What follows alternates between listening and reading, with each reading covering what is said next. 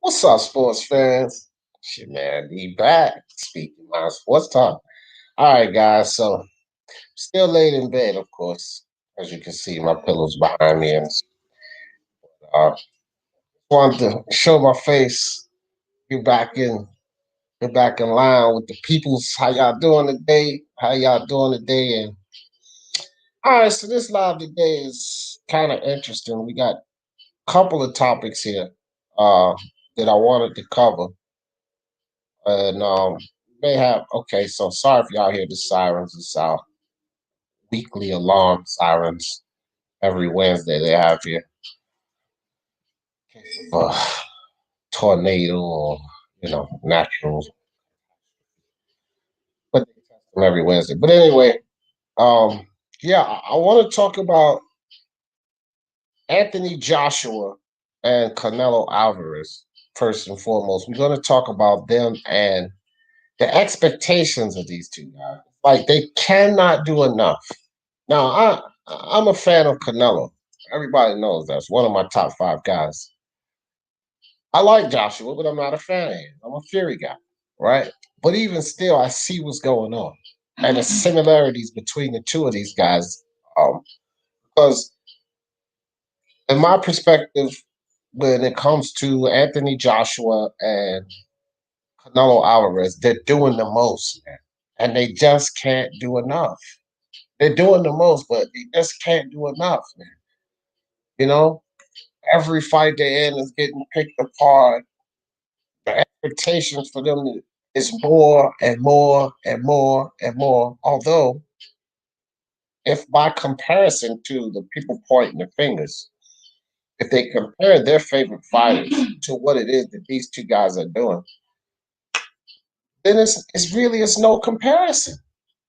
It's no comparison because they're doing so much more that it's just as if the other fans keep raising and raising and raising the bar on them. And then, so what about your fighters? How can you set the bar here for Joshua and Canelo, but set the bar here for your favorite? It's just like, where's the balance in that? It's tipping the scales. And the things that are expected and required of Anthony Joshua and Canelo Alvarez are here, where everybody else, here, maybe don't push them to that limit, right? And it's just not consistent. Now, when it comes to Manny Pacquiao, what we're going to discuss with Manny Pacquiao today is the Conor McGregor situation, which that appears to be coming to fruition. And I spoke about this before, and people was like, "Nah, he's not going to do this." But I was like, "Bro, he signed with the MMA management company, coincidentally with Conor McGregor's under. This was a while back, man. He signed that, so I don't know why people were so oblivious to this fight being a legitimate possibility. You know what I mean? Um, but you could see it. You could see this coming. You could see this fight coming to fruition, and now it's even closer. But what that does is definitely throws a monkey wrench in the 147-pound division concerning four belt undisputed. We're going to talk about that. Like he will probably be stripped because they talked about him getting stripped if he was to pursue that Conor McGregor fight before. So should Manny Pacquiao pursue that fight, he will probably be stripped of the belt. Now the question would be, who should fight for that belt, right? Of course, the fans are going to want Errol, Spence, or Terence Crawford to jump in there and get that fight with their belt, but we don't need to dismiss or forget or Dennis Ugas. He, in my opinion, should get first crack at an opponent to get that belt. We're going to talk about that too. Let me see who we got in the building here, guys. First, we got Phil. What's good, Phil? It said Pacquiao versus McGregor. What nonsense is this? Oh, no, I'm not paying for that. Well, we're going to talk about that. We're going to talk about that, Phil. And it's sense in that fight, Phil, and I'll tell you why in a bit here. Chain with Ice, what's good with you? Lewis Sports Network. Hey, Lewis, man, I'm going to call you or text you or something, bro. I'm going to hit you on the phone. We got to get back up. I ain't even gonna lie, bro. I'm gonna have to talk to you about a lot of stuff. You gonna have to fill me in. on some shit, bro. I ain't been on the grind with basketball, but I know my man Lewis Sports Network, and if y'all don't know, get over there. Okay, you sent me a message on the phone. Okay, bet. I got you, fam. I got you. I was just thinking about it today. I'm gonna call you anyway. But bet. But if y'all don't know, get over to Lewis Sports Network. Basketball coverage second to none. That's my partner in crime. We definitely got to get back with the commentary. That's probably why you hit me up. We definitely gonna do that, Lewis. Appreciate you, my brother. I agree. Pacquiao should give Virgil or Boots a chance at the title. They can't have it. You can't. You can't. Uh, I don't know. You can't dismiss your Dennis Shoegoff, fam. That's my thing. Manny is behind you. Yeah, I know. He's about to punch me in the neck. That's right, Chain. I'm back, fam. I'm back. I'm still in bed, but I'm back. I got you, Lewis. Yes, no doubt, fam. Salute to you, brother. Joshua Little John in the building. What's good with you, my brother? What's good? Smash that like button. My man Lewis said, smash the like button. Tornado sirens. Ain't no time for that. Now it's just the test that they do every Wednesday at 12 at noon. Yeah. Charles D, what's good, brother? What's good with you, fam? Appreciate you. Joe said, big up, y'all. D, look, yeah, man. Yeah, I am. I am. The medications and all of that, man. Well, a lot of times I won't show my face because I was looking really out of it. Plus, I was in a lot of pain. I couldn't move. I could kind of sit at an angle now, like lay at an angle, propped up against my pillows. Got the green screen behind me, so y'all don't see all of this mess around me because I got to keep a lot of shit around me, bro. But yeah, appreciate you. As I said, I like AJ Canelo's career. Me too, Phil. Nick Harmer with the contribution to the Speaking Mind Sports Talk family. Appreciate you, Nick. He said, I'm just off out. Big up D in the chat. Merry Christmas and happy holidays, buddy. Thanks for everything. Thank you, Nick. We appreciate you, man. And happy holidays and Merry Christmas to you too, brother. Tim Zoo in the building. What's good? He said, do you know if Pacquiao McGregor is for? No, it's not. Pacquiao will potentially be stripped of that title if he fights McGregor. But it's definitely not going to be for the title. They're not going to allow him to fight McGregor for the title. Because then you will be taken away from a lot of the boxers in this sport. I mean, let's be honest. McGregor, he's a professional boxer with one loss to Floyd Mayweather. And that doesn't warrant a title shot at all. That dude's probably ranked like 2,000 because he's 0-1. It's worse than Canelo AJ. It needs to beat two people. There is no question. Nah, I don't want you to miss the point. I'm talking more of the expectations of these two guys. Catacor, what's up with you, sis? Appreciate you sliding through. Hell no, Manny McGregor, Eminem. We don't want that. Nah, Pigeon. We don't want it, but Manny wants it. Manny definitely wants it. All right, guys. So look, I'm gonna go down the comments. Y'all know, as usual, I'm gonna get behind Warp Speed in the building. Let me catch up right quick. What's up with you, Warp Speed? Appreciate you. Joe says, if Manny don't defend that soon, I gotta take him off my pound for pound. Yeah. I feel you. PSK, what's up? What's up? Fish in the building. What's good with you, Fish? Good pack and elevate Ugas. Feed him to Spencer Crawford and let's get undisputed for. Hey, that's a good idea. That's a good idea, Cat. Elevate him or make him fight for it.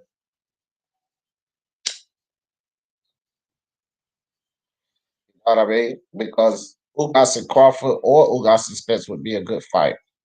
You know what I'm saying, Cat? So elevate him or make him fight for it. You know? Nets dusted the Warriors last night. Yeah, I did, man. That's what me and Lewis got to talk about. And I need to get back on my basketball thing, guys. But y'all know we've been knee deep in the boxing. D. Jefferson is impossible for you guys versus Keith Thurman. You know, that's a good possibility. I'm pretty sure Thurman would take that fight. And I actually like that fight because we're talking about Keith once upon a time Thurman and your Dennis Ugas. So pretty interesting there. Pretty interesting, Joshua. Manny and Floyd can do what the hell they want. These fighters around. Yeah, that's the truth. That is the truth, Killer. What's up, Uli X Games? What's good with your brother? What's good? What's good? Never mind. Never mind. What did I miss? Did I miss your comment, Tim? Oh, no, no, next. No, no, it's cool to talk about basketball, Tim. This is Speaking My Sports Talk. Basketball is my thing. Uh, he been saying since Teal beat Loma Pack will vacate. Teal, thank you, Mark. Thank you, Mark. Thank you, Mark. See, people remember when I say these things, bro. You know what I mean? I like. Thank you. That's all I'm gonna say, Mark. Thank you. Thank you. Thank you.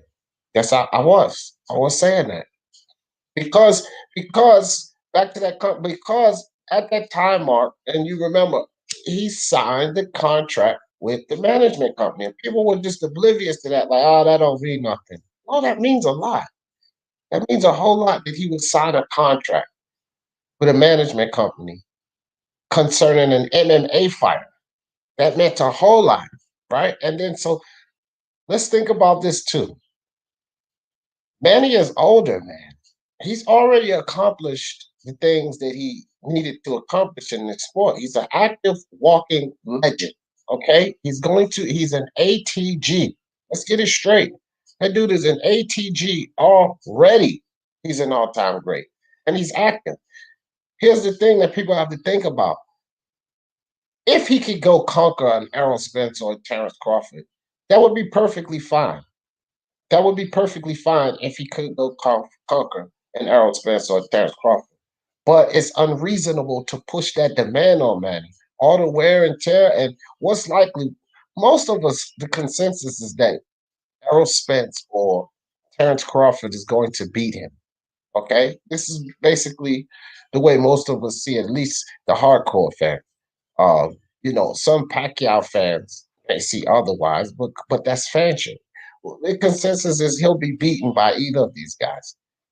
Manny Pacquiao is going to get more money to fighting Conor McGregor than fighting either Errol Spence or Terence Crawford. And that's a fact. He's not going to get the money fighting those guys that he's going to get fighting Conor McGregor. Manny Pacquiao doesn't need to do anything. And why even put himself in that position? By beating Keith Thurman at this age, he already did the things that he needed to do, right? He doesn't need to do anymore. Why even put himself in that position to go in there and take another senseless loss? What if he gets stopped? Like, do let's be honest. Would we rather see Manny Pacquiao leave the sport of boxing beating Keith Thurman? Or would we rather see Manny Pacquiao leave the sport of boxing getting beat badly by Errol Spence or Terence Crawford? Now, you guys tell me that. And see, that's what we need to think about with this. You know, that's exactly what we need to think about when we look at the Manny Pacquiao situation.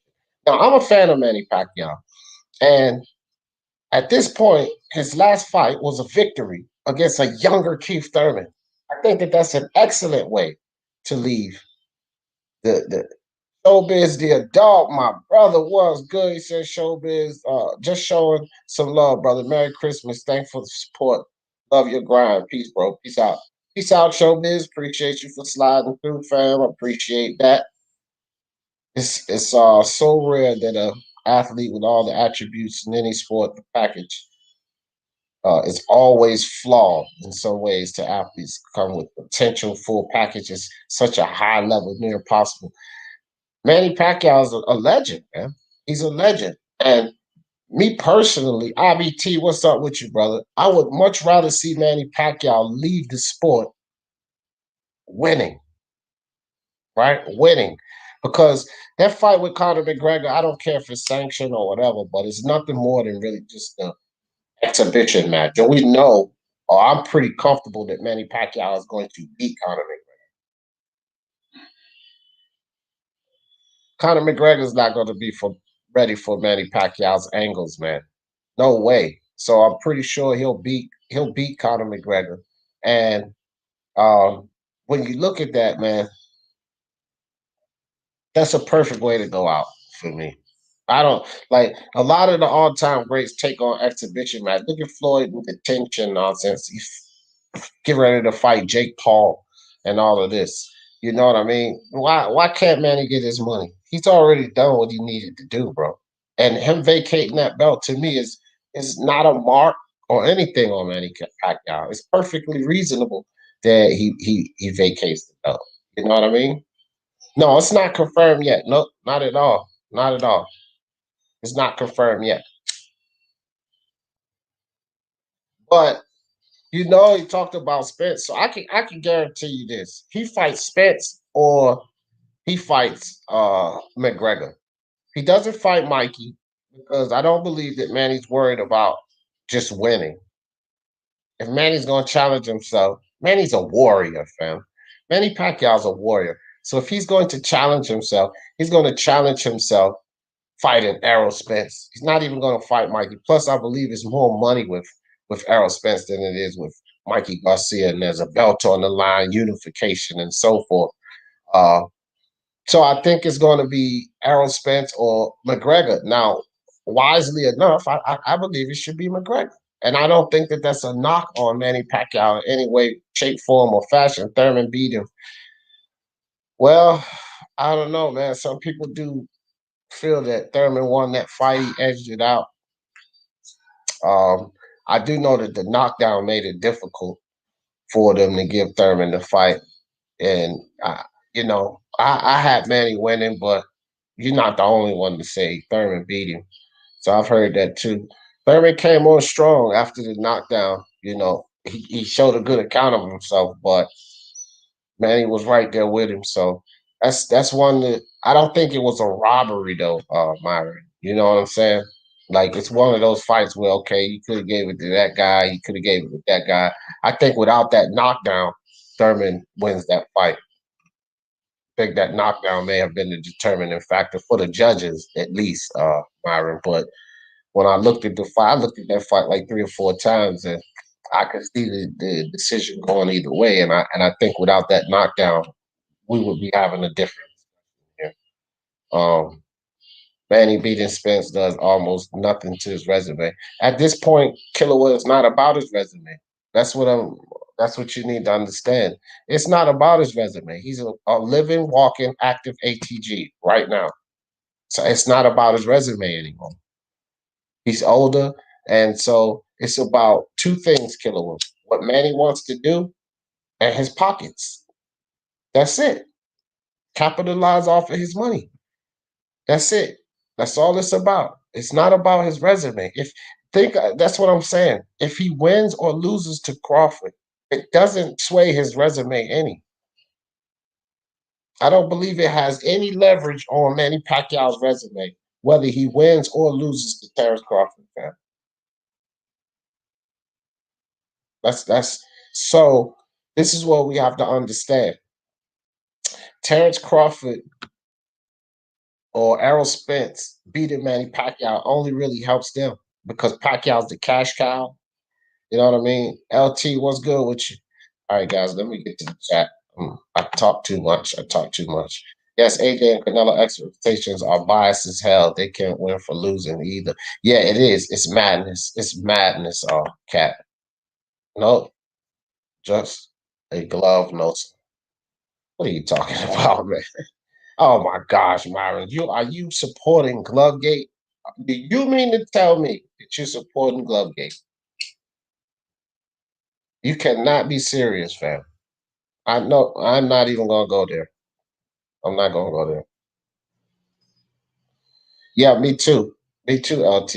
I'd rather see him leave healthy, man. Canelo beats AJ is cherry pick. Yeah, they probably would. AJ was weak. He came off a loss. All right, guys, I'm gonna slide down, slide down, slide.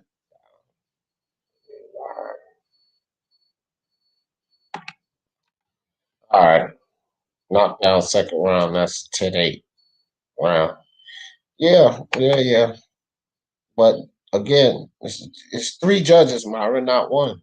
That's the thing. You're one judge. I'm one judge, right? So you're one judge to say Thurman won. I'm one judge to say either guy could have won. What does the third judge say, Myron? See? Now, I picked Pacquiao to win that fight. What I said, I can see why you said either guy would have won. So now you got two judges. Myron says Thurman won. D says Pacquiao won. I can understand what you're saying, but I think Pacquiao won. What does the third judge say, Myron? Because it's three judges in the fight. It's not one. So here you go, Myron. You got two judges, right? Everybody in the chat, give me a response. Who do you believe won the fight between Manny Pacquiao and Keith Thurman? Now you have two judges here, Myron. You and I. I say Pac, you say Thurman. The chat will be the third judge. The chat will be the third judge, Myron. And that's how it works. It's not all based on what Myron says. It's not all based on what D says. It's based on three judges. So you and I are split. Now the chat will decide as the third judge, representing the third judge. Okay. So we got Yuli X Game says it was a draw. Okay. So these Phil is somewhere else. Mark Unrivaled in the building. What's up? Mark scores it Pacquiao. Mark scores it Pacquiao. Okay, I'll answer there. There it goes. Barker Raider said Pac man edged it. See? Okay, we got another one. Pacquiao. Chicado Prophet, what's good with you? Miyamoto. All right. IBT says 115, 112. Pacquiao. Killer says Pacquiao won easy. Okay. Pacquiao needs to retire. Okay. All right. I'll get back to that, Carlos. Joe says Pacquiao. So Myron, the consensus is Myron, Thurman, D, Pacquiao. The third judge, Pacquiao. So we have a split decision here, Myron. Split decision. Pacquiao win. And there you go, Myron.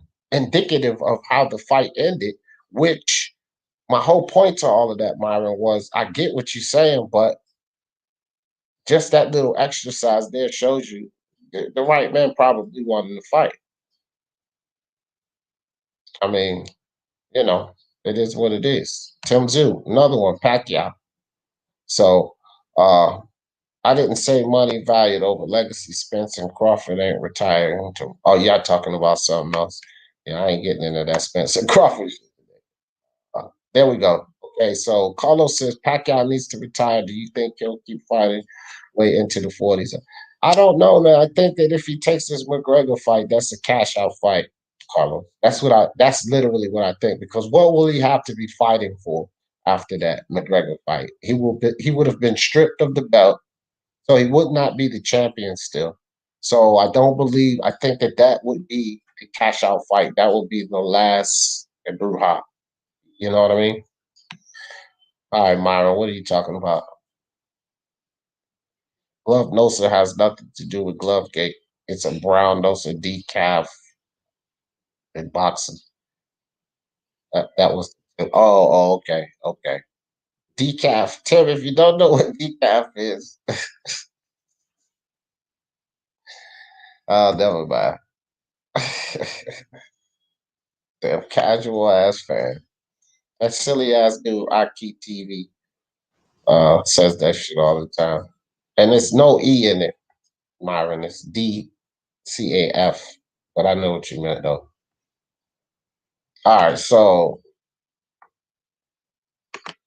Remy 22, what's good? Mi hermano, what's up? What's up? He said Thurman did win many rounds. Phil, you late as hell on that, man. We already on something else. Manny would be a disgrace if he takes the fight with Conor. I don't agree with that, KMXDC. Manny's done all he need to do in the sport. What up, D Jeff? Chat. LDB salute family. What's up, D Hodges? What's up, G brother? Salute to you and the LDBC as well. What's up, bro? Pac will fight Errol. He might. That's what I'm thinking. Pitching either Errol Spence or Conor McGregor. Mark said, fighting pride of the Philippines, Manny Pacquiao. Pacquiao's a beast, man. Pacquiao's a beast.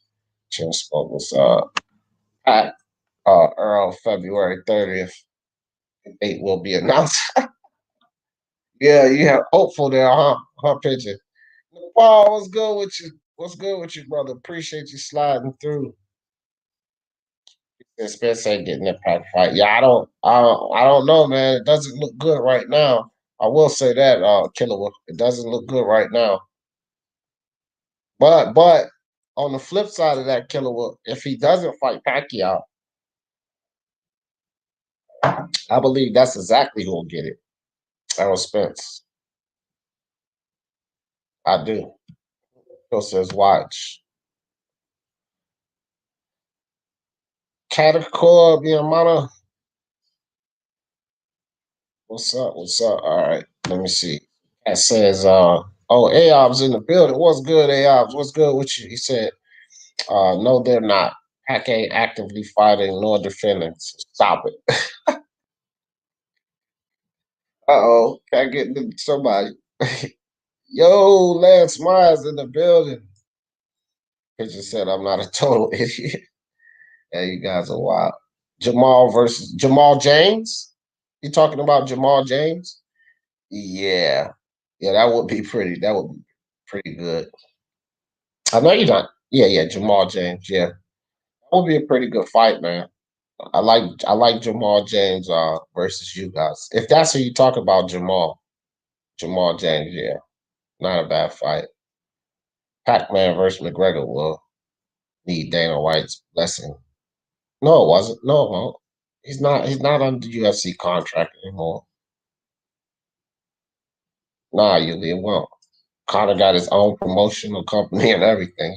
He doesn't need Dana's blessing anymore. Let's see. Yet the people with the 3 out of the 4 fights refuse each other and been refusing 3 years now. Yeah, yeah. What y'all talking about? What y'all fussing about? Jamal, I like. Speak on it. Oh, what y'all talking about? I don't even know what y'all fussing about, man. If Pacquiao versus McGregor happens, they should do it back to back fight. No, hell no. Hell no, Carlos. You trying to get Pacquiao hurt? Oh, sir. You're too old to be fighting in the octagon. Jamal James is the number. Oh, okay. Yeah, you were talking about Jamal James. Yeah, that wouldn't be a bad fight. That's a good shot. That's a good shot, Tim. Ortiz and Ennis should fight. Nah, hell no. I mean, that would be a good fight, but why would you knock out? I feel you, Remy. Now, I like the fight, right? But why would you knock out your Dennis Ugas? He's in position. Like, if they don't elevate him, he should definitely get a shot to fight. You know what I mean? He should definitely get a shot to fight for. Maybe your Dennis Ugas versus uh Jerron Ennis or Ortiz Jr. or Virgil Ortiz or something like that. You know what I mean? Dana White, don't mention his name. Yeah, Dana don't mention Connor. I said what I said, damn it. Who you fussing with, Cat? Excellent points. Smash the like, punch drunk, boxing in the building. What's good with your punch drunk? All right. Boxing Logic United says, you do know that made no sense. Third judge at our full. Yeah, because I just, man, whatever, Myron. It makes sense to everyone but you, like most things. And of course, said Manny is keeping us from undisputed. We all know the reason for. No, it's not. It's just a combination of both. Undisputed takes all 4 belts, Killer, so you cannot dismiss the fact that he damn sure is, which is why he may be stripped of that title. He's holding it up. They're not going to strip him if he's not holding up the division. Now, you can't be one-sided here, Killer. You have to be open-minded, objective about everything going on. She's absolutely right. 4 belt undisputed takes 4 belts, Killer. Spence fighting Crawford. Okay, now what happens with the last belt, Killer? It's held up. There's no argument there. Muy bien, senorita. I know what that means. All right, AJ was offered 80 million to fight Wilder on a 2-fight deal. Uh Maybe you should flip that. Wilder was offered, and it was 100 million 2-fight deal with AJ 40-40 and then 24 the Brazil, but it was Wilder that was offered. It wasn't AJ that was offered. Dude, where you coming from with that, King Kong? Where you coming from with that? Do you know what happened? It was Wilder that was offered. Wilder turned it down because he said he bet on himself. But this is what Wilder said. Okay. And then he went and fought Brazil for less than 20 million. When he could have fought Brazil for the 20. And then his very next fight would have been Anthony Joshua for all the marbles. And even if he had lost, he still would have gotten another shot, which is essentially what he did with Tyson Fury. So like, don't switch the narrative because you're definitely not getting away with that here. Killer with Z, I do think it's Manny. It's both. It's a combination. It's all of them, guys. It's not just one situation. Like I said, there's 4 belts to be acquired, so they all have to be unified, and it's not just one situation. Kind of getting bank off that proper 12. I see the logo in the commercial. Yeah, man. Yeah, he's doing. It's Floyd opened him up to do business. Yeah. I like it. I like that fight. I like that fight. Uh, but Ennis is not even WB. Yeah. I know. Or Ortiz Jr. If I'm not mistaken. But either way, yeah, I feel you. I feel you, and that's why I was saying too, Tim, too earlier that there's other people that really deserve to have a shot at that title. You guys being one of them. So really, in my opinion, it should be you guys in a fight against someone, or as Catacor said earlier, they just elevate you guys to that position, and then he fights one of the other champions. Either way, you guys should be involved in that. I don't know. No, I didn't look it up, but I'll check it out, Killer One. I'll check it out. Co-fighter of the year, Tia Fimo Lopez, and man, what the hell? Punch, punch drunk. Don't start nothing, won't be nothing. That's all I'm gonna tell you, fam. Now cut it out, punch drunk. Cut it out. Co-fighter of the year, Teofimo Lopez and Tyson Fury. Well, come over here with that nonsense, man. I don't know about no Jessica Scott Catskill. She could be fighter of the year on the woman's side, but not on the man's side. Or if they're not doing it like that, then no, sorry. Because Pac is out the door. Crawford Spence would be amazing for undisputed. Yeah, well, for sure, for sure. Ring Magazine, WBA flyweight, Hiroto Karaguchi signed to Eddie Hearn on the Matchroom by. Oh wow, really? Karaguchi is managed by Eddie Reynoso, who stated Eddie, the best promoter. And wow, that's huge. That's huge right there. That's huge. Punch Drunk Brock, perfect selection. Yeah. The selection has been made. Wow. Oh, okay, you was talking to Punch about the email. Okay. Imagine if Virgil and you guys fight the world. Virgil career will be just shoot up. Yeah. Well, Virgil and I think Virgil between Virgil and his Virgil really is the only one who's because he's actually fought names in the 147-pound division, which Deron and his boots business reasons why, but he still hasn't fought the names. Still feeling just man, y'all please. Y'all see who fighters of the year are. That's it. That's those guys right there. Stop hating on Tyson Fury. I'm getting ready to do a video about that anyway. Because of guys like y'all hating on my guy Fury. You need to stop this nonsense. Bob Arum and Al Hammond are dragging their feet. The Bud versus Spence. Yeah, it's a lot behind there. It's a lot behind there. Behind all that. Let's say Spence gets a third belt. Man, I'm not talking about Spence right now, fam. Well, yeah, I am. Okay. Third belt. You said it yourself. The fans won't pressure him to fight Bud. The fans won't. Yeah, his fans. There's gonna be pressure for him to fight Bud. Yeah. King wrong. King wrong. That's a good one. Good one. Good one. Punch drunk. Saludos, Simano. I was AJ that was offered. Ask Shelly Finkel and Al Heyman. Man, look. I don't. Who are you, dude? What do you mean? Where were you at?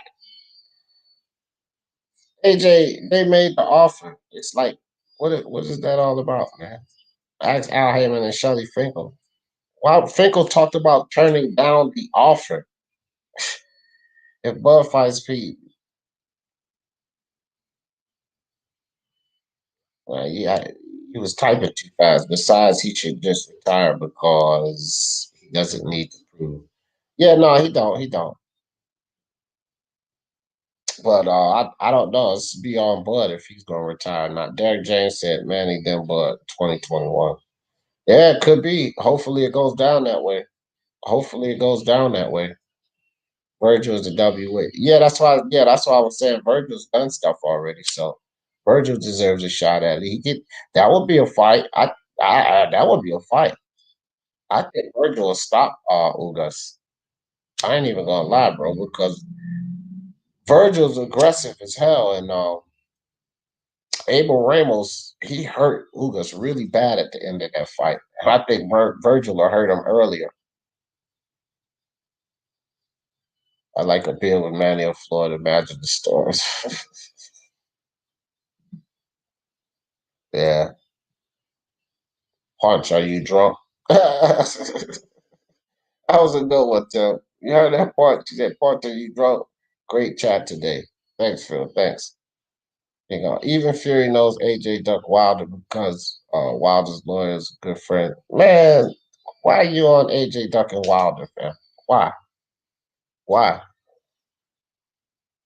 Look at who they fought. Now, who's fought the better opponents? Be honest. Who has three belts and who has none? Like, bro, stop. Punch drunk, you already stated that with moonshine. All right, what's up? Punch drunk. Boss King. Ball. Boss King. Boxing. Oh, boxing. Okay. All right, I got it. Punch drunk box. All right. D, check your Twitter email. I saw Canelo and sent you something. Laugh. Oh, all right. I got you. I got you.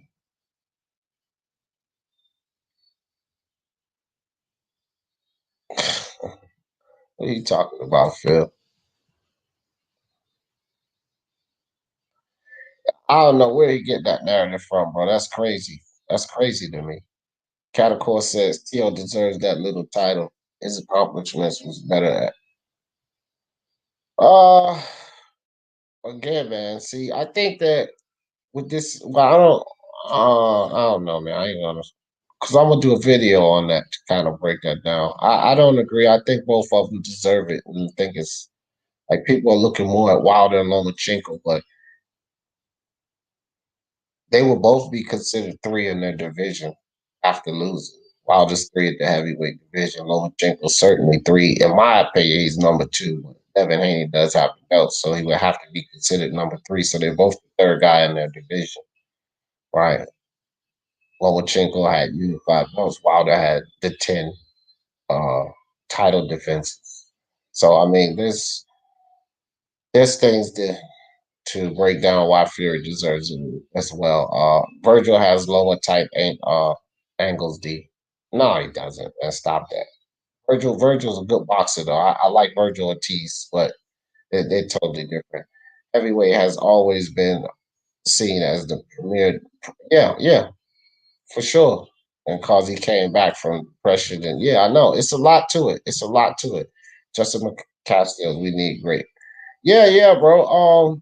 Look, don't get me wrong, bro. She's a beast and all of that, but I don't know how it goes. I don't know if they do a co-ed thing, if it's just fight of the year period.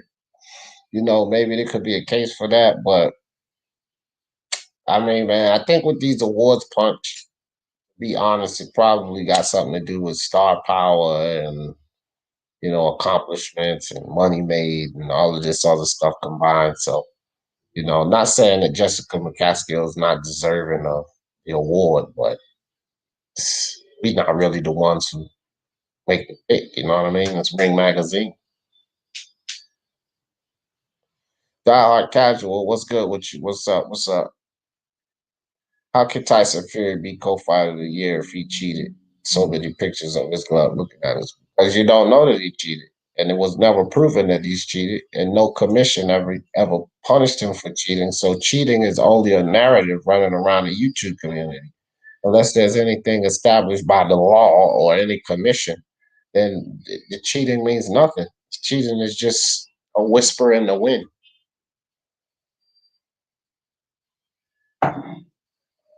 Martin Ramos.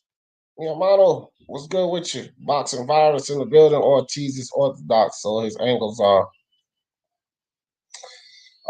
more comparable to Mike Tyson, not Lomachenko, who is a southpaw. Yeah. Their styles stylistically different. Usually X Games, it don't change the fact that Teal's accomplishments is way better. Nah, not really, Cat. I'm telling you, I'm gonna put a video out about it. Maybe it'll change your perspective, maybe not. Finkel, um, film Paul Alien is Phil, what are you talking about, man? Yuli says, well, they are both one making a decision. We said TO, but those positions are. Yeah, man, it's a lot that goes into it. And 135 is, again, popularity, a lot of shit, man. Same thing I just said with get Jessica McCaskill. It's not, our personal opinions about boxing. That's not how they select these people. So whatever, man. Again, I think Fury's deserving of it, probably based on their criteria. We can come up with criteria to say it's not, but based on the criteria that they select fighter of the year, I think that Fury's probably well deserving of it.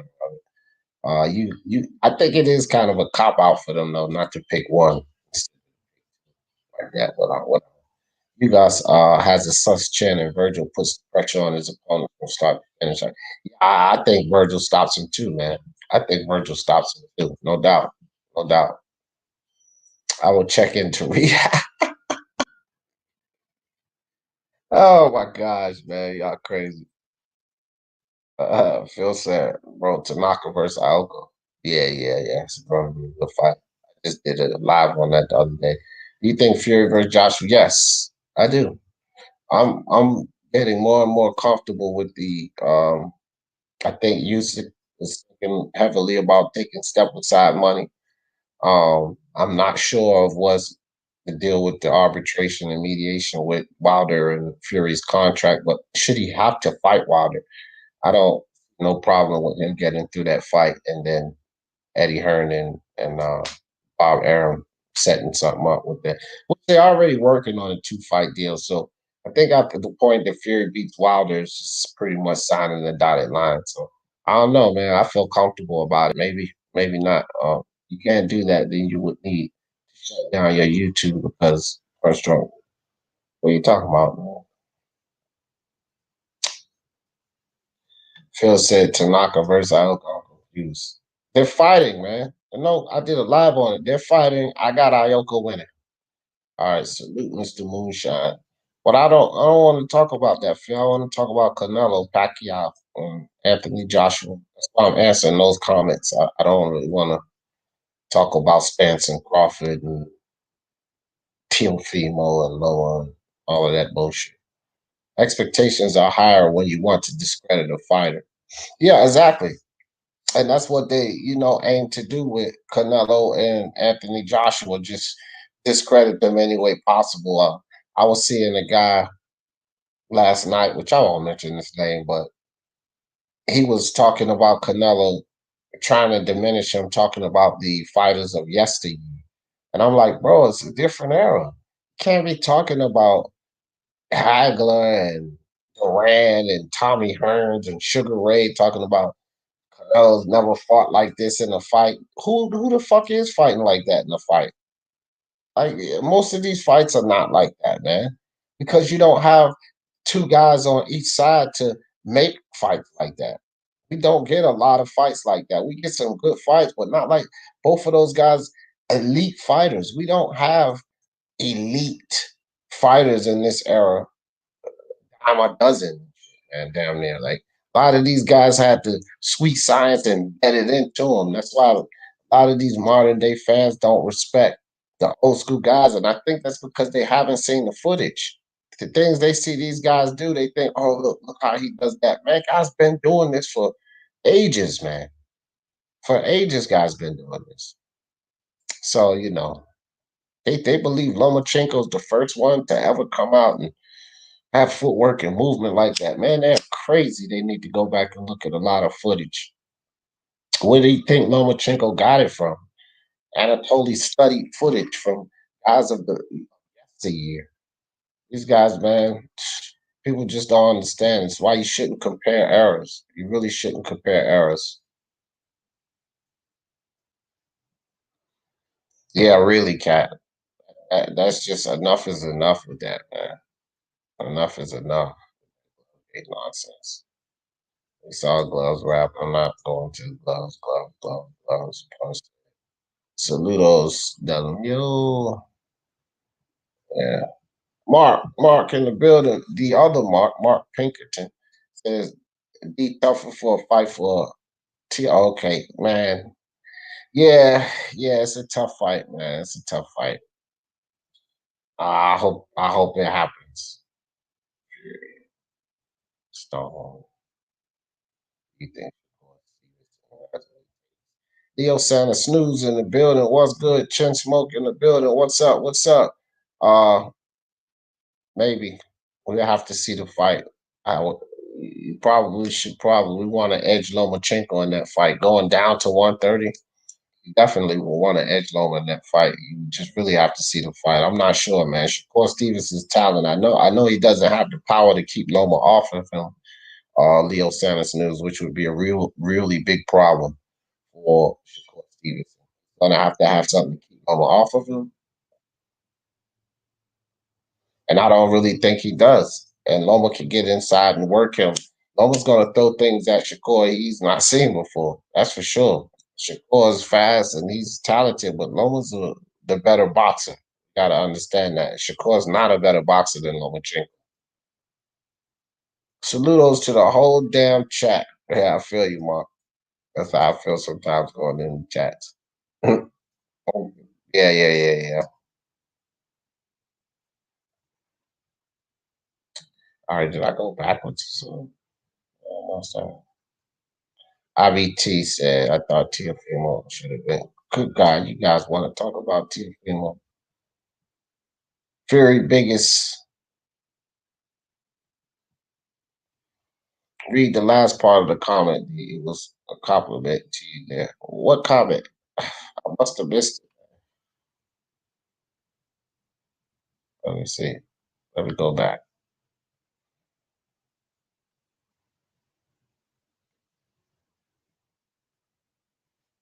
I think it got lost, Myron. But they don't let me go what so far up. I might have slide down. Let's see. All right, do you know that made no sense? Third judge in the channel allows most of the glove gets no respect. Man, put your faces on your mouth is. Man, you crazy as hell, dog. Yeah. You made me search for that. All right, breaking news. Canelo was taking a piece of man. Oh my gosh, man. Even recently as Pacquiao used angles before Lomachenko. Yeah, I mean, yeah, for sure. For sure. Pacquiao, that's what makes him so difficult. He has a difficult angle where he comes from. I mean, the way he comes, man. Look, Pacquiao used him better too because he had more power and foot speed. Right. Exactly. Iceman in the building. What's up? What's up? Word up, MC Snooze. D hella behind on points. What are you talking about? What points? Oh, in the comment section. Yeah, I'm always behind, man. I can't keep up with y'all comments. Then when I skip one, somebody send me back. Kosei Tanaka will warrant Fighter of the Year more than Fury. Yeah, that's because you're a fanboy. You're a Kosei Tanaka fanboy. I honestly think Canelo versus Saunders is next in May. Intangible. Who did Kosei Tanaka beat as big as Wilder? Okay, over with. Like, dude, stop that, Tanaka. Intangible. Man, Phil, you all over the place. You sipping back on that cough medicine, Phil? Damn, R.I.P. Frankie Randall died? Wow. Yeah, R.I.P. Frankie Randall, man. I didn't even know about that. Good shot, Mark. Good shot. IBT and more the truth. Who are your favorite fighters on Matchroom now, mate? Oh, okay. Not yet. What? Tanaka must be Ioka. Let me open the panel up, man. All right, there go the link in the chat, just in case you might want to join. British fighters are the ones holding the torch at the heavyweight division. Americans are upset. Yeah, it's what it is. AJ and Fury is a big fight, whether or not undisputed. It is. It's a huge fight, man. It's a huge fight, and yeah, they definitely are holding the torch right now. Like I said, man, if you look at what we have in the heavyweight division coming up, um, the brightest thing I see is Jared Anderson over at Top Rank, and then I can't really think too many more coming up as far as the heavyweight division that I see is promising besides Jared Anderson. I used to be a Lomo fanboy until he can't take an L. Yeah, yeah, man. That was just no class with that. Uh Tangible says Kazuda Aoka. I said Warren a fighter of the year. They are prematurely. Oh, you talking about next year? Yeah, yeah, yeah. What's up, IBT? Yo, what's good, man? Same old. Um, every fighter of the year, Metro, but off the top of my head, Ray Martinez, Daniel Jacobs, Harry Uto. Oh, you on the panel. Yeah, yeah. He just asked me my favorite fighters from Matchroom specifically, so those are just the ones I could think of. Oh, okay. Tito Toledo in the building. There's always the top names, but always just one face of boxing. And right now, Canelo's the guy. Yeah, yeah, Canelo, damn sure that guy. But Tito, this is about what I was saying about Canelo and Anthony Joshua are no matter what they do, the expectations are greater. Like their expectations are set here, where everybody else is here or lower. You know, it's like they cannot do any right. And I think that that's a big similarity, a huge similarity with these two guys. And Tito, I'm just talking about the Manny Pacquiao situation, going in there to fight with Conor McGregor. You know, kind of throws a monkey wrench in four-bell undisputed somewhat. You know, people think that it becomes easier, but I'm not too sure of that. You know, and he'll probably be stripped, but I don't knock Manny Pacquiao for that move. How about you, IBT? No, at this point in his career, with what he's accomplished, what he's done for the sport, beating Keith Thurman as recently as he did, even though people say he's been inactive, just his age and Thurman's age and the stages of their career, he could ride off into the sunset fighting. He can fight whoever he wants, right? I don't really care. And people are talking about him holding up the division. That division's holding itself up, so I'm not concerned with what he does in terms of in a negative way. Right, right. I don't think it knocks him at all, bro.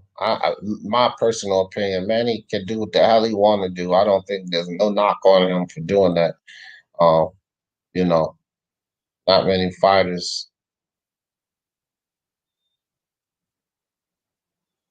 All right, Canelo, whatever, man, needs to move and fight someone that will be hard for him to beat.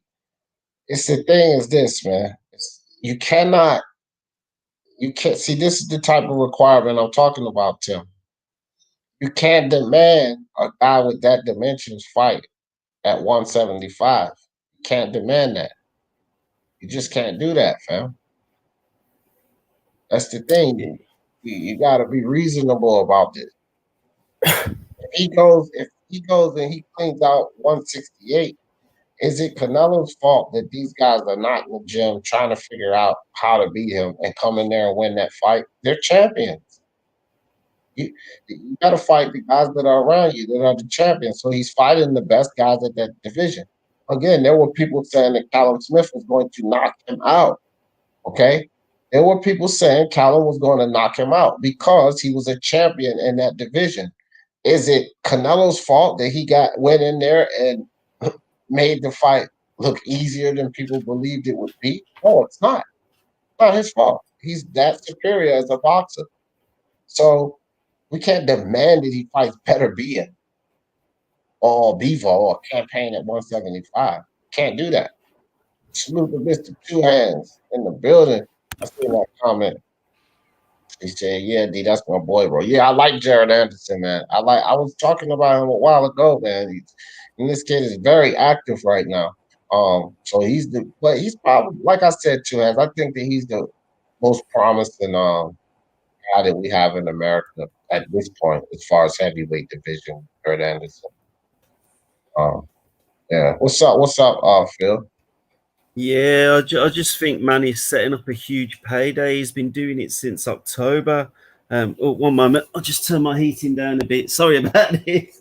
I just think he's been setting it up since he's formed his own sort of promotion company, and like we've all been looking at that on the internet and keeping an eye on him. I just think he's up for this big payday, because like the McGregor Floyd fight, he must have saw that. And he probably thought to himself, Floyd's earned this amount of money from that fight. I want a piece of the action, but I don't understand why he's still boxing, Manny Pacquiao, because you should be giving that up to people like Boots who are coming up and other guys that are going to fight for that belt at 147. I just think I don't know why he's still fighting. To be fair, I'm a bit confused by it all. To be honest, you know. Well, It I must be mean, a look, it's the nature of all athletes, right? Look at Tom Brady. You can ask the same yeah, question. Why is he still playing? He's got six 100. fucking Super Bowls. I mean, you can ask the same question, right? So it's just, I Yeah. mean, not six, but five. But it's just the Well, nature of all of these competitors that's at the top. They don't, and then look at Manny's physical fitness. It's not as if he can't compete. He just beat Thurman, so he's in the yeah. physical fitness where he can still compete. So I mean, and make a lot of I was money doing shocked, it. when he went to Tampa Bay, like I thought, listen, this guy's about 44 years old. I don't know how old he is now, but I didn't expect him to do that. But if you're getting like £1 million a game, like that's probably why Tom Brady did that, because I don't think he's doing it now for the success. He's doing it for the money, and I think that's what Manny Pacquiao's doing. To be honest, Yeah, you know. round on one. And how will he accomplish that? Because if you think for 1 second that fool is going to beat Floyd Mayweather, and you are out of your goddamn mind. There's no way he's going to accomplish that because he's not going to beat Floyd, man. He's not going to beat Who's him. And I don't. I hope that they don't sanction that fight and make Floyd 52-0 for beating Jake Paul. That would be just a travesty. Now Oh that man, that would be a travesty Jake to Paul. boxing. That would be a That's travesty to boxing. that's just messed up. I think the Jake Paul thing is just one of them. I get them both mixed up. They got blonde hair and blue eyes. One's got a quiff and one's got a bit of a mullet. So I don't know what's going on there. To be fair. Man, I don't Yeah. know Hey, what but that D, fight. what's crazy is they technically can't sanction that fight because uh what's Paul is actually a professional boxer. He actually has a box rec. Yeah, he's actually sanctioned and everything, so they can actually sanction that fight as an official Yeah, fight. they could. I'm saying if they do sanction it, it's a travesty. I don't. It should be an exhibition match. Period. If they're gonna do this silly shit, they should make it an exhibition match. It should not go on Floyd's record as a win. Well, they're sanctioning Canelo versus Eardrum, and we know that's gonna be a massacre. So So why what? not? Yeah, no, Kahlua, that's not even the same. Period, fam. Like we're not even gonna make that comparison. Yildirim is an actual boxer. Jake Paul is not. I don't care if he's on BoxRec and all of that dumb shit. He's not a boxer, fam. So it's not even remotely close. It's not even comparable. Yildirim's an actual boxer, and he'll beat the living shit out of Jake Paul. Guaranteed. Yildirim would fucking punish Jake Paul. Have you seen some of the fights they sanctioned this year? Like that women's champion who fought that 40-year-old mom, or that like championship boxer who fought some like and those fights cab shouldn't have driver. happened either, Kalua. That doesn't mean anything. Those fights shouldn't have happened either. But just because those fights shouldn't have happened either, it doesn't change the point, man. Yeah, The I fight agree is with you, but I'm just ridiculous. not putting it past them to do this ridiculous stuff because Well, I've that's seen what it I'm happen saying. this year. Okay, Kalua, I mean. That's what I just said that. I said if they do it. I'm not saying whether they will or they won't. That's not the argument. I'm just saying if they do it, it's a travesty. It's stupid. That's all I said. This is not an Okay. argument about if they'll do it or if they won't. I didn't say that they would or they wouldn't. My whole point is if they do that dumb shit, it's ridiculous. It is, and I'm just like so irritated by boxing right now, in that sense. Yeah, I mean, it's just silly. And all of that shit is silly. There's no way they should sanction that. But I don't want to talk about Floyd and Jake Paul. And I want to keep this on Manny and Conor McGregor. If we're going to talk about silly fights, which I don't think this is a silly fight. I think this is cool for Pacquiao still boxing because he can, yeah. And benefit. Yeah, that's what I say. I agree with all of that. I agree with all of that. AD. Oscar got a lot of hate from Mexican beach. Oh yeah, Oscar used to get a lot of hate. What's up, Killer? If McGregor fights Pacquiao, wouldn't he have a better resume than like 90% of 95% of boxers these days? Who, Pacquiao? No, McGregor. No. How would his resume not be better? He'll have Floyd Mayweather and Manny Pacquiao. Yeah. Kalua, it's easy. It's easy why his resume wouldn't be better. Because it's good to get in the ring with greats, but you don't have 2 losses. So he'll be 0-2. His resume wouldn't be better than anyone. Well, people suck off Danny Swift Garcia for just losing all the time. Well, he had wins. And he had accomplishments. At 147? No. Overall. This is why they give him. I'm just telling you why they give him give him props. He had wins. Conor McGregor would literally be 0-2. And it doesn't matter who you get in the ring with. You just lost twice. That resume says nothing. If you like a Danny Garcia who has wins, who has belts, who has won a world title, then that's a different. You fought and then you went up to fight someone and you couldn't get past that hump. Conor McGregor never got past any hump. So, I mean, it wouldn't be comparable. People call Danny a top 5 welterweight. Yeah, but the issue is you didn't say Danny at welterweight. You just said Danny Garcia, right? And Danny Garcia as a fighter is someone who's accomplished, has held multiple world titles, right? He did things at 140. He did things at 147, less than 140, but he still did things. So it's not you're saying him getting in the ring, getting his ass whooped by 2 guys who are really good would give him a good resume. No, I'm talking about Conor. Him getting in the ring versus 2 guys going 0-2, getting his ass whipped both times, stopped both times, doesn't give him a better resume than any fighter who's doing anything noteworthy, right? If you want to talk about some guy who's like 1-5 in Tijuana, sure, but I mean, yeah, even I think then, it's an you know what I mean? exhibition too. Yeah. It's not Conor would look, man. Again, like you can't give a guy any kind of credit for it. First off, it's a fucking showcase fight. Conor's not a boxer. He's not, and he's not a good boxer because clearly Floyd carried him for about 4 or 5 rounds. You know what I mean? It's a bit of it. Yeah. Sorry. No, go ahead, Phil. Go ahead. Yeah, it's a bit of a freak show. Like George Foreman, after he lost to Ali, had that combat fight in the 70s where he fought 5 men on the same night. And Muhammad Ali fought the wrestler, I can't remember his name, big guy. It's pretty much similar to what this MMA boxing crossover is. It's sort of, it's not for the purists really. It's more for entertainment. And I got to admit, I enjoyed a lot of that. Even that Jake Paul thing, that crazy stuff with Mike Tyson and Roy Jones. I'm not gonna lie, I tuned in and watched it. Um, but it is what it is. I think it improves boxing. The reason I think it I improves agree. boxing, do you know what I mean? It puts a bit of attention onto our sport from people that wouldn't normally watch it. And I People don't. detest it. I'm like you, D. I absolutely detest it, bro. I absolutely hate watching all that, man. It's crap, man. Do you know what I mean? I don't enjoy it, but it does bring a lot of attention onto our sport, and I think that's a positive. Do you know what I mean? Yeah. Yeah, boxing's been dying. I've been saying it, and these kind of stuff bring in eyeballs. It's the boxers on the card who mess it up. Don't be a freaking Devin Haney and get your butt Yeah, booed when all eyes are on you. Like, do something. It's not like these exhibitions. Like, they bring in eyeballs to the sport that wouldn't be there, but it's the undercard people who are just like choke it away. So, like, I love this stuff because I love boxing. I don't want it to die. I want it to expand. I want new eyeballs. This bringing new eyeballs, yeah, so it's good for the sport. But just these undercard yeah, people have to stop being lazy and get to work. I think yeah.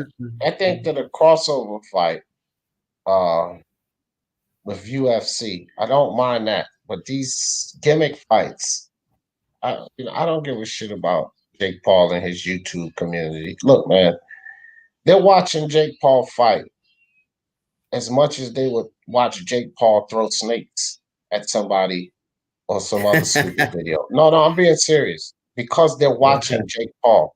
Jake Paul and his brother does a lot of weird, crazy things, all types of different things, and his fan base is built on them watching Jake Paul. So if Jake Paul's in a gimmick fight, they're watching Jake Paul.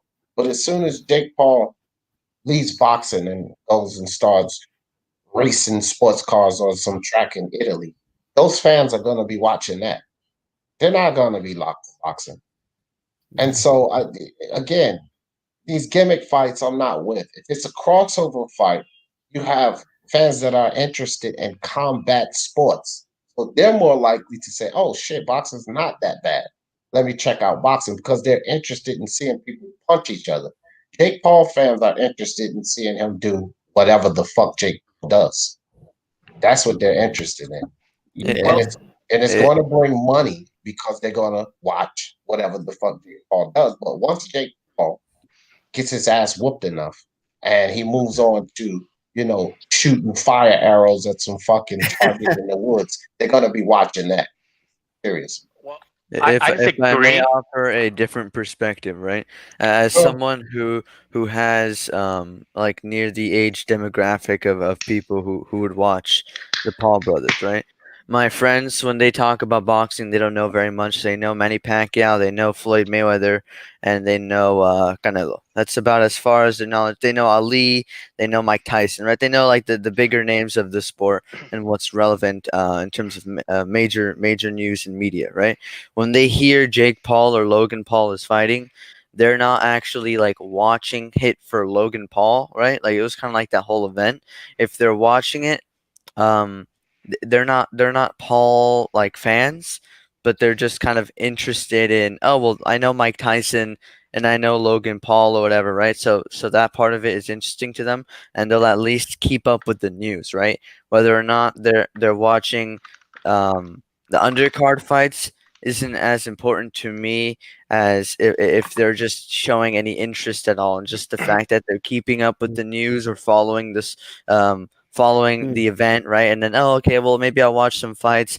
And then they come asking me because they know I watch boxing. And they go, well, explain how this and this, right? So to me, I think that's more likely where the appeal of new fans comes from yeah, than yeah. than oh, I like Logan Paul. Oh, now I like boxing, right? It's more. It doesn't Yeah. have to be that you like Logan Paul or that you'll follow him directly. It's just that you know of him and that he is kind of like a part of this more mainstream media. Hold on, Yeah, let me piggyback off of you real quick. It's basically Hey, sort of hold on, yeah, hold on. sorry. Can I piggyback off him real quick?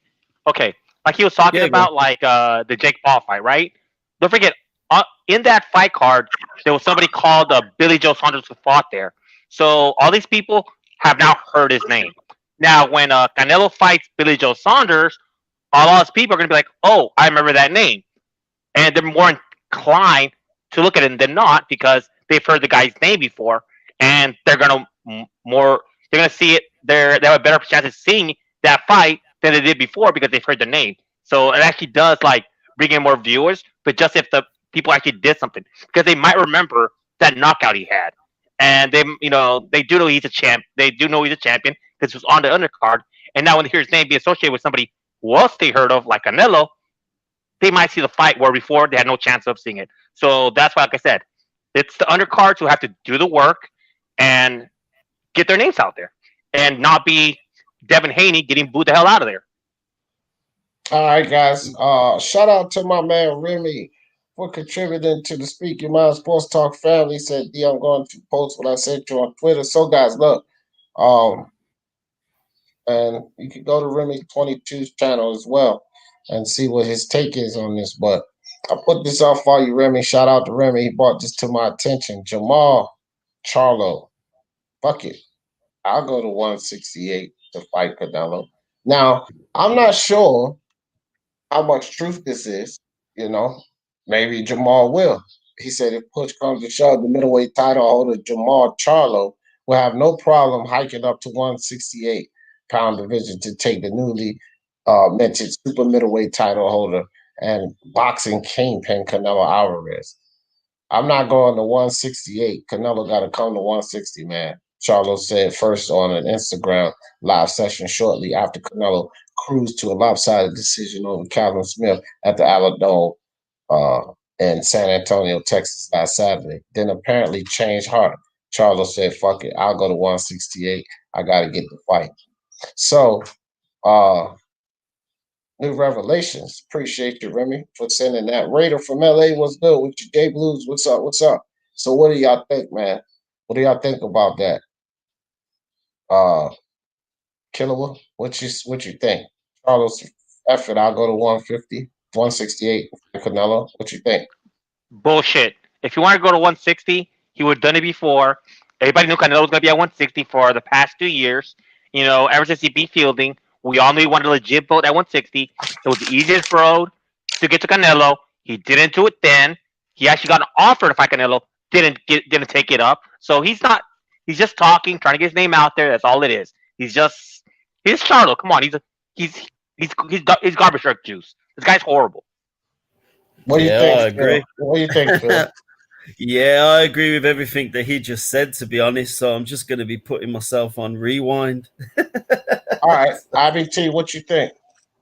I mean, I think that these guys should make their own career choices, right? So I'm not gonna knock him for not moving up sooner. If that's not the weight class he wanted to compete at, if he wanted to fight Derevyanchenko, Andre, Triple G, etc., that's fine. But I guess he's showing willingness to fight or move up, and that's just about as much as that interests me because I don't think him moving up suddenly gives him a Canelo fight, right? I don't think. I don't know. I just think he has to do something at 168 if he wants to fight Canelo at 168. Because Canelo has shown that's the types of fights he's interested in. I think it's a good fight, but yeah, I don't really care too much unless more is shown, right? Right. You know what I take from this? I take Charlo looking at himself as if he's the prize. And it sort of alludes to something that IBT was just saying there. Like, bro, how do you move up to 168 and determine that you get the shot at Canelo? Right? You don't just, you have champions there. Canelo says he's trying to clean out the division. You don't have a belt. Because you move up to 168, when do you become the prize? When do you become the man to beat? Why does Canelo have to fight you because you decide to go to 168? You had every opportunity to fight him at 160. And this Watch it, D. He almost hit 100K. Yeah, and this is the thing where they demand that Canelo do these things, right? This is the same shit. Like, how do these guys now? Canelo's moving around to fight champions. Like he moved to 168 to fight Rocky Fielding initially, a champion. He He's at once he would come from 175 fighting a champion to 168 to fight a champion, right? Jamal Charlo wants to move about to get a payday, fam. If you wanted to fight a champion, you could have fought Canelo at 160, a champion when he offered you to fight. Like, Yeah, it was why offered. do these guys think that Canelo has to bend and fold? Demetrius Andre and Jamal Charlo. Why do they feel like Canelo has to bend and fold to what they need or for what they want? Y'all guys are the B side, or ever the B side versus Canelo. He calls the shots. Y'all don't call the shots. Y'all don't set the terms. That's But my D, whole thing. haven't you heard from the PBC fanboys? Come on, Charlo almost got 100K pay-per-view fights with his brother. Obviously, he's A side. Come on, 100K pay-per-view fight. You know, he has like the fourth biggest pay-per-view this year. Definitely A side against Canelo. Canelo hasn't done a pay-per-view numbers at all this year. Come on. The Charlo, you know, yeah, Charlo is I don't know. Like I said, man, these guys overvalue themselves. That's all I can say. They overvalue themselves. You know, Charlo, he needs to handle business at 160. I don't know what all of this fuss is about Canelo with you guys.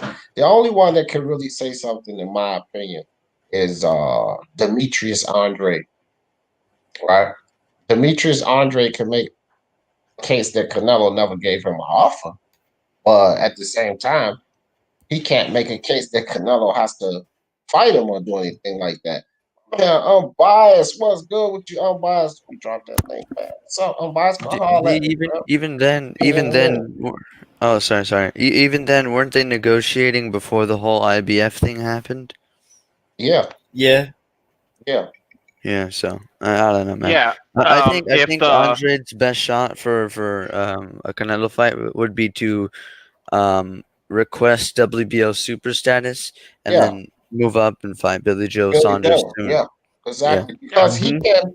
Because with that exclusion, as big as Canelo is, with that exclusion, he can get that fight before Canelo. Canelo will have to wait Yeah. for Exactly. behind Demetrius Andre for that fight. And it doesn't matter about his star power and all of that bullshit because of the same exclusion Usyk and Crawford's using to jump right up and fight the champion.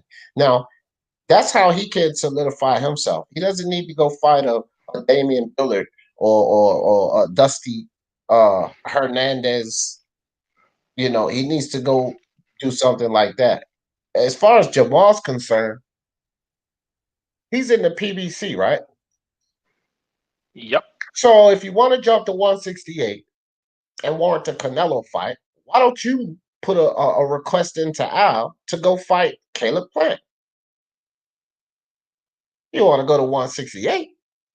Go fight Caleb Plant, snatch that belt up, and then boom. So to me, it's like Demetrius Andre and Jamal Charlo has a path to warrant a fight with Canelo. They both have a path to warrant a fight with Canelo.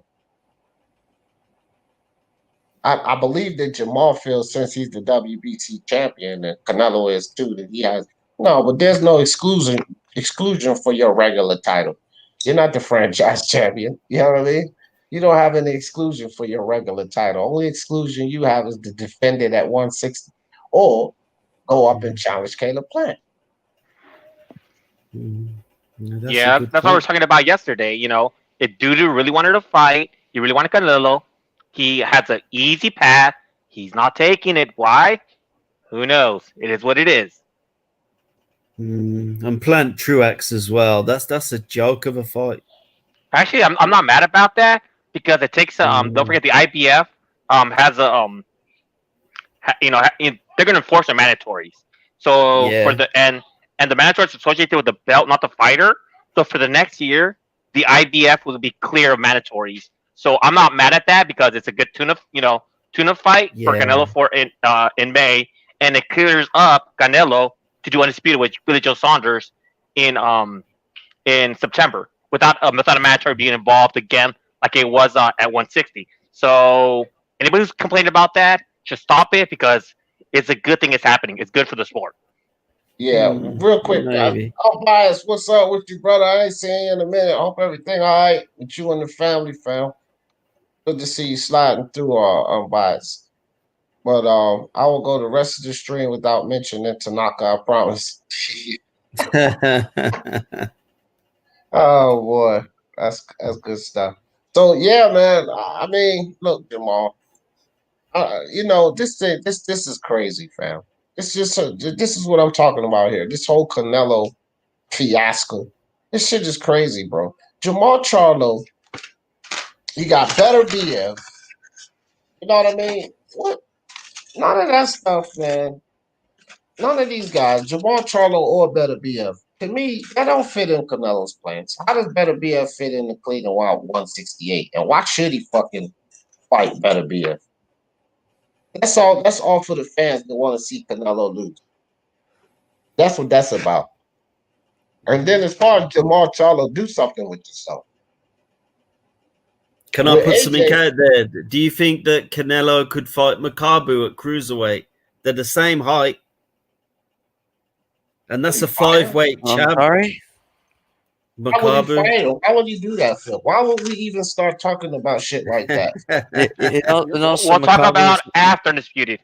We'll talk about it after Makabu, undisputed. Makabu is Yeah, I know not the it's same gonna- height. Makabu's not the Yeah. same height. He's near Hey, the same. I think he's hold about on, 2 hold on. inches taller. He's 6 foot. Let's have a look. Even still, bro, why would we even talk about a Makabu fight? Like, that's the shit. That's what I'm saying. Where people push the pencil now. A guy But with D, you can't put it past Canelo. Yeah, I've been telling people Canelo is looking at cruiserweight and heavyweight. Yeah, hold on. Let me get my thought out. Now a guy with welterweight dimensions, not only supposed to fight better be, but now go higher to cruiserweight and fight Makabu. Why That's not? ridiculous. No, it's ridiculous, not? Phil. Roy It's Jones did ridiculous, it. Phil. Roy He's Jones 5'8", did it. Phil. He's 5'8", Phil. But D, you we're know I talking gotta about come in Canelo man. here. Don't put it past What- Canelo to be looking at cruiserweight and heavyweight for a potential of picking up those belts. We're talking about Canelo. He is that crazy. He is that much of Yeah. a warrior. So I wouldn't put it past Canelo. I've been saying it. Canelo's looking at those two divisions, and I think that's what he's talking about. I think the first time we looked it up was when I said in the live stream. I'm pretty sure Canelo's going to be looking at cruiserweight and heavyweight for a potential to win the belt there because he wants to be a 6th-division champion. But he's Yeah, going to I look at a agree. correct opponent.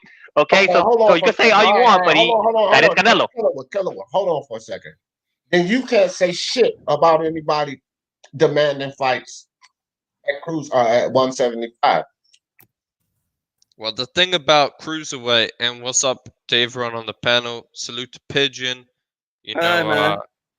D, IBT Kalua. But thing about cruiserweight is it presents a unique opportunity of catch weights. I mean, look at the division. It goes from 175 to 200 pounds, where the best fighters in that division are realistically rehydrating to probably around 210.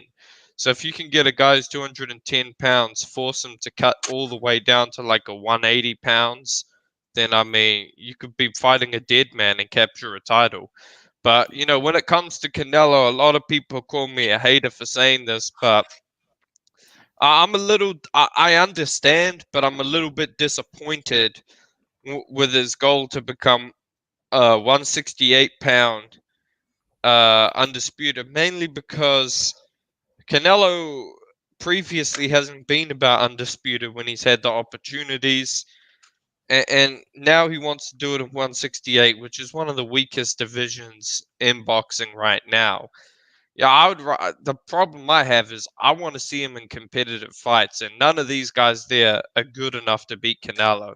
Canelo is one of the best technical fighters I've ever seen.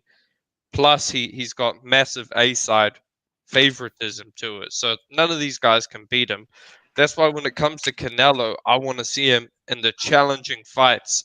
Hopefully down the line we see a Dimitri Bivol Canelo fight or a Beterbiev Canelo fight. But with Beterbiev, the fight got to happen soon because Beterbiev is getting older, or it just never should happen.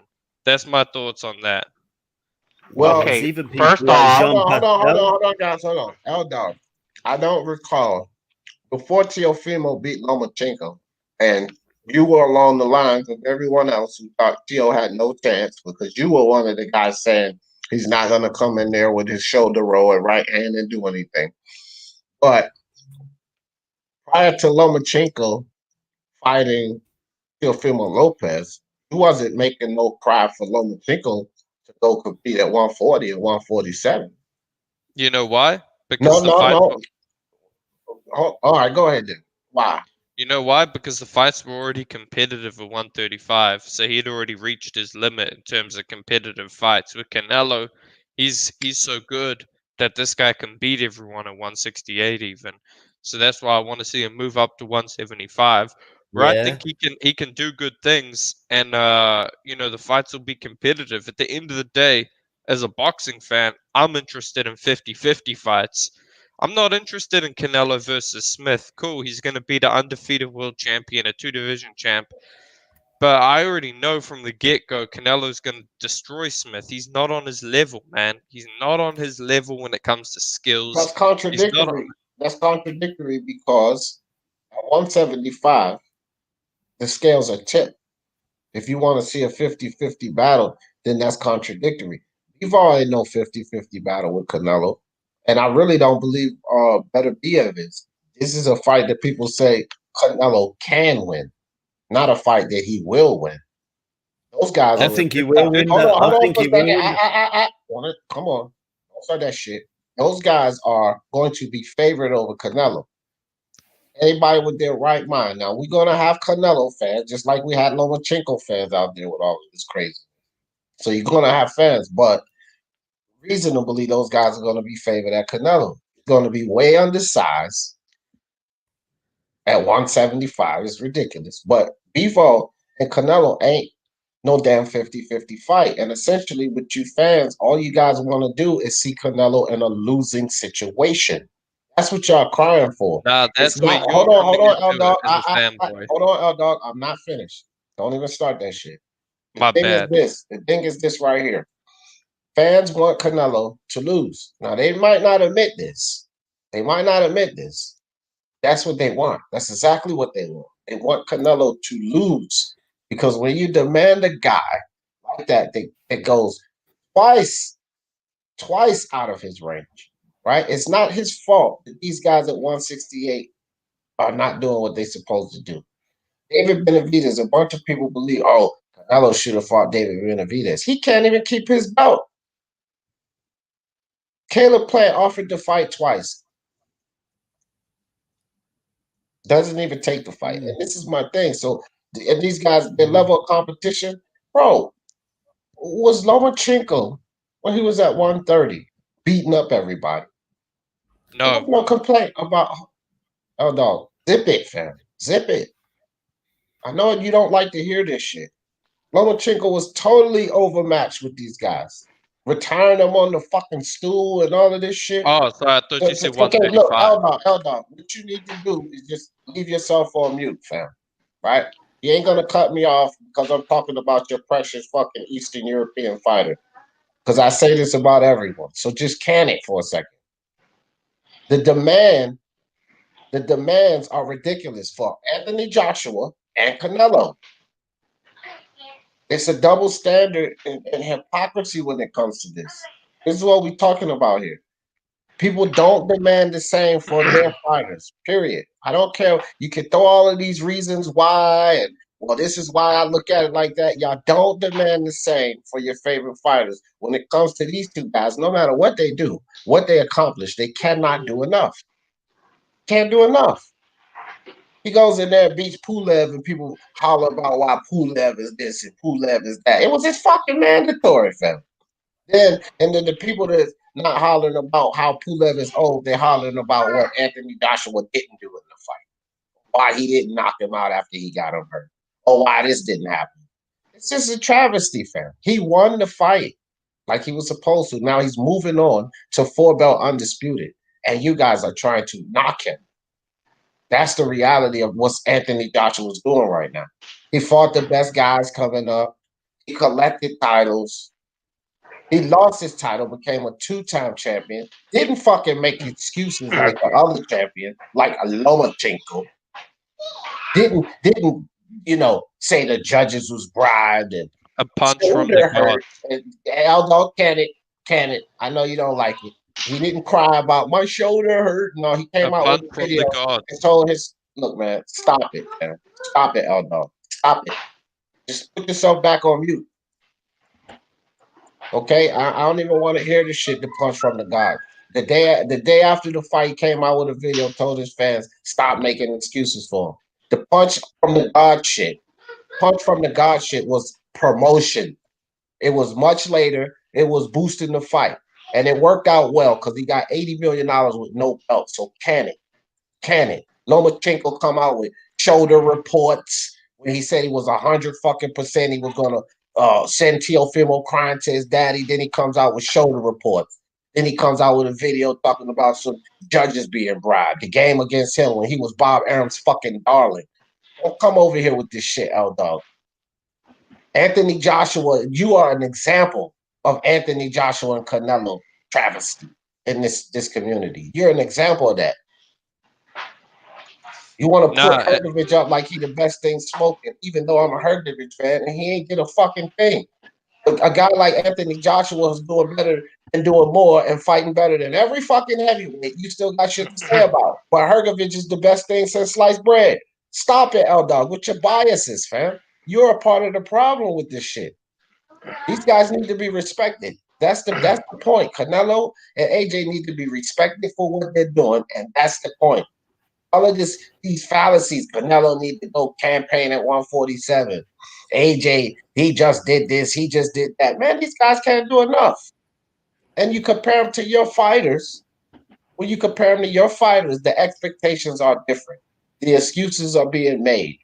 The reasonings are starting to be offered. Well, this is because, and that is because. Well, where's all the benefit of the doubt for the two guys that's doing the most? Tell me that.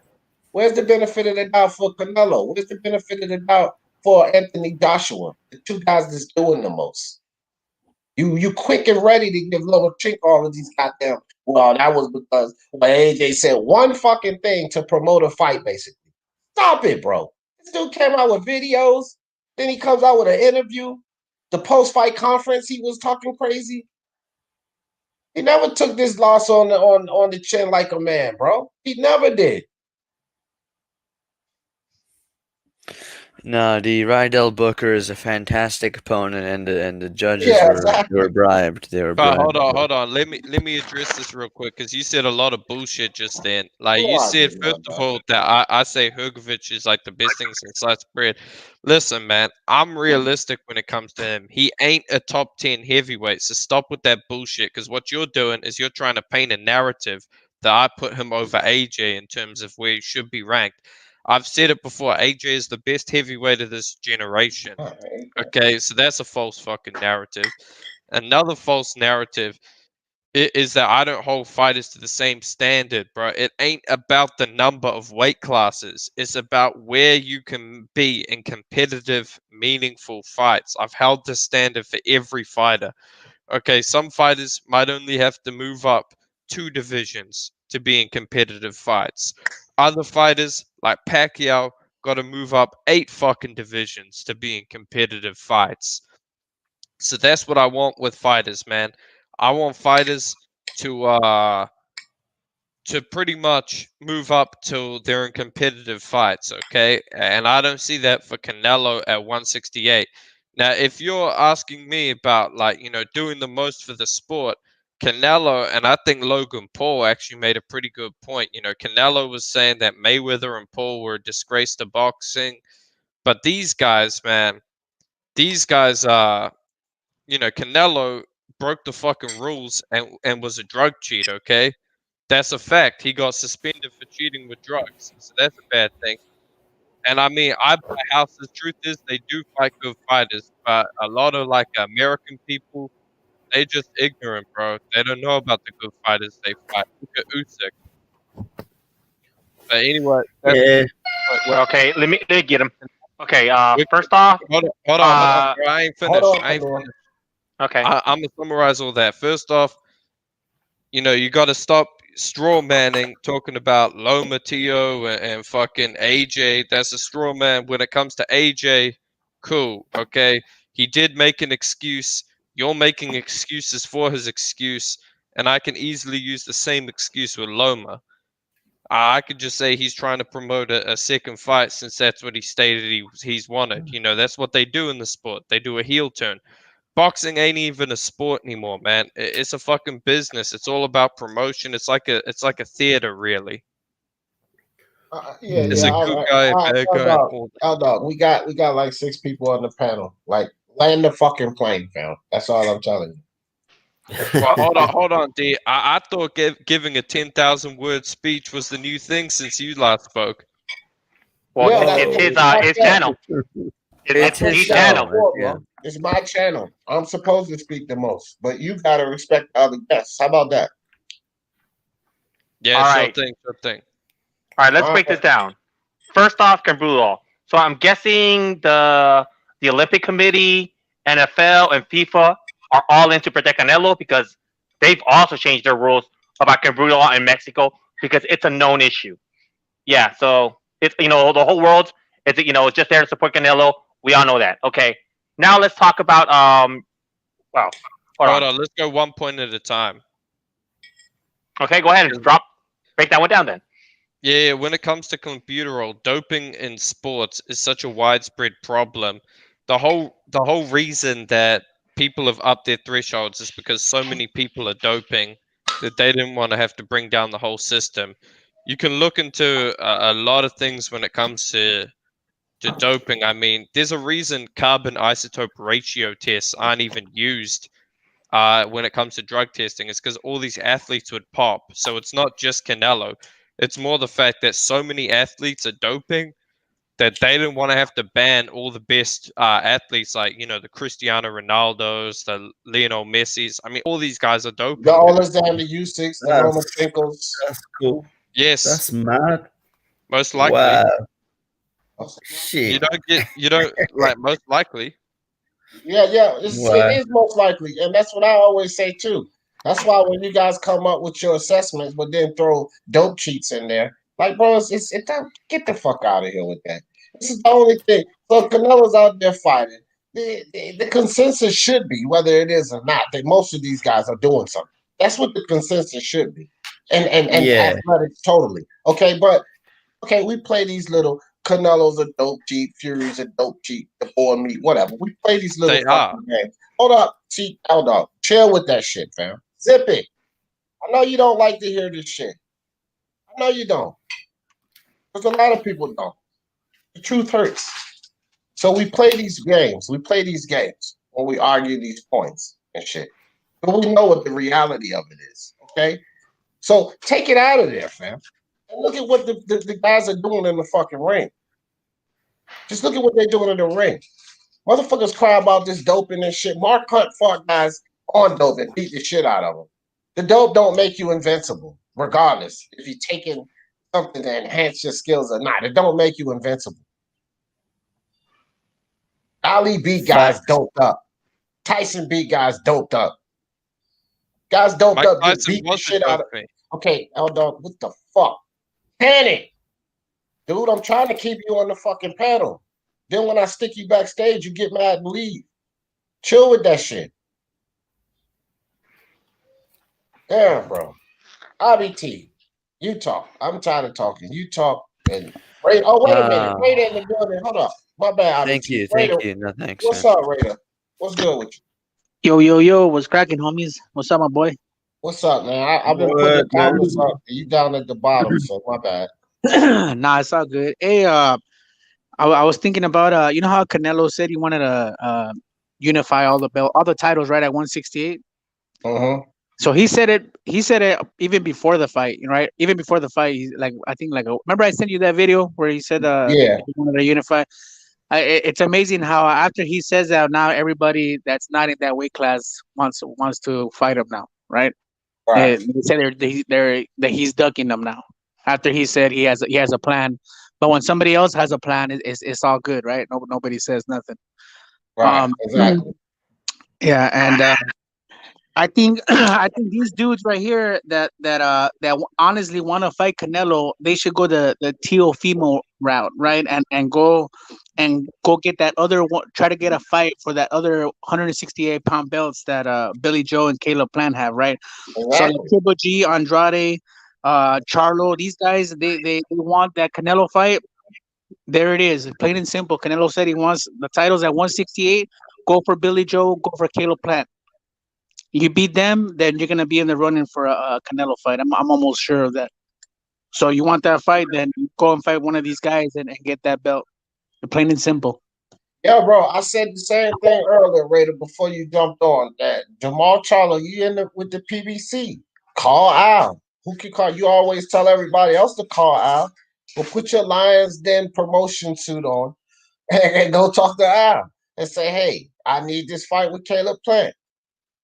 You get the Yeah, point? If Canelo is trying to clean out the 168 division and you beat Caleb Plant, then he has to go through you. Demetrius Andre. Use your WBO exclusion to get the immediate fight with Billy Joe. You can step in front of Canelo because you have the WBO exclusion. So use the WBO exclusion, get the Billy Joe Saunders fight, and if you can beat Billy Joe Saunders, because a lot of these goddamn Andre fans think it's a foregone conclusion, but I truly do not, because I'm not comfortable with Demetrius Andre's chin. And Billy Joe Saunders not the biggest puncher, but I think he could drop Demetrius Andre. I honestly believe he could drop him. yeah. I don't get where that's coming from too. That fucking Charlo saying that he never got an offer from Canelo, right? I mean, but Yeah, that's at a the same lie. time, at the same time, how is he gonna receive the offer when he tells everybody to call Al? You know what I mean? He tell call. So I'm pretty sure he never got an offer, but I'm pretty sure Al did. And it doesn't make sense that he said he never received an offer, but then he says that he went along with Oscar De La Hoya. But in the beginning, he said that Oscar never talked to him. So I mean, which one is it? Did he call you? I mean, are you going along with it, or he never called you? Well, which one is it? I don't know, dude. It's something that doesn't seem right. Yeah, man. Hey I don't D, know. am I the only person who's tired of all the revisions of history? I remember when Canelo beat Fielding, all these Canelo haters were talking about Canelo would not fight Smith, and they're saying he was scared of Smith. Smith was too big, too strong. Canelo went for the easiest fight. He would not fight Smith because he'll get demolished. And then when Canelo was in line to when he's ready for the fight with Jacobs, the rumors started coming around that Canelo wanted to fight Kovalev back then before he fought Jacobs, and they even asked Kovalev about it, and he himself laughed like, oh, he's too small. He's very, very small. I will beat him. He's very, very small. And all the fans were joking about Canelo, about how he's going to go to lightweight. That's not going to happen. And then when he does actually fight Kovalev, knocks him out, people start backtracking on Smith. And now we have it. Now people are like Eldar talking about Canelo should go up to 175 and by better Reeve. But what did they say about Kovalev win?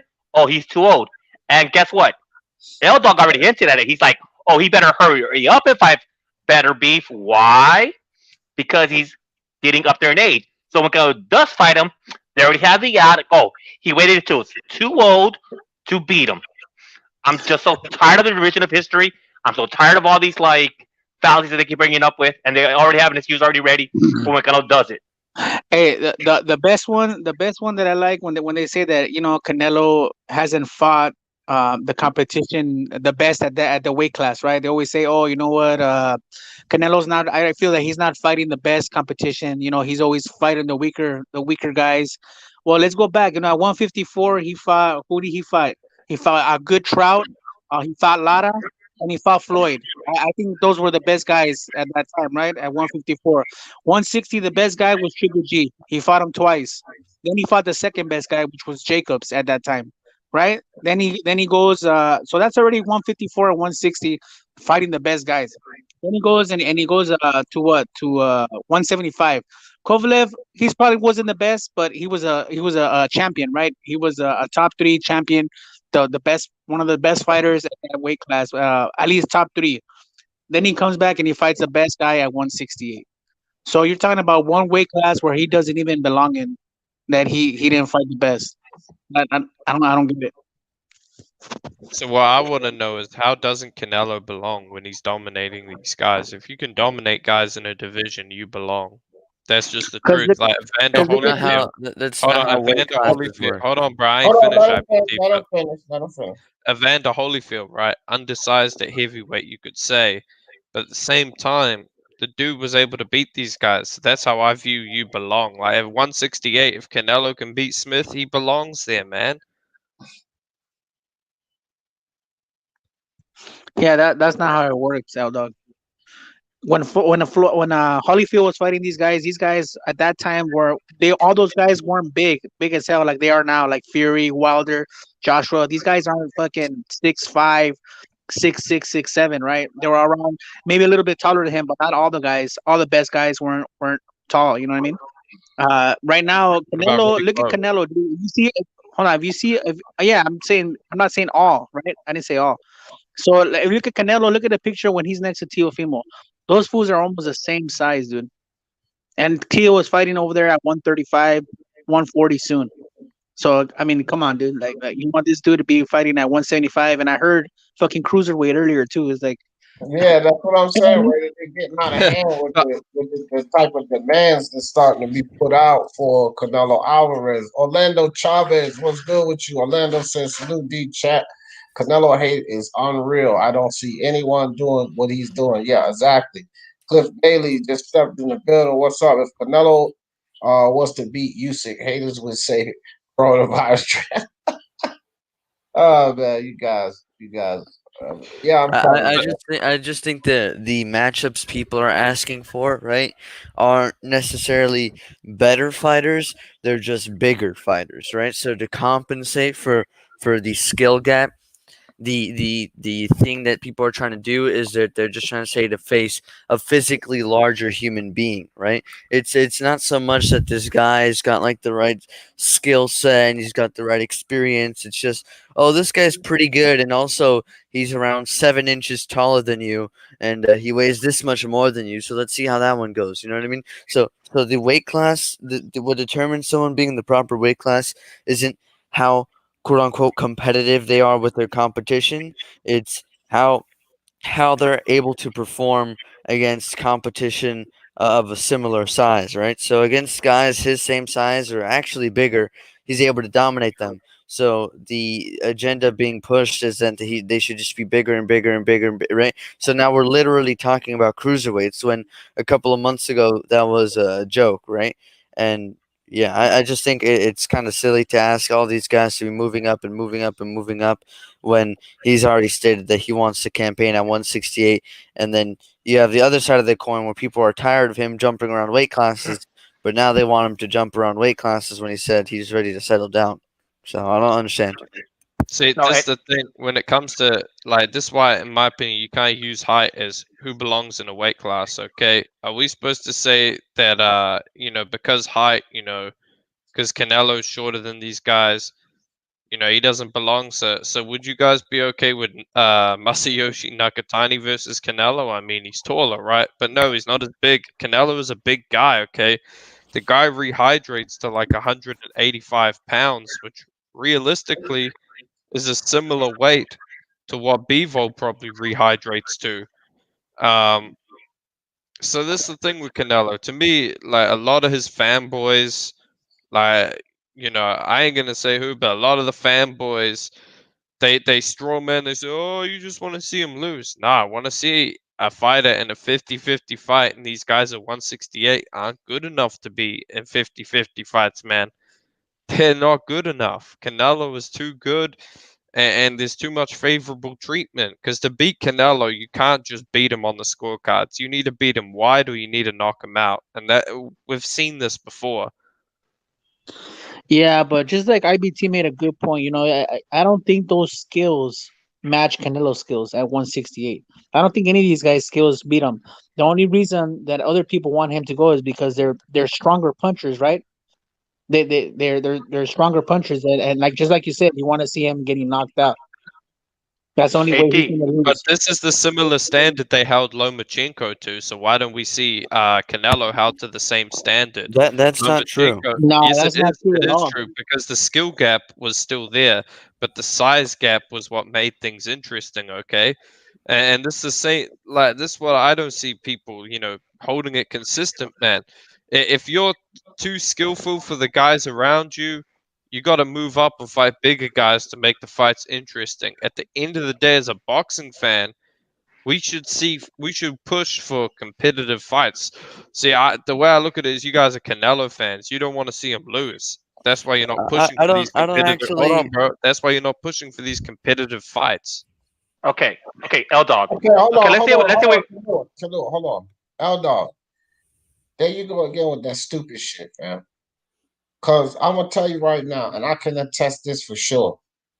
The only Canelo fan up here that would be biased or anything is that Mexican ass Raider. That's it. Hey, you crazy, bro? What you talking No, about? I'm just fucking with you, man. No, Okay, Dick. No, no. If Floyd was in his prime right now, I would fucking want Floyd and Canelo if they were in the same weight class. Yeah. No, I'm just fucking with you, Raider. I, But nah, okay, I no, to want be okay. Canelo. serious, Let me get L Dog. hold on. To be serious though, L Dog, ain't no fanboys up here or none of that. We're not doing anything because we're just fans of Canelo. I don't do anything up here because I'm just fan of anyone.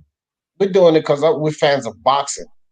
And all that crazy shit you and a lot of other people are talking, and these silly demands don't make sense. You can try to make sense of it in your head, but it doesn't make sense. If it's not going to be the standard for everyone coming up, then it doesn't matter. You sitting here talking about literally why the demand is justified for him to go to 175, but why isn't a fighter that's more skilled than the fighters in a certain division? Why isn't he allowed to try to clean out division? That's what do you think Terence Crawford is doing? He feels like he's better than all of them. He's going to clean out that division. And anybody that's in a division and they feel like that they're better than all of the other guys, that's the accomplishment in itself, to clean out the fucking division. But now you're just dismissing all of that because he's better than all of the other guys.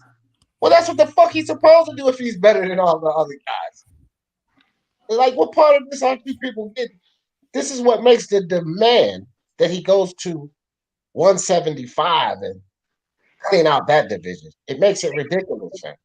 Yeah, and the He's same gonna thing fight too. Macabre The next. same thing with Triple G, right? When he was dominating everybody, nobody was saying for him to move up, right? Before he Two-way fought class. all these dudes.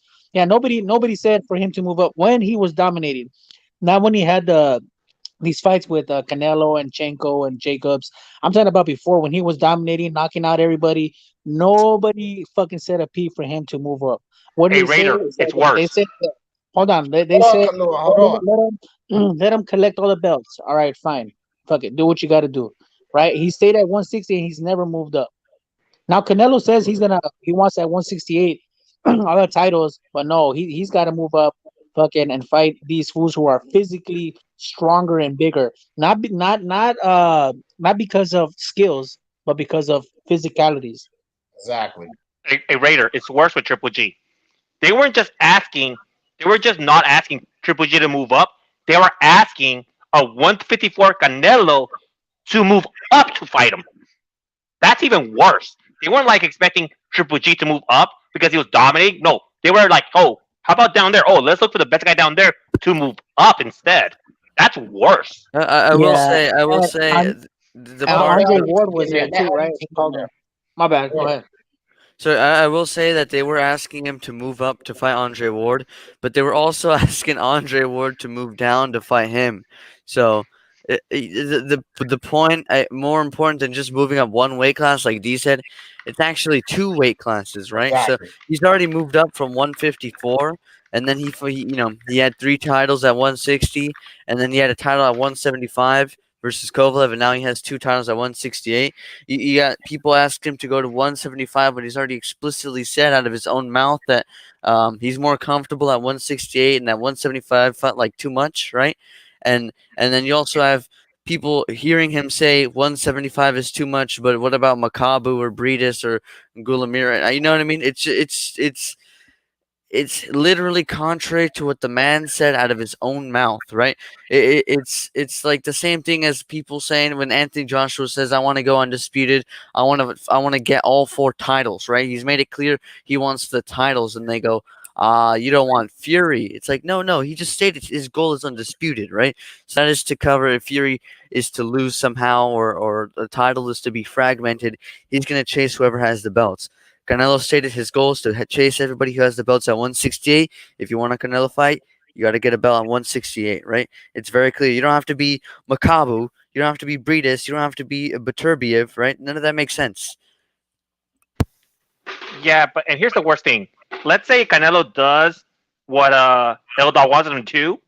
Right after Canelo, let's say Canelo goes up to 175, cleans out the division. The very next week, you'll hear Eldar talking about, well, the reason Canelo went up to 175 because he wanted to duck Charlo and Dudu. That's why he went up there, because he was just ducking them. So even if he does what he wants him to do, he'll still be crying about him ducking Dudu and Charlo. So Canelo can't win. Bro, Yeah, hold on. Eldar, so You're putting Eldar, words in my check mouth. this out real quick. I Hold don't on, think. hold on. Hold I on. don't think. Go ahead, Raider. Go ahead. I wanted I to don't say think. something too. Go ahead, Raider. Yeah, I don't think Eldar would say that. I don't think he'll say he's ducking these dudes down here. I think Eldar will say go to cruiserweight. If his skills are too good at 175 and dominates everybody, Eldar, I mean, what are you gonna say? You're gonna say, hey, you got to go to a cruiserweight? I mean, where does it end? Yeah, I'll say go to cruiserweight. I mean, shit, man, Exactly. it'd be great. Like if you can dominate everyone in the division, I mean, why not move up to the next one? That's the thing. Like I see Well, then Lomachenko held why to a don't you higher say could standard. dominate everybody at 168 then? Y'all not even giving them a chance. The demand is now. If you say if you can dominate, well, let's see. Let him fight those guys, clean it out, and then make the demand. Y'all making the demand before you even see it. You don't know. You can't read the future. Caleb Plant could get in there and do something people didn't know he could do. Same way. Get in there Same and way. get- Oh, sorry. Go ahead. Just like you're saying, D. I mean, to your credit, you picked Teofimo, right? But people were already talking about, how are we gonna rate Lomachenko's undisputed Exactly. run? How are we gonna rate? Oh, let's see, he beat this guy, he beat Linares, he beat Pedraza, and he beat Teofimo. That's not a bad run. Is that? They were already comparing it before the fight had happened, as if he had beat Teofimo. And as if he had already gone undisputed in the division, and he ended up getting his ass whooped. So who knows, right? Canelo could lose to Billy Joe Saunders or Plant or Benavidez or a Charlo move. Who knows what's gonna happen? He could get upset. So it's kind of ridiculous for people to be assuming, the theoretical is the qualifier is if, but for some reason the reality is he has to move up now, right? It's Right. exactly what you're saying, D. Let him prove that he can dominate these guys, and then if he does, I will understand saying, okay, well, maybe he should move up, right? But at least let it happen first. Yeah, and I wanted to Man, say but this that's real fanboy quick. talk. Hold on, Eldon, because I let IBT jump in there. This is just real quick, though. Real quick. And you got the floor next. When we talk about the better BF situation, right? And this goes to you, Aldon. You want to see the best fight the best. This is why you want Canelo to go up and test himself. Well, why the fuck are you not putting that heat on better BF to fucking unify with Dimitri Bivol? Why you want to? Here we Why you go. want to? Hold on. Why you want to see him put the heat on Canelo to go up to put himself in extreme danger? But you don't even want to put the heat on Better BF to fight somebody in his own fucking weight class and unify. So this what I've coined. I guess you guys know about the color line in boxing. This is what I call the colorless line. It's the new line that is forming against Eastern European fighters, man. Now these guys, they will fight, right? But you notice how they always have to do so much more to get a Canelo shot, bro. Callum Smith didn't do he didn't do anything like they were doing to get a Canelo shot. That's the thing. Like Beterbiev, he's more deserving of a shot than Callum Smith was. His win over Vosdick was better than anything fucking Smith had done. So stop it with holding Eastern European fighters to a higher standard. Hey, that's not true. That's not true. Hold on. We've been calling for Andre and Charlo to fight. We've been calling. I just said right now, why don't these fools fight these fools at 168 and get these belts? You know what I mean? Like we want these fools to fight each other. That's the whole point. Yeah, It's and not. Eldon, all of that nonsense you said about the color line. the better BF deserves his shot at Canelo. Listen to your foolishness, fam. What I just asked you is where is the demand for him to unify within his own damn division? And you're talking about a shot at Canelo. You totally I want ran to see away it. from that. You totally ran away from that. If your demand is that the best fight the best, Canelo is inferior at 175. The best where better Biev is Dimitri Bivol. And you're talking about some shot at Canelo. That's nothing more than money. Better Biev's test is Dimitri Bivol. I think Bivol beats him. That's his test. Canelo is a guy that he should beat. Demetrius Bivol is his test. So you're being hypocritical at every angle. Not really, man, because I'm gonna explain it to you like this, man. Canelo held a title at 175, so other champions at 175. He's not the best, Eldon.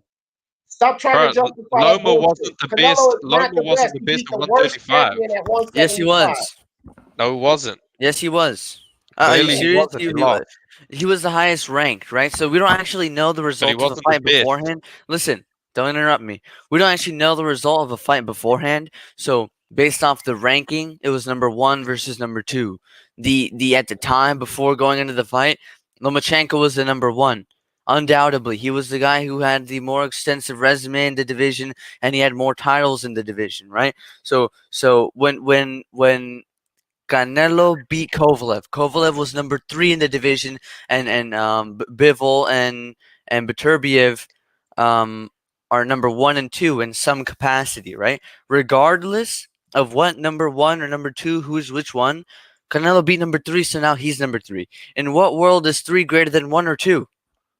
So hold on. First of all, Kovalev was actually number 1. If you look at all the rankings, No, he was not. Yes, he was. His Based resume on was what a lot ranking? Right, his look, resume. What ranking I said? Hold on for a second, IBT. And I mean, you can look at any kind of ranking. Box rank, Hold transnational. on for a second, Eldo, because you're being silly now. And before we even go down that rabbit hole, I'm gonna tell you how you being silly, because it's no fucking way. The way you bitching and moaning about better beer, do you believe Kovalev that fought Canelo Alvarez is better than better beer? I don't care what ranking systems you're about to pull up and nothing. I'm talking about your argument and what you believe. So it is still hypocritical to your argument. Don't try to run to no ranking system to prove your point. You believe better BF is the best. You believe that. No, So I don't. get the okay. Look, I'm done with you, fam. Well, who's the best? Who's the best at 175 then? In my opinion, Bevo. Okay, then why are you demanding the better BF fights Canelo? He should be fighting the best. You just said that Bevo was the best, not Canelo. So he should be fighting the best, not Canelo. Hey man, Yeah, I think it's like Elda. a 1A, 1B, and I think Canelo put him in number 2. Hey, All right. Let me get him real quick. Hold on, hold on. Hey, L-Dog, but you can't say that you want Canelo, right, to get tested. You know, like, for him to test himself, right, but not better beef with Bevo, and that's in his own division. Like you can't do that. Come on, you know. Better Beef has tested himself. I'm tired. Like L-Dog actually contradicting his own argument, man. It's even worse because he's talking about even if he considers right, all the best, which he just admitted that. So this is what he's essentially asking for.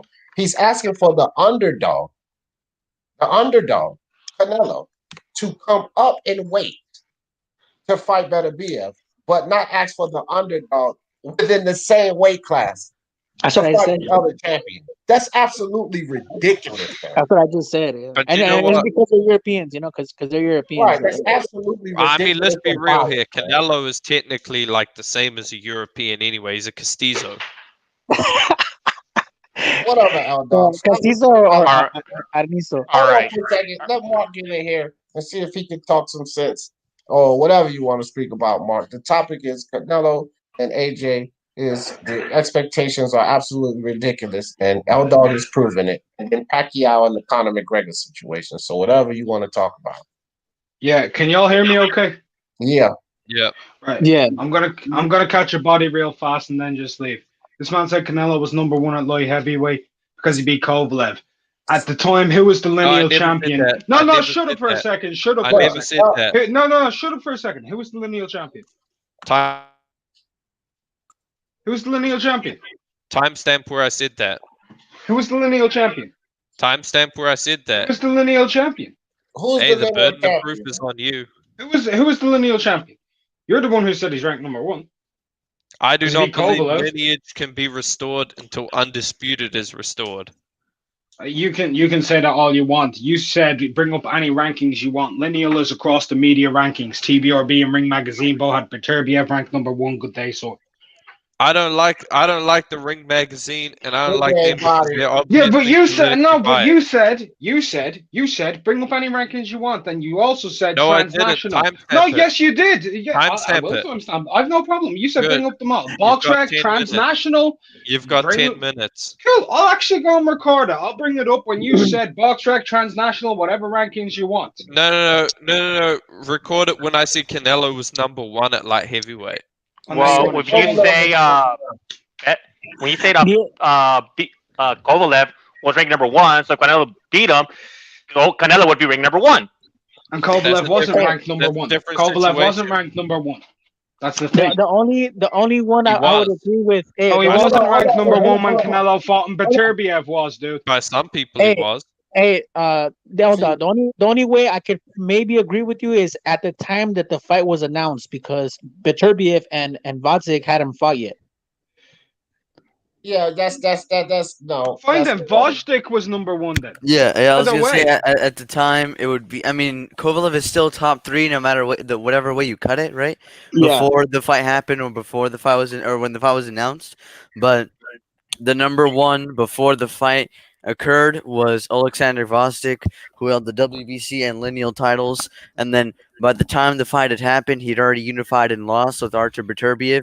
So by then he was the unified and lineal, right? So regardless, to L Dog's own point, it's contradictory to ask for the best, most competitive matchups, then ask for And by the way, Beterbiev, and then asking Beterbiev stop this for a the. second. Stop with the whole confusing the timeline. Because in October is when Beterbiev Yeah, fought exactly. against. Yeah, Beterbiev beat Vojtik in October. Canelo and Kovalev was in November. Beterbiev was lineal. Yeah, exactly. So yeah. That fight had taken place. Yeah, Right, but exactly. for me, lineal doesn't determine who is the best in the division. And Forget I'm gonna- lineal. He was ranked number 1. He was the number 1 rated light heavyweight consensus. He was actually the Okay. favorite going into that fight as well. Okay, miss me with that bullshit because let me Eldon, catch your body real you quick. Let me sound like catch a your body real clown. quick. Hold on, bro. You sound like a clown because Adonis Stevenson was where Vostik got his lineal title from, right? When Kovalev held 3 bouts, was Adonis Stevenson the number 1 light heavyweight because he held that lineal title, or was Kovalev the consensus number 1 light heavyweight? According to what's consensus? Body, No, hold on. What is consensus? What is body, bro. consensus? The consensus answer was the question, Kovalev. Answer me. No, I'm asking you. What does consensus mean? Okay, who did you rank number 1? Me, I had Adonis Stevenson. Oh, miss me with that bullshit, bro. Everyone knew Kovalev was number 1 at the time. No, He had a way better that's your resume. opinion and other fans' opinions or whatever. I don't really give any shit to it. If you want to go across a consensus But we're view, talking about no. According to consensus media view, which is the lineal fucking champion, it was Adonis Stevenson.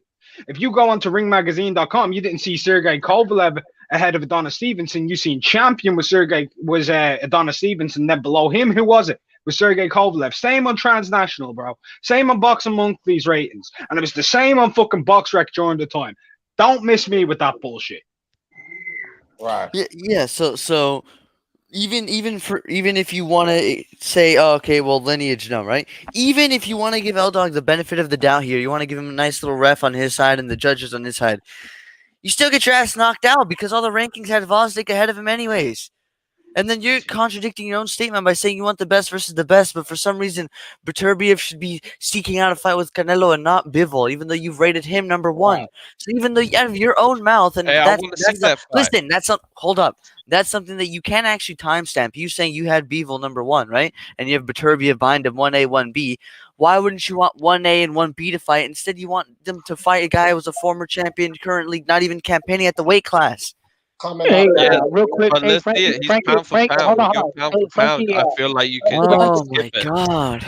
no, look, there's no need to talk about this no more. The dude bodied himself. He showed the bias, and this is an example. I would like to appreciate and thank L Dog for, this is what the live is about. So it's not only that I'm making this statement that these two guys are held to a ridiculous standard.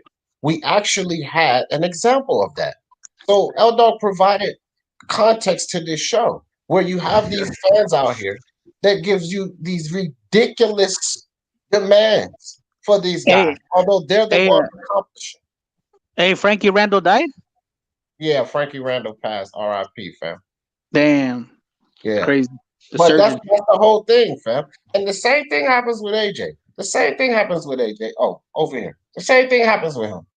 He accomplishes, and then they continue to trash him. They continue to set these demands down. You can't set the demand at going a higher weight because he's at the heavyweight division. But you still hear him say, well, he hasn't fought him, or he needs to fight him, and he hasn't fought him. And my thing is like, he can only fight on one at a time. And what is your champion? Because if somebody threw that same question to me, I'd be like, okay. Wait, Fury all probably right. gonna go fight a Jit Caballero or some shit. So I couldn't argue with them about that. And I would just concede. I wouldn't try to argue. But then we have fans like L Dog that wants to see a fight. That wants to see a fight, as I said, where Canelo's the underdog and presumably would lose. He wants to see him in a fight like that instead of stick to what he says his standards are of why he wants to see Canelo. Because under your standards of why you want to see Canelo in a fight like that contradicts the fact of the guy you're talking about him fighting. He should be fighting Vivo. You shouldn't even be demanding that Canelo jump a weight class to fight a guy under your criteria and standards of why. It doesn't make any sense. AD, Yeah. you know how earlier I was talking about revision of history? What L Dog just did right now, which everybody just let him by, was another revision of history. He said uh better beef had, more value to Canelo than Smith did. Is that a joke? I could maybe I'm really old, but I remember there was a time when everybody was joking about Canelo was not a true four division champion. Why?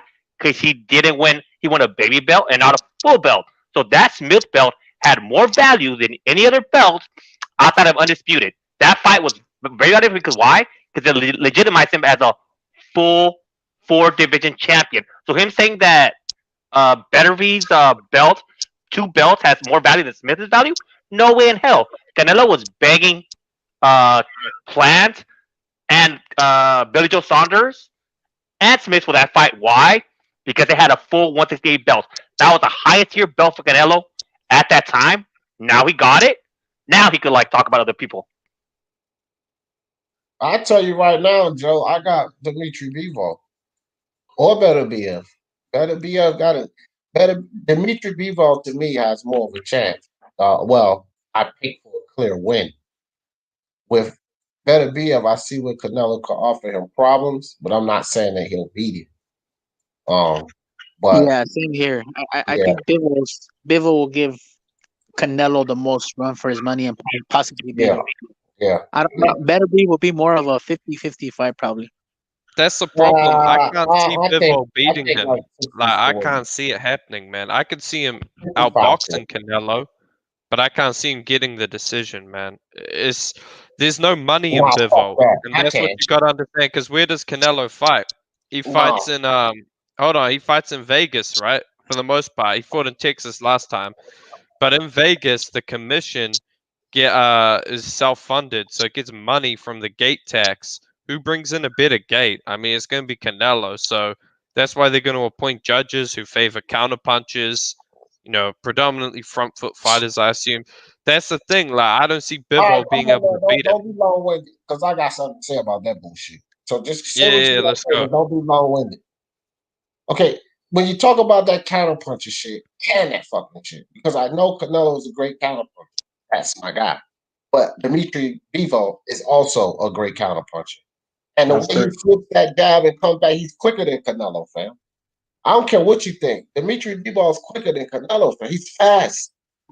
That dude, well, I'm telling you now, that is Canelo's downfall right there. If that's the fight, that's Canelo's downfall. It is not going to be a guy standing around waiting to get punched in the damn ribs and then Canelo come with the uppercut through the guard. No, it's not going to be Dimitri Bivol. And Canelo has always shown the propensity of having difficulties with guys that move well. What does Dimitri Bivol do? Move extremely well. Fuck that. Dimitri Bivol is Canelo's downfall. Better BF, however, he plays more into Canelo's game because he doesn't move like Dimitri Bivol. That's a puzzle that Canelo can figure out, although he has the power. I'm not saying, again, that he beats people. They all better be the BF because that dude's a different animal himself. But at the same time, that to me is more of a realistic fight for Canelo to win versus better BF than to even get in there with Dimitri Bivol. Dimitri Bivol, a lot of the things that Canelo does well, what I'm not understanding about people, why can't they see that Dimitri Bivol does those things well too? Some better because he's quicker. No, I agree with you. Like I said, I think Bivol outboxes him. I just don't think he gets the decision. I mean, I've seen fighters outbox Canelo before and not get the decision because of where they're from, like Lara, Golovkin. These guys aren't from. Hold on, these guys don't have significant financial backings. They're not going to get the decision. I don't like the racial shit. I don't like the racial shit. You keep pointing to that shit, these demographics and shit. It was also because of how close the fight was. Let's stick to boxing with it. The first Triple G fight close and discriminations. Listen. Stop the discriminations and shit. Stop bringing that into the conversations. Those fights were close enough for the judges to have these type of discrepancies. I don't believe that Bivol, and I know that people don't like me saying this. I don't believe that Bivol and Canelo will be that kind of close of a fight. I think Bivol will rule Canelo. I'm being serious because the things that I see Canelo as strength, I don't see a lot of those things causing Bivol the type of trouble that it causes other fighters. Yeah. Can I say something? Yeah, go ahead, Brian. Go ahead. Plus, Bivol is very good at utilizing his range. So he is. And for Canelo to be effective, he has to get in close. This is why I thought he would beat Callum Smith. I thought he would get close to Callum Smith. I thought Callum Smith couldn't keep him off him. Bivol can keep Canelo off him. Just not power, but he's very good at utilizing his jab. He's very good at utilizing his range, and he uses his movement, upper body and his lower body movement, his foot movement to do that. So, and he's very good at that. So, and that's another problem that will give Canelo, that's something else that will give Canelo problems. Right. Which leads me back to. Go ahead, Brian. My bad. I just say technically, take out strength. Technically, I think Bivol is the toughest competition there for him. I think style-wise, it's his hardest fight.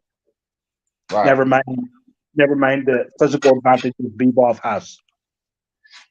Which leads me back to what I was saying about why he shouldn't campaign at 175. Because we're talking about a fight with better BF that he could possibly win. And then or a fight with Bivol, which he most likely will lose. So for the people that want him to campaign, again, to me, they just want to see Canelo lose. That's all it's about. You can sit here and make it like, a competitive fight. I want to see him in a competitive fight. No, you want to see him in a fight where he's an extreme underdog, and there is a good chance that he will lose. Not an equal chance that he will lose, not a fair chance, but a good chance that he will fucking lose. You don't want to see him push these other guys to the limit. Is it their fault? Is it Canelo's fault that these guys were fighting Brandon Adams, Dennis Hogan's, Selecki's, Keebler's, and Canelo was fighting guys that were at much higher level? Is it Canelo's fault that he was doing that and they were doing that? How about they were pushing themselves so that they could get to? That's how Duran and Sugar Ray and those guys, they would fight the fighters and move uphill. And then when they met, they were two great elite fighters. These guys are fighting nobodies and crying about Canelo. Yeah, because steel sharpens steel, right? Right. So that's why So why are they they fighting no one and crying about Canelo? When Canelo, whether you accept it or not, is jumping weight classes, fighting guys 6-inch reach advantages, fucking what 6-7 inch height, 6 and 7 inch height advantages and shit. You know what I mean? He's the one that's pushing the pencil. We've never seen Jamal Charlo give up those dimensions. We've never seen Demetrius Andre give up those dimensions. We've never seen them go to 168 or 175. GGG either. So if steel sharpens steel, who is Tank Davis sharpening with? Oh What is man, he sharpening please. I don't even want to start talking about that clown show. Man, I'm a Tank fan. I don't care what Oh, anyone says. I'm a Tank fan. You know, I'm Team Tank. I'm yeah. Team Tank. Like Tank, bro. Listen, people want to talk about, like D Jefferson. This is another bullshit ass thing I noticed, man. Like, with all due respect, D, I do find it hypocritical. You say Canelo Smith is a good fight, but Leo versus Tank isn't a good fight. To me, they were both a similar type of fight. It was like a world title fight, against the active world champion. It's an acceptable fight, but it looks better on paper than it actually is. Okay, so hold on. Do you just enjoy me body bagging? I think you Yeah, do this for the show sometimes. I think yeah. sometimes you say these things just for the show, right? So I'm gonna give you what you want. And with all due respect, L Dog, you idiot. Okay? Will you stop it with the Tank and Leo and then Callum Smith and Canelo? First and foremost, L Right. Dog. It would be Canelo that was in the situation of Leo because he was coming up in weight, right? He was the 160-pound champion. He came to 160. He wasn't really. What are you talking about, bro? How did he cherry pick or anything? I never said that. Callum Smith. Well, Leo Santa Cruz was a cherry pick, so I am saying that. So I want to No, know he how wasn't a Canelo. cherry pick, bro. It was definitely a cherry pick. Well, then Callum Smith was a cherry pick because Well, both were how? around I can similar tell you betting how. odds. Okay, Both were how? similar betting odds. Okay, tell me how Callum Smith was a cherry pick, because I can easily tell you how Leo Santa Cruz was. Okay, how Callum Smith was a cherry pick? He was really coming off a loss. If we want to be unbiased and we want to score the fights ourselves, he was coming off a loss to John Ryder, who is a fringe contender / gatekeeper. Everyone knows he fucking lost that fight. Okay, except for the 3 judges. But I mean, let's be real here. When it comes to cherry picking, and when it comes to how it's a similar fight, look at the betting odds. The betting odds were about the same. In fact, I think Leo Santa Cruz was favored by the bookies slightly more than Callum Smith. Not saying that I did, but I saw both of them the same way. Okay, I knew at the get go, and I got both of my predictions right. I said Canelo UD, and I said Tank mid round. A rare occurrence for L Dog. But yeah, I got both of those predictions right. So, I just knew it, man. These fights were like foregone conclusions. Like, to me, they're good fights on paper, right? No one can deny that Leo is a good fight for Tank on paper. But realistically, if you're a real boxing head, you know what's up. Like, you know who's going to win, how they're going to win. I mean, I don't know if IBT or you, D Jefferson, knew how they were going to win, but me at least, as like a real analyst of the sport, I knew who was going to win and how they're going to win. You know what? I think I'm trying to look for some words right now, Dean. I think I got the right one, and tell me if this sounds familiar, right?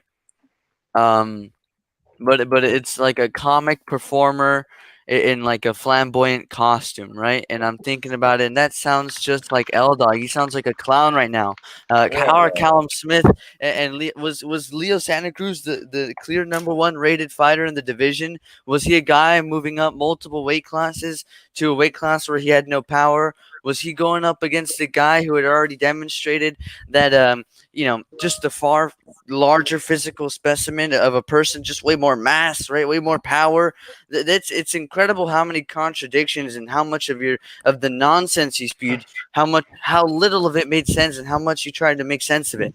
It's actually insane. You have a real talent for this, like, narrative stuff, L Dog. I really think you should get a job with like media or so. I don't know. Join the LGBTQ. You've got a true knack for this kind of stuff. I'm gonna call on some backup here, man, because it's me versus the whole panel. Which I'll admit it, man. I've been outboxing you for 11 rounds, but this last round might be the hardest because I'm getting tired, man. I'm like Canelo in the 11th against Smith. I'm just getting tired of whooping your guys' ass. So I'm gonna say, get this smoke. Hold on, get this smoke and boxing logics. That's Myron.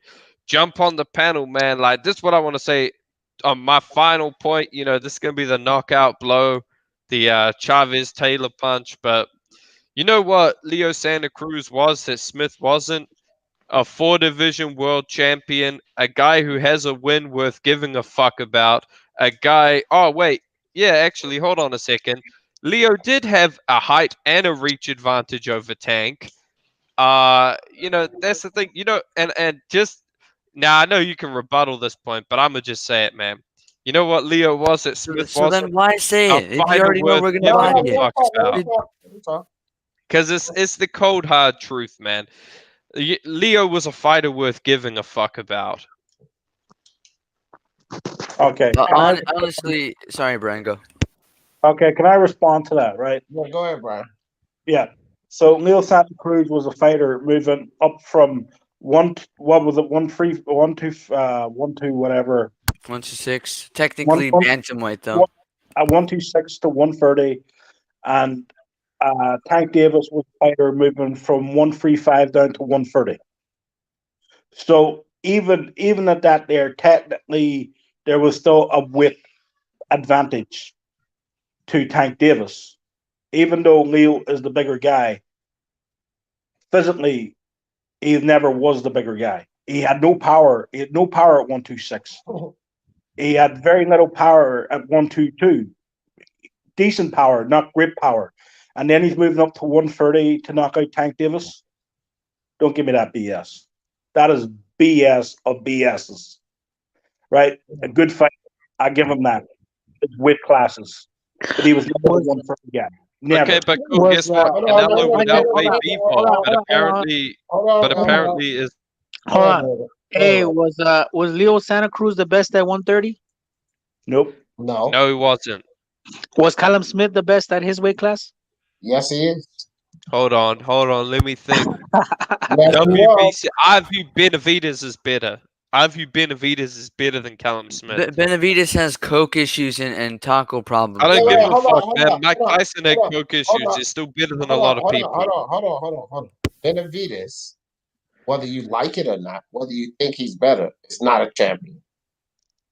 But guess what he was? He's not the most proven, right? He's not the most proven. Guess what he was that Callum Smith wasn't? A 2-time world champion at 168. That's like what I he said, was. you pop for cocaine apparently, and you recapture your title. Like Tank Davis is a 3-division champion at 130, and you just get praised. And champion in a singular division? Listen. Tank Davis is a 3-time champion at 130 because of his antics. Even though he's undefeated, he's a 3-time champion. Not because he's a 3-belt unified champion, because he's a 3-time champion from dropping the belt, vacating the belt, losing the belt on the scales, right? So apparently if you lose your belt on the scales and you lose it to cocaine, if David Benavidez were to capture a world title again, right? If he were to do that, he would become a 3-time world champion at 168, a truly tremendous accomplishment from doing nothing but the wrong things twice, right? So you get rewarded. Your accomplishments are actually enhanced for doing the wrong thing 2 times now, right? So this is someone who popped for cocaine and was like, you know what, man, I'm going to turn my life around. I'm going to fix this. I'm going to stop doing drugs. And then he missed weight against an opponent nobody cared about. Hold on. I cared about Roma Alexis Angulo. He's a good fighter. I did say nobody cared about, so that fits. But but he's a decent fighter. And yeah, that's another thing, man. What does coke have to do with how good you are or where you rank, bro? Lacking discipline. Benavidez is a baller, bro. He likes to snort coke. Big deal. It's not that bad for you, man. I mean, it leaves your system after like 2 days. Hey, I got a question for you guys, real quick. You know how when Tank fought Leo, right? Both weight class and both belts were on the line, right? 130 and 135. You guys remember that? Yeah. If Canelo and Errol Spence was to fight at 160 and Errol Spence brings his 147 belts could they make that? Like, what would happen if they do that? Like Errol Spence's 147 titles on the line. For who?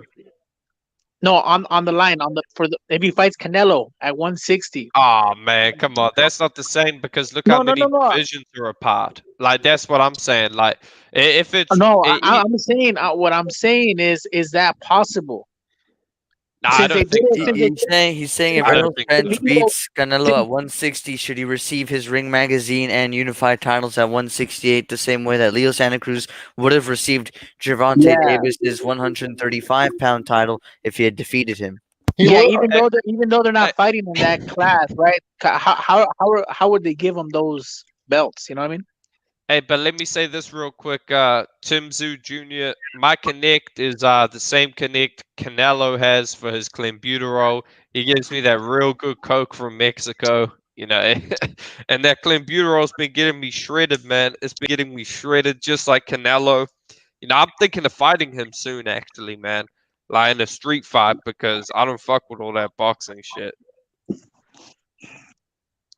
I'd love to see that. Who would love to see L Dog? L Dog just carried the whole chat coke crazy. Everybody in the chat talking about cocaine. No.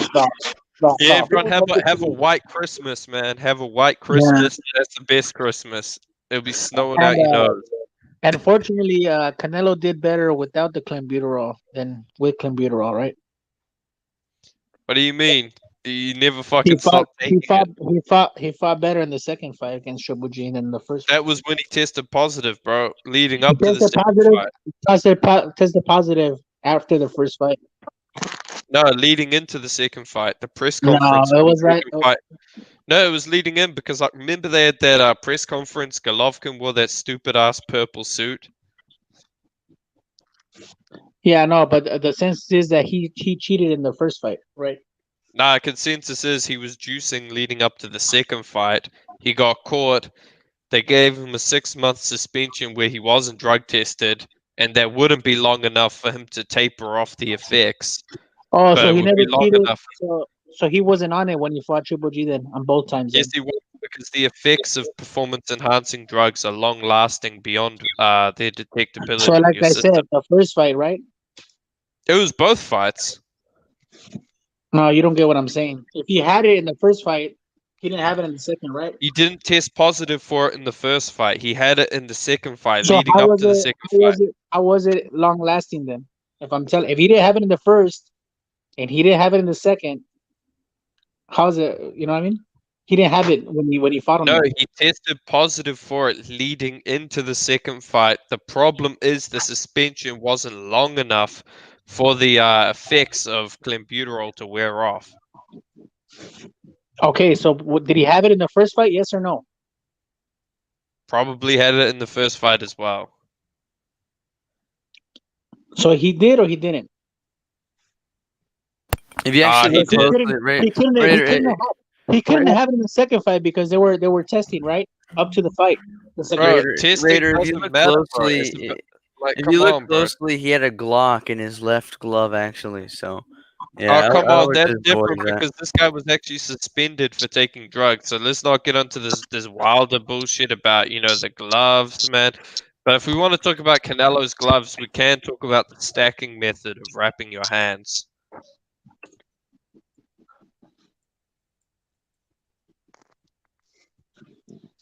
Okay. Hey, D, did you see the ESPN pound for pound ranking update today?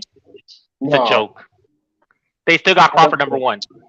They updated it today and they still got him ranked number 1. Like, really? He beat Mean Machine, bro. Come on. That's why I'm telling you guys, man. That's Stop paying. ESPN. That's what they should have. But that's what I'm saying, bro. Like, we got to stop it with this bullshit about the lineal title and the consensus and whatever, because people look at these major news outlets like ESPN, right? And they often bring up Ring Magazine as if Ring Magazine is fucking it is so prestigious and whatever. Okay, ESPN is biased as fuck because they have connections with Top Rank. Who owns fucking Ring Magazine? Golden Boy. Like, that's what I'm saying. We can't look at this consensus anymore. I mean, did you see the bullshit they did with fucking AJ, bro? AJ beats Ruiz, who was ranked, like, I think at the time, shit, they had Ruiz like the #1 heavyweight on the fucking planet after beating AJ. AJ beats the #1 guy. All of a sudden, he goes from like #3. He just keeps his position. Like, he doesn't even go up, despite having the best resume, despite putting on a masterful performance. Like, that's what I'm saying, man. These magazines are biased as fuck. Hey, L-Dog, you want Canelo to fight either Beterbiev or Bivol, correct? I mean, look, preferably this is what I'd have happen. I think I want Canelo to fight Caleb Plant and Billy Joe this year. Those two fights, like, if Canelo can fight 3 times, I'd like him to fight Yildirim first, then like because he has to fight Yildirim. So he'll fight Yildirim, and then I'll have him fight Plant. And then I would have Beterbiev, Bivol fight their mandatories and fight each other, and the kind of winners can fight each other at the end of the year. That's what I want happen. But what about Billy Joe Saunders? So why would Canelo not go for undisputed? I mean, he's the winner fight of the year. Huh? You said at the end of the year, the winners will fight them. But what about Canelo? Canelo will have 3 belts. Why would he just go for disputed? I mean, he can, but I'd just prefer to see him. Because let's be real, the sanctioning bodies, they're not going to strip him. Billy Ho is going to do what Billy Ho does: fight a fucking nobody, fail a drug test, get fat, whatever. Yeah, Canelo can fight the winner of Beterbiev Bivol in a mega fight. A mega fight, man. Or why don't you have Bivol or Beterbiev, whoever wins that, win undisputed, and then fight Canelo in 2022 for undisputed versus undisputed? So why not put pressure on them to become undisputed? That way we could have undisputed versus undisputed instead of Canelo going out fighting only for 3 belts, plus to have another fight at light heavyweight. Why not make it worth Canelo's time? Why don't you start pushing pressure on your boys to get off their lazy asses, stop winning on Canelo, and go for undisputed? So they have a Canelo. No, I don't like that. I don't like that narrative because let's be real here. Hold on. Let me catch the super chat right quick. Hold on. Oh, frankly, appreciate you, fam. Canelo going to fight Yildirim. He can if he want to, but appreciate the contribution to the Speak Your Mind Sports Talk family. Go ahead, Aldog. Yeah, that's another thing. People call me a Canelo hater. I have no problem with him fighting Yildirim. I have a problem with the WBC for enforcing that fight because we all know the outcome. But when it comes to that scenario, Kalua, that's actually a very good point, and I'd actually like to see that happen because that's some legendary shit, man. That's why I kind of like to see a heavyweight, maybe Usyk have another fight or something. AJ Fury fight, undisputed cruiserweight, undisputed heavyweight. So that's a good point. But what I will say is, when you say get off their lazy asses, I don't look at Beterbiev and Bivol like I look at the Charlos or fucking Andrade. Let's be real. These guys are actually challenging themselves, fighting better opposition. They're not just waiting on Canelo. Beterbiev did fight Fosdick. Beterbiev was in negotiations to fight Bivol, but the whole thing happened around the world that got shut down. He got a mandatory. So let's not say these guys are lazy because the real lazy ones are the Charlos who want to fight fucking Gennady Golovkin. Fucking hell. I'm looking at the screen right now. This motherfucker, bro. What the fuck is he? Do not put Jermell in the same basket as Jermall. I hate the BBC, but you leave Jermell alone. That guy's not lazy. That guy's a warrior, and he's fighting people. So leave him alone. Thank you. Thank you, because Look, he need to fight. He need to fight Tim Zoo. nah. Let me tell you something. He don't need to do a damn thing. What you need to do, L Dog, is zip it about Jamel Charlo. Now, Tim Zoo ain't even in the picture right now. The next thing that Charlo needs to concern himself with is Brian Castano. That's what he Oh needs. yeah, that's a great Because fight, Brian man. Castano and Patrick Textera, they're about to fight. Brian Castano is going to beat Patrick Textera. And then that belt is going to be in-house at the PBC for 4-belt undisputed for Jamel Charlo. So don't nobody give two rats' asses about no damn Tim Zoo. Yeah. That's a great fight, man. Yeah, Brian Castano, I think he might actually beat Jamel. I'm a I know favorite you Jamel, would but because your hate must continue. But even still, ain't no damn Tim Zoo in the picture. hey, I don't hate Jamel, bro. I paid for his pay-per-view, man. Yeah. Jamel's gonna beat Castano or Textera or Tim Zoo. Oh, I don't know about Castano, man. I was looking into this guy, man. Castano, I remember he fought Erislandy Lara in a good fight when Lara was still a pretty good fighter.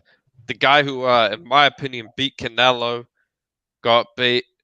Oh man, who the fuck is that? Man, I got mad bitches, bro. But you know, maybe. But I'm gonna continue when it comes to Jamel. I think he might beat Castano, but I think Castano might beat him, man. Like that's a good fight. Castano, I was looking into his amateur career. This dude beat Spence and he beat Derevianchenko in the World Series of Boxing. So Castano is seasoned. He's legit. You know, man, damn, he might actually beat Jamel. Who might beat Jamel? Castano, I think he's got the best chance at 154. I don't think. I mean, I think you're right. I think he has the best chance. This is 60-40. This is 60-40. If they fight 100 times, I think Castano I'll go will with 40 that. times. Yeah, I'll go with that. If I'll go with 60-40. It's because I like Brian. I mean, not like him, but I was looking at him too. He can fight. Like he can fight. Yeah, man. But I don't think okay. So let me say this. I think that, like I said, Brian Castano can fight. I don't think he's a better boxer than Tony Harrison. And he's probably got a tougher chin than Harrison. But I don't think he's a better pure boxer than Tony Harrison. If you get what I'm saying. Like he's a good boxer. He can box. He can fight. But I don't think he's a better boxer than Tony Harrison. I don't see him getting past. And then it's what's coming back. Because he can hit Jamel, but who got the better chin? Clearly, we got to go with Jamel. Right? So I know, man. Castano. We talking about Castano's chin? Yeah, I said who's got the better chin? I said clearly we have to go with Jamel. Those Charlo chins come tough, man. Both of them. Yeah. But has Castano been dropped? I don't think I've seen him down. Has Jamal's chin even been checked yet? So do not put Jamal and Jermel on the same boat. We're talking Jamel. Jermel. Yeah, you said Charlo's got chin. Yeah. No, not Charlo's. Jermel, not Charlo's. Bro, they're biologically the same. No, they both got chins. No, Jamel's been hit before Kalua. They both got chins. That's why I said those. By who? Chin. Rosario could punch. Listen. How about for Jermel? Who has Jermel? You could say J-Rock or Derevianchenko. Or Tony Harrison, because Tony Harrison got. Oh, you talking about? I'm talking about Jamal. I'm talking about Jamal. Derevianchenko ain't a big puncher though. He's a good enough. Harrison doesn't have no power. He's a good enough puncher. I say that. You don't need to fight. You don't need to fight Julian Jackson to tell if you have a chin or not. Exactly. Fight Golovkin, man. That's a great fight. You know, if we're talking like next year, bro. Next year, man. Look at that schedule we got, man. Early next year. That shit is fire. It is. Shout out to DAZN. Shout out to Top Rank. Carrying fucking boxing. Man, I haven't seen shit. Cut it out. PBC been having some good cards, so cut it out. I've been No, doing they it. have this I've been year, doing but it what if hard. they got scheduled for next year? I don't see Whatever, anything. man. We'll have to see. But they've been having some good cards here recently. So we got. What have you done for me lately? They right in the mix. Shout out to PBC, Top Rank. You know, Matchroom. They've all been putting on good cards. Oh, don't try to PBC bring has that. had one good card. They've had one good card. Okay, Kalu. Nah, I disagree with that, bro. Hold on for a second. Kalu, can that shit. Because you over there on Punch Drunk and watching the cards that he put up. But I cover all cards. European cards, they've had more good cards than that one good card. Y'all ain't been Yeah. on all of those cards, Kalu, and I know y'all haven't. So don't do that. They've Yeah, had like- PVC probably had one of the best cards of the year when I that know, chart man. was And they've had other good cards. Like, let's keep it a buck, man. Y'all stop all the there's no one-sided shit gonna happen on this panel. Ain't gonna be no, yeah, I'm on this side. No, I don't. But I'm on that I think the zone side. had the best card of the year. Yeah, when you put Spence and Garcia at the pay-per-view, I lose all respect for you. Mikey Garcia Vargas fight, Nah, that other card was badass. best card, I'll say it was the Charlo card, man, because you know, just based on the quality. But I'll agree with Raider, man. That's another good card. But also the zone, what was that? JoJo Farmer. I mean, we had Andrade. Yeah, we had The Miami Fight Night one. that was good. Not a card was fire. And Yeah, we saw yeah, the I'll most agree with that. talented fight prospect in boxing. And no, it's not Andrade. It's Jake Paul, man. Jake Paul. I believe Jake Paul has a future in boxing, man. You know, if we're talking cruiserweight, man, I believe this is my forecast, man. When Canelo is done ducking all the Eastern Europeans, he's going to fuck up by fighting Jake Paul at cruiserweight in a mega fight, man. And I think Jake Paul will take him out. He's gonna knock Jake Paul out in the first round. Nah, Hey, bro, would Jake Paul even hit the ring before he gets knocked out? I think he's going to get knocked out, walking up to the ramp. But I've heard Jake Paul has like 2% Eastern European DNA, so I'm a root for Jake Paul. You know, he's got that natural kind of fighting spirit in him. You know, Jake Paul, man, I feel like Jake Paul, all bullshit aside, I want to see Jake Paul, Clarissa Shields. You would. I think you'd knock Clarissa out, bro. I think you'd knock Clarissa out. Jeez, oh, dog, Who's you're going to knock okay. out Carissa Shields? Come on. That's a joke. Jake Paul easy knock out Carissa Shields. But would you Like, love to watch it? No, because it'll be a one-sided massacre, and then Jake Paul's going to get destroyed for being down on a poor defensive woman who thinks she's all that. Fuck her.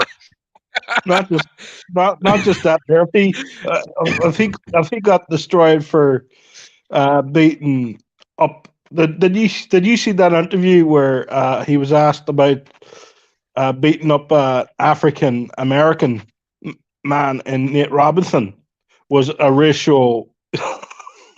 I mean, Exactly. have you guys heard of Could you Wilder imagine him Fury? beating up Clarissa Shields? Like, Hey, but where was the outrage for Wilder Fury, man? A big bull white dude beat up Wilder on Black History Month. I mean, Dude, if that fool was to knock out Shields the way he knocked out Nate, there would be a fucking turmoil going on. yeah, It's but not if, it's when. but I feel, you know, I'm all about equal rights, equal fights. Hold on. You know, I think we need to. Hey, equal rights equal to equal left, right? Hold on, guys. Yeah. Hold on, L-Dog. See, now I was just sitting back, you know, chilling for a second. But don't say equal anything out of your mouth, fam. You as biased as they come, motherfucker. Don't give me this equal rights, equal fight. Nah, but Man, girl power L-Dog, is stop serious. it, I man. believe I was women already should be able punching to earlier fight with the men. bias. But girl power is serious. There is no biological difference between, you know, men and women. We're all equal. I think, you know what? Fuck Jake Paul. I want to see Canelo versus Clarissa Shields. Undisputed woman versus undisputed man. You know, that's a fight I'll get behind. Now, I would Well, love to see it. she does want to get paid like the man, right? So she could fight Canelo and get knocked out. You know how Get the Canelo pay. be targeting Canelo his can beat her with one Why hand. would hold on, this is my question. Why would y'all even entertain that foolery L-Dog just said? It's like that's Hey, not but- even worth a response, man. Hey, because but you know, hold on. You know he's how not Smith. man. You know how Canelo targeted Smith's arm? You think he'll target Clarissa's titties or something? No, L-Dog. This is a fight Seriously, come this on. is a fight we're not going to discuss on this panel. Like, that's just pure, unadulterated foolery. Okay? We're not even going to go down that line. Clarissa. I'll have a laugh with that, but that's not serious. Come on, L-Dog. Right. Like, dog, what are we talking about here? Why, this is what you need to do, L-Dog. You need to jump from panel to panel. Spitting that. And demand that better BF fight Beaver. That's what you need to do. Hey, you know what? I'm down for Kalua's path, man. I think that's the best option. Canelo undisputed, 175 undisputed. No. What you need to do is push for unification between the two best at 175. That should be your charge now. Not the man. Hey, that's what he's talking about. Yeah, that's what I'm saying, man. I feel like that's what we need, man. We need 175, 168 undisputed. And look, if both of these guys, whoever comes out on top on each division, can do it, I don't care what the narrative is. I want to see both fighters dare to be great and fight each other. I can agree with that. Right? That's probably the most sensible thing you said on this entire show. I agree with that. Bivol versus Beterbiev, give me that. Any day of the week. Give me that fight. Yeah, that's what I say, two hands. I say Bivol beats Beterbiev. How big would that fight be? Undisputed versus undisputed. Say Canelo gets undisputed and Beterbiev or Bivol get undisputed. Easy over mill. Easy over mill. You know what I think? I think if Beterbiev can become undisputed, and I think Bivol will, but if he can become undisputed, the fight with Canelo is the biggest fight in boxing, because it wouldn't shock me if Saudi Arabia puts big money in for Beterbiev since he's Muslim, and they fight in Saudi Arabia. I mean, you know, the Saudi Arabians, they love the superstars, but they also love, the Muslims. So that fight would be mega event. All right, let me ask you guys this. What would be a bigger fight, right? Canelo, if he gets undisputed versus Beterbiev undisputed, or Charlo undisputed at 160 versus Canelo undisputed at 160? Beterbiev. Charlo ain't nobody. The guy can't even break 100K. Fuck him. He's a nobody. I honestly think a Charlo and Canelo fight would be massive if they were both undisputed.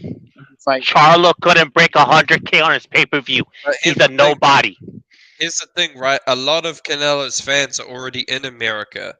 They're going to watch Canelo regardless. We have to look at a different fan base that's going to be attached to this fight.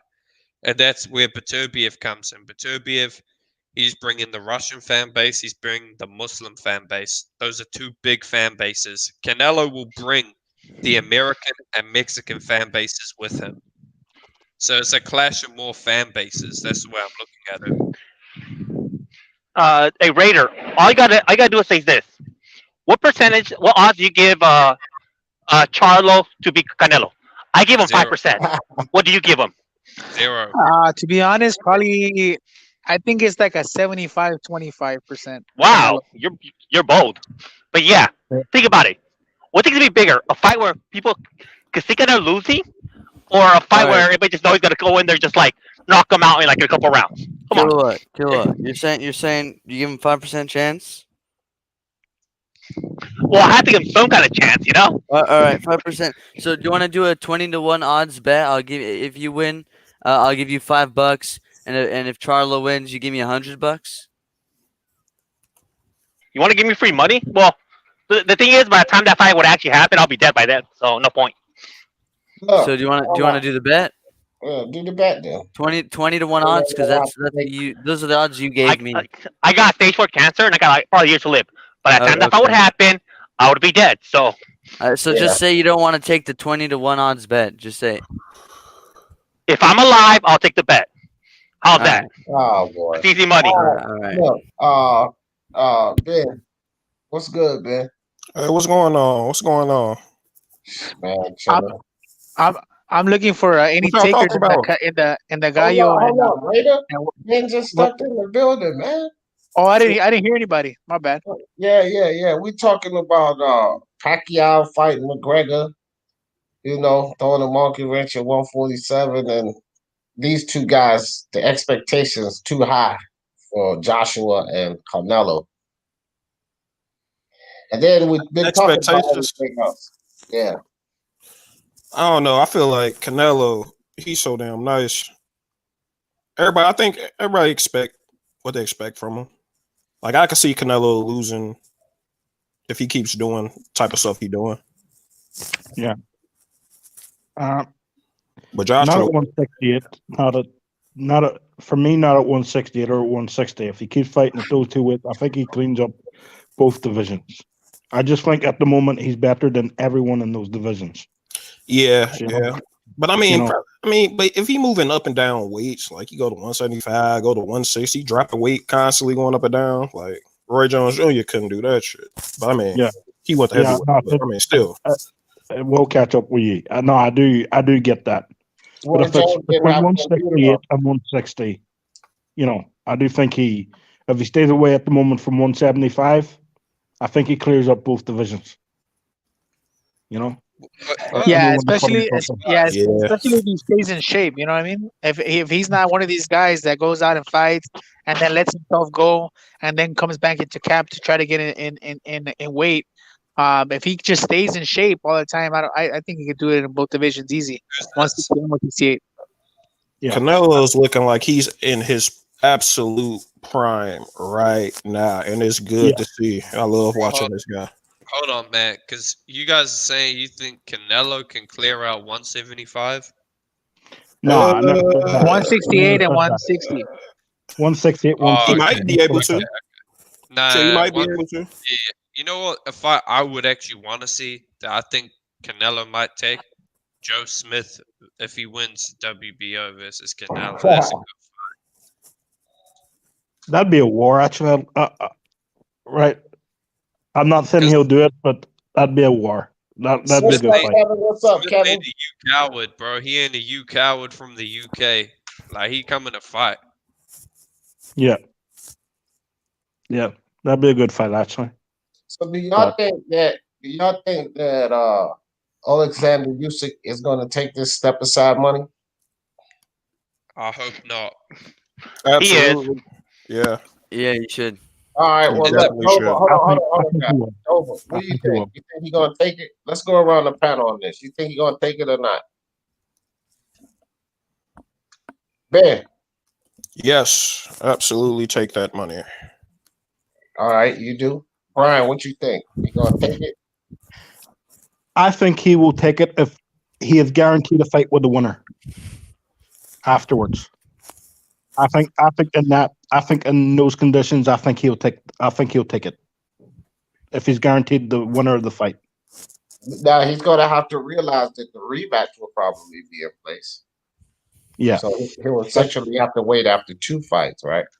Yeah, but even at that, the winner, the winner of the series or whatever, because even if there's a rematch, it might be in between fights. He could fight the winner, and then Right. Let them, you know what I mean? Like, so in between the 2 fights, because it might not be Joshua Fury back to back. Right. You know what I mean? So even under that condition, I think he'll take the fight.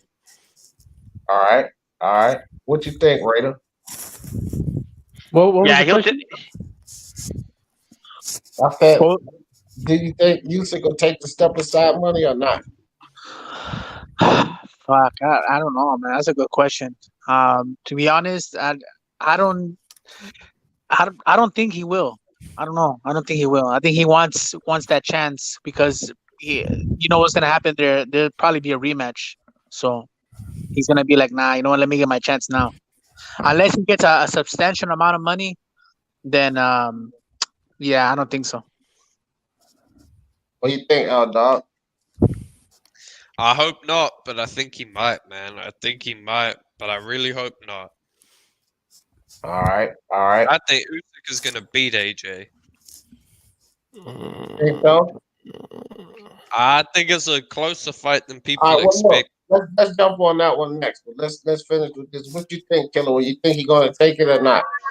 Oh, he's definitely going to take it, but probably how it's going to be is like he will allow the fight to go on, but after the fight, the belt becomes vacated for him, so he gets a free belt, free money, and then he'll still get to fight the winner of It Fury won't. versus Wilder, It Fury won't versus be AJ. vacated. It won't be vacated for him if he steps aside. He's the mandatory. So if he steps aside, then there's no punishment to be put on the champion because he's He could add stepping in aside. He's giving up he could the add in the right. contract.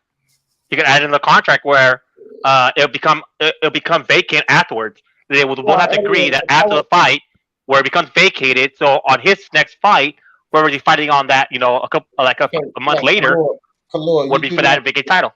Yeah, it's two people negotiating the contract, right? So if they're gonna pay this dude millions of dollars, he's not gonna be making for so many demands. And if they plan on having a rematch, why would they even put that belt in jeopardy? You got to look at it from both sides. That sounds good for him to demand that, but he'll probably be able to demand a winner. And I don't know if it'll go too much further beyond that, abandoning all of this vacation and belt and shit. Man. I don't think AJ already said it. To step aside, man. AJ already said he would do that, so why not? I only asked for it when AJ already offered it. He threw out a flyer like, "Hey, I could just vacate the belt afterwards." I'm like, he said his exact quote I think was I'm thinking of just asking Usyk, "Hey, can I just vacate the title right the day after? Just allow me to have the undisputed." He put that feeler, and then after that's when it started talking about Usyk stepping aside because that's more likely the deal's going to happen. That's without a $10 million or $8 million price tag. So you're not forced to do that when you're putting $10 million on it, Killer. So yeah, he talked about it, but when you're putting $10 million on it, you don't have to succumb to those type of demands. That's why you're putting $10 million on it. Who the fuck else besides AJ is he going to get $10 million to fight? Tell me that, Killer. Just to get into a fight with. Who besides AJ? Who does he get that money from, Killer? That part's wrong. It's about how much value does AJ have on that belt? It's an easy answer. Nobody. So when they're giving you that kind of money, you're only going to make a certain amount of demands. You got to accept that, fam. There's nobody at the heavyweight division that's not locked up that he's going to get that kind of money fighting. Fury's locked up. So, I mean, it's easy, fam. There's no need to keep arguing this. It's easy. It's easy, fam. Like, I understand. Hold on. I understand you defending your point, Killer. But sometimes you got to concede, fam. Like, this is easy to see that shit doesn't work. If you're paying $10 million, what you saying doesn't work, fam. You're not paying all of that money to succumb to those type of things that you're saying. You got to accept that. Money makes the sport go. They're not going to pay $10 million and succumb to all of that shit you're talking about. This is an easy, no argument. Go ahead, though. Say what you got to say. Go ahead. AD, first off, the value disputed is only the initial win. After that, the value goes down because once you've been undisputed, you've already been disputed. You don't have to defend the undisputed to being undisputed. It's all about how much value AJ puts on that belt. And if to get that step aside, all he has to do is like, hey, I vacate the belt afterwards. Guess what? His dreams already been met, and the fact that he became undisputed. That's all he really cares about is becoming undisputed. After that, what happens? It means nothing anymore after that. So he would get active like that just to get it. Okay. That's a blue one. So. Yeah, okay, so hold on. So that's fine, Killer. AJ. So what if Tyson Fury wins, Killer? It would be in the contract where no matter who does it, and they'll both agree to it. Why? Because they've been undisputed. What would be the motivation? Just because AJ said he would do it, Killer, what would be the motivation for Fury and Top Rank? Because when it comes to that step aside money, they're gonna be divvying in. You do understand this, right? So they're going to have say because the amount of money that Usyk is going to get, it's not all going to come from Eddie Hearn. You do understand that, don't you, Killer? So what motivation now can you explain to me, Killer, that Tyson Fury and fucking Bob Arum is going to have to do what you say? Because if they lose to Anthony Joshua, maybe they want another shot at getting 4-belt undisputed. Do you think Fury cares if AJ gets 4-belt undisputed and then he gets 4-belt undisputed? Think about it. What motivation? Like I said, there'll be the fight. The winner will fight more likely Usyk in the middle, in between the two fights. And on top of that, what's their incentive is to find the first place because undisputed for a heavyweight champion When was the last time that happened? That's a 2 million plus buy. You know, pay per view easy. Of course, they're gonna like uh give a lot more leeway when there's that much money involved. Oh, you have Saudi Arabia. God knows how much it'll pay for that kind of fight. To have undisputed versus undisputed in their in their home country. Okay, you're not validating how it makes sense for them to give up the belt, fam. And this is all I'm telling you. They're not going to pay Usyk $8 to $10 million for him to tell them they have to vacate the belt. So I don't know, all of that that you're talking about doesn't validate that fact. Okay, not for Fury. Say what you want about AJ saying he would, but I don't think he would paying $4 million to do it, $5 million to do it. Okay. So I don't get it, fam. Like, it's no sense in that. If Usyk, here's my thing. I think Usyk may take it. I think he may take the money, and I think that he may write in that he gets the winner, right? Whether it be the winner after one fight or two, he gets the winner. I don't know how Fury and AJ and them will put their demands in the contract. That he has to wait for one fight or two. We don't know how that negotiation is going to go with the money that they're planning on giving him. But what I'm saying is Usyk is not going to be able to come to the table and do too much more than saying, I want the winner and I accept the money. And then they sign and they get the fuck out and everything else would be determined between the other guys. I think that's probably the most power he will have because I said this after the Chisora fight. Usyk and his camp, they're not going to take that AJ fight. I said that all my life after the Chisora fight. They're not going to take the AJ fight next because no matter what these Usyk fans believe, they could take a look at that fight with Derek Chisora right there and know that this guy needs a couple more fights before he gets in the ring with AJ. They have to know this. The camp knows it. So don't nobody have to take my word for it. You could be a Usyk fan and say, no, I think you're wrong, D, I disagree, whatever. The camp knows it. And this is why I said they're going to take that step aside money before this even came about. I said this after the fight, that he's going to not take that fight next. It doesn't make sense. He'll get beat. He'll get beaten if he takes that fight next. Yeah. Hey, D. Hold on, real quick, IBT, because IBT didn't give his thoughts on it. IBT, does Usyk take the money or not? I think he does, but I don't know if he should. Right? Like for the sake of boxing fans, I'd want him to, but in terms of chasing greatness for his own legacy, it's probably not a good idea because of what you were saying, right? That if they fight, they're gonna have a rematch, and then I just think right now is the time to strike in terms of fighting these heavyweights, right? Like I don't think either guy is going to decline, and I think that the more time. Man, it's a tough situation because too much time at heavyweight, and he'll be the one to get out of his prime first, right? But not enough time, and he won't be adjusted to heavyweight enough.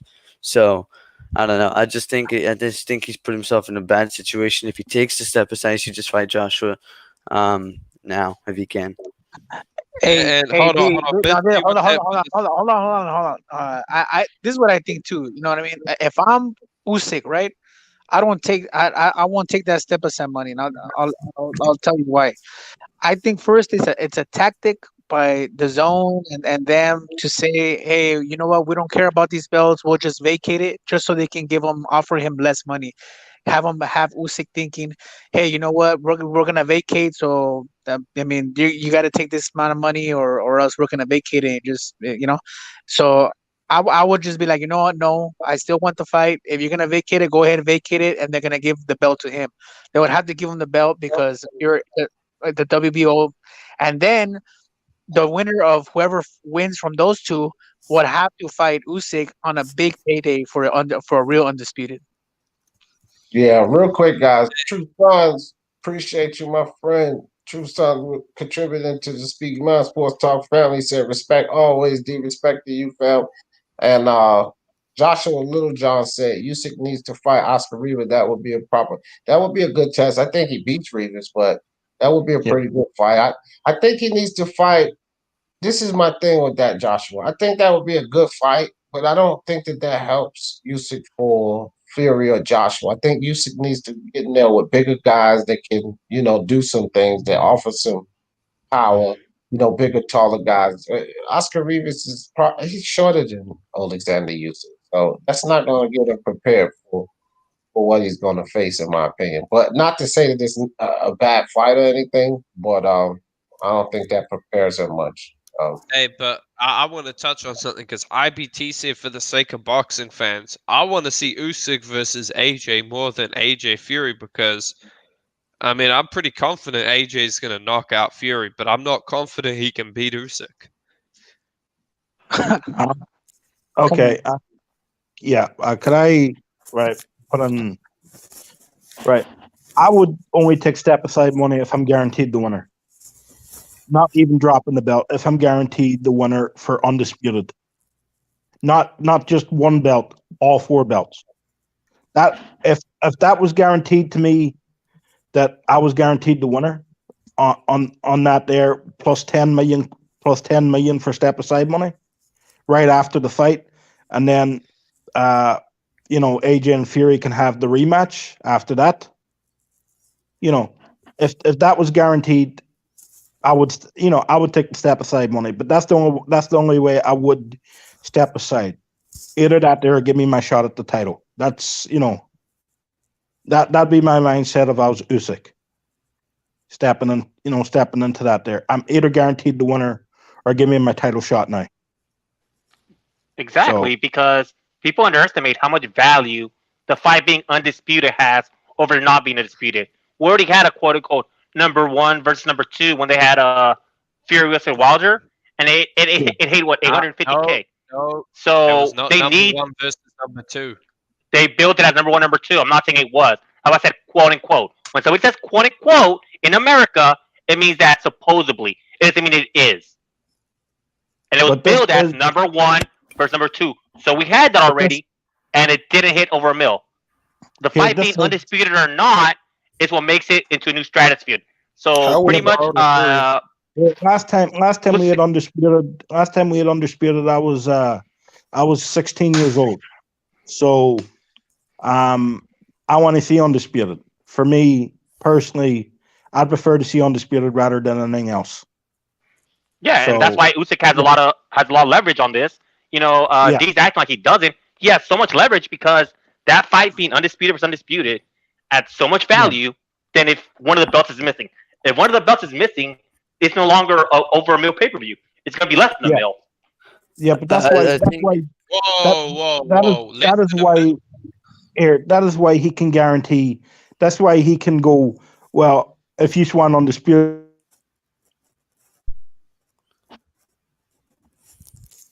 Hey, did I cut No. I think Brian cut out. Less than a mil because AJ Ruiz did over a mil.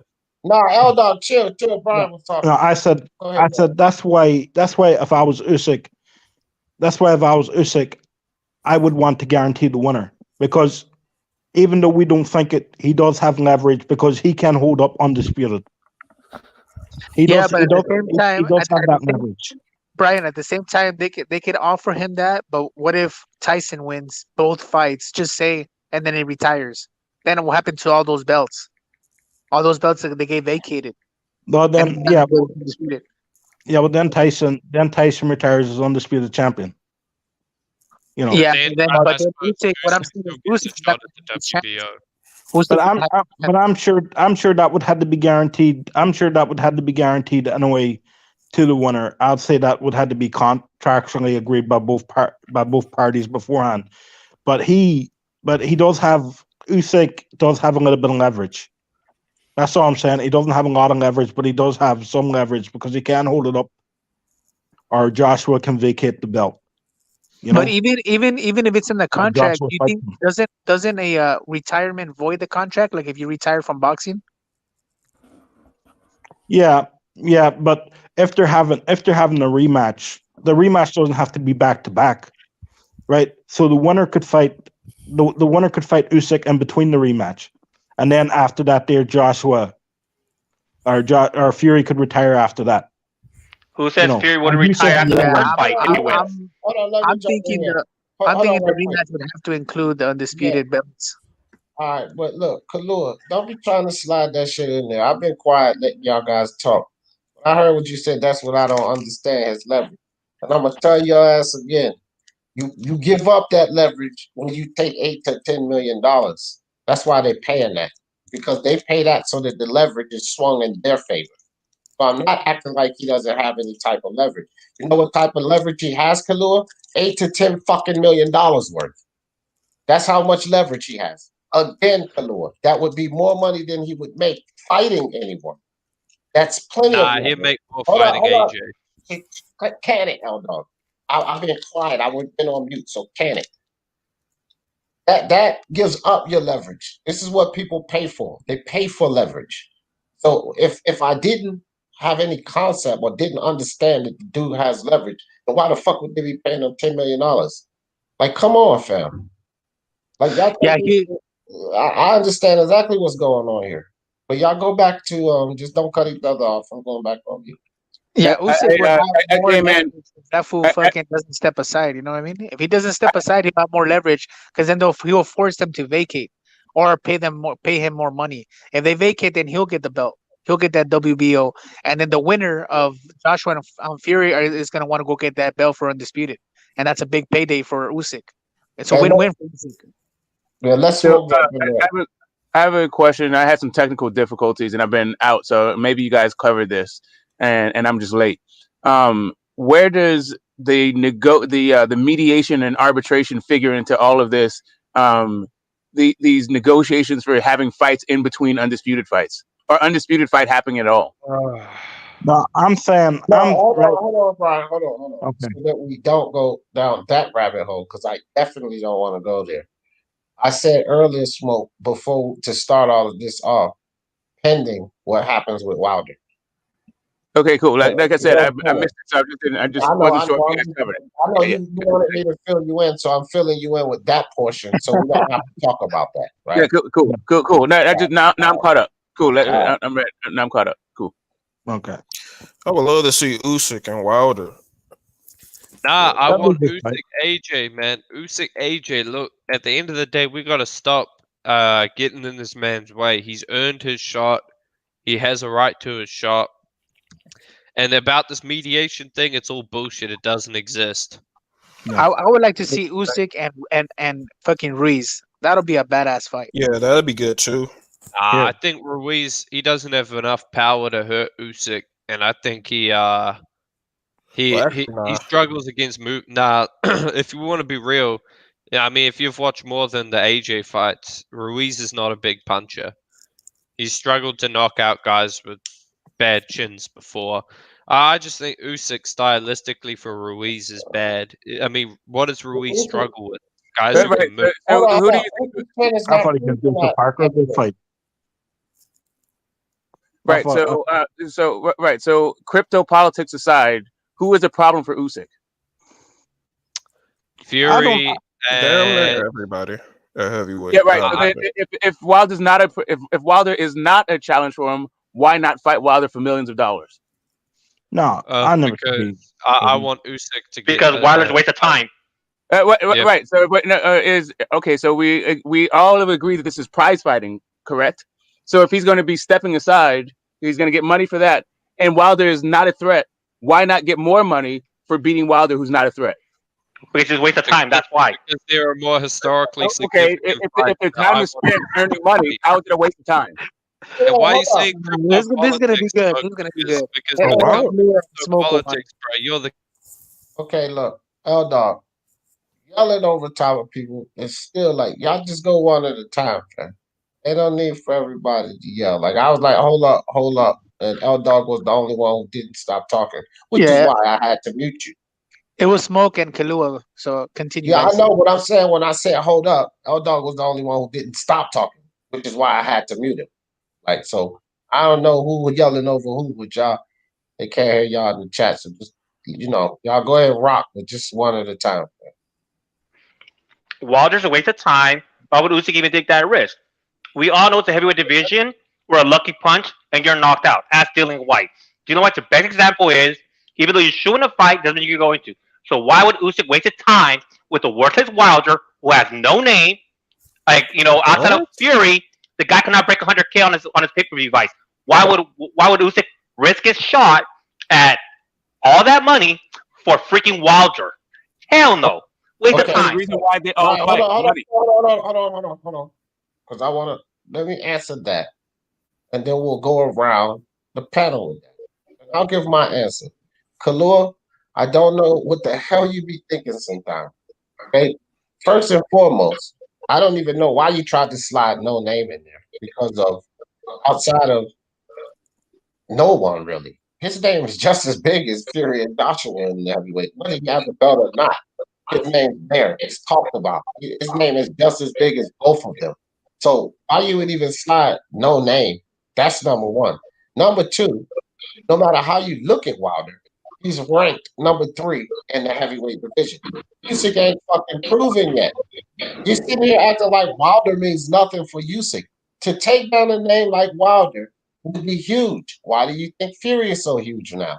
Because he took down Wilder. So we cannot just sit here. This is what I just put this live up about not too long ago. The disrespect for Deontay Wilder, man. I think y'all take that shit too far. You can't just dismiss Wilder like he's not a factor now. Are you serious? This is Wilder. What do you mean? Why should he fight Wilder? It's a lot if he can beat Wilder. It means a hell of a lot. If Usyk goes in there and beat Wilder, people will have no question if he could challenge Anthony Joshua or Tyson Fury. I guarantee you. If he goes and beat Wilder, people will be like, okay, maybe he can beat one of them. Guaranteed. Because beating Wilder is not like beating no damn bellboy. Like, let's be honest, fam. Because that's who he beat, Del Boy and Chase Witherspoon. What do you mean, why shouldn't he fight Wilder? Like, that's something we shouldn't even entertain here. We're talking about why should he fight the number 3 heavyweight in the world? Huh? Bombs, what's up? Hey, I'm What's a up, dude? jump What's off, up, dude? man. I appreciate, everyone for giving me the opportunity to body you. Many bodies were caught today. Salute, Eldo. Salute, Eldo. Salute, Yeah. salute. AD. Kickboxing. AD. And also, just quickly, my final point. Get this Yeah. smoke up on here talking about crypto politics, but this dude is the biggest pusher of crypto politics, man. Oh, my Look at God. all the fighters All right, Eldon. Thanks for coming on. Thanks for naming joining the the show, face fam. Yeah, I talk boxing, you talk race, whatever, dude. Bounce. Take care, Respect, Eldo. man. Yeah, bounce. Yeah. AD. I think you Yeah. made a mistake. Fury did not beat Wilder. He beat the WBC champion Wilder. He's no longer the WBC champion Wilder. He's just Wilder now, a nobody. So what? That's So why what? when he No. fought, that's why his other pay-per-views, he sold nothing. Nothing. Okay, Can I say something? Can I say something back to you? Killer. Hold on, Pete. Killer. All of that you said just really sounds like hate, fam. I'm Yeah, that sorry. is. That's exactly what it sounds like. So you can emphasize your points and put accents on your words when you say them, but that just sounds like hate and disrespect to Deontay Wilder. This is a guy who only lost to Fury.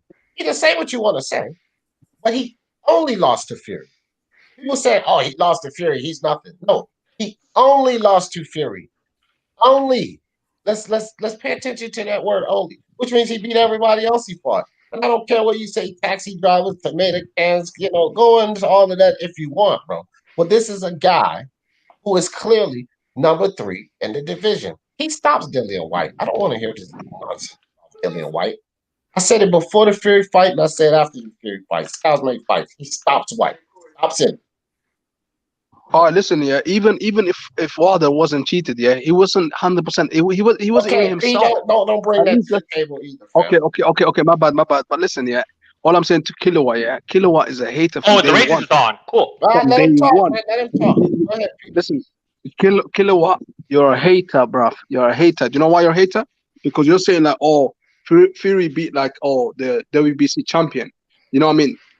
At the end of the day, Wilder only lost against one man, and I believe he got cheated. Yeah, simple as that. But at the same time, you want to discredit like Wilder. You know what I mean? You're a hater, man. You know what I mean? You're a Canelo lover. That's all I gotta say.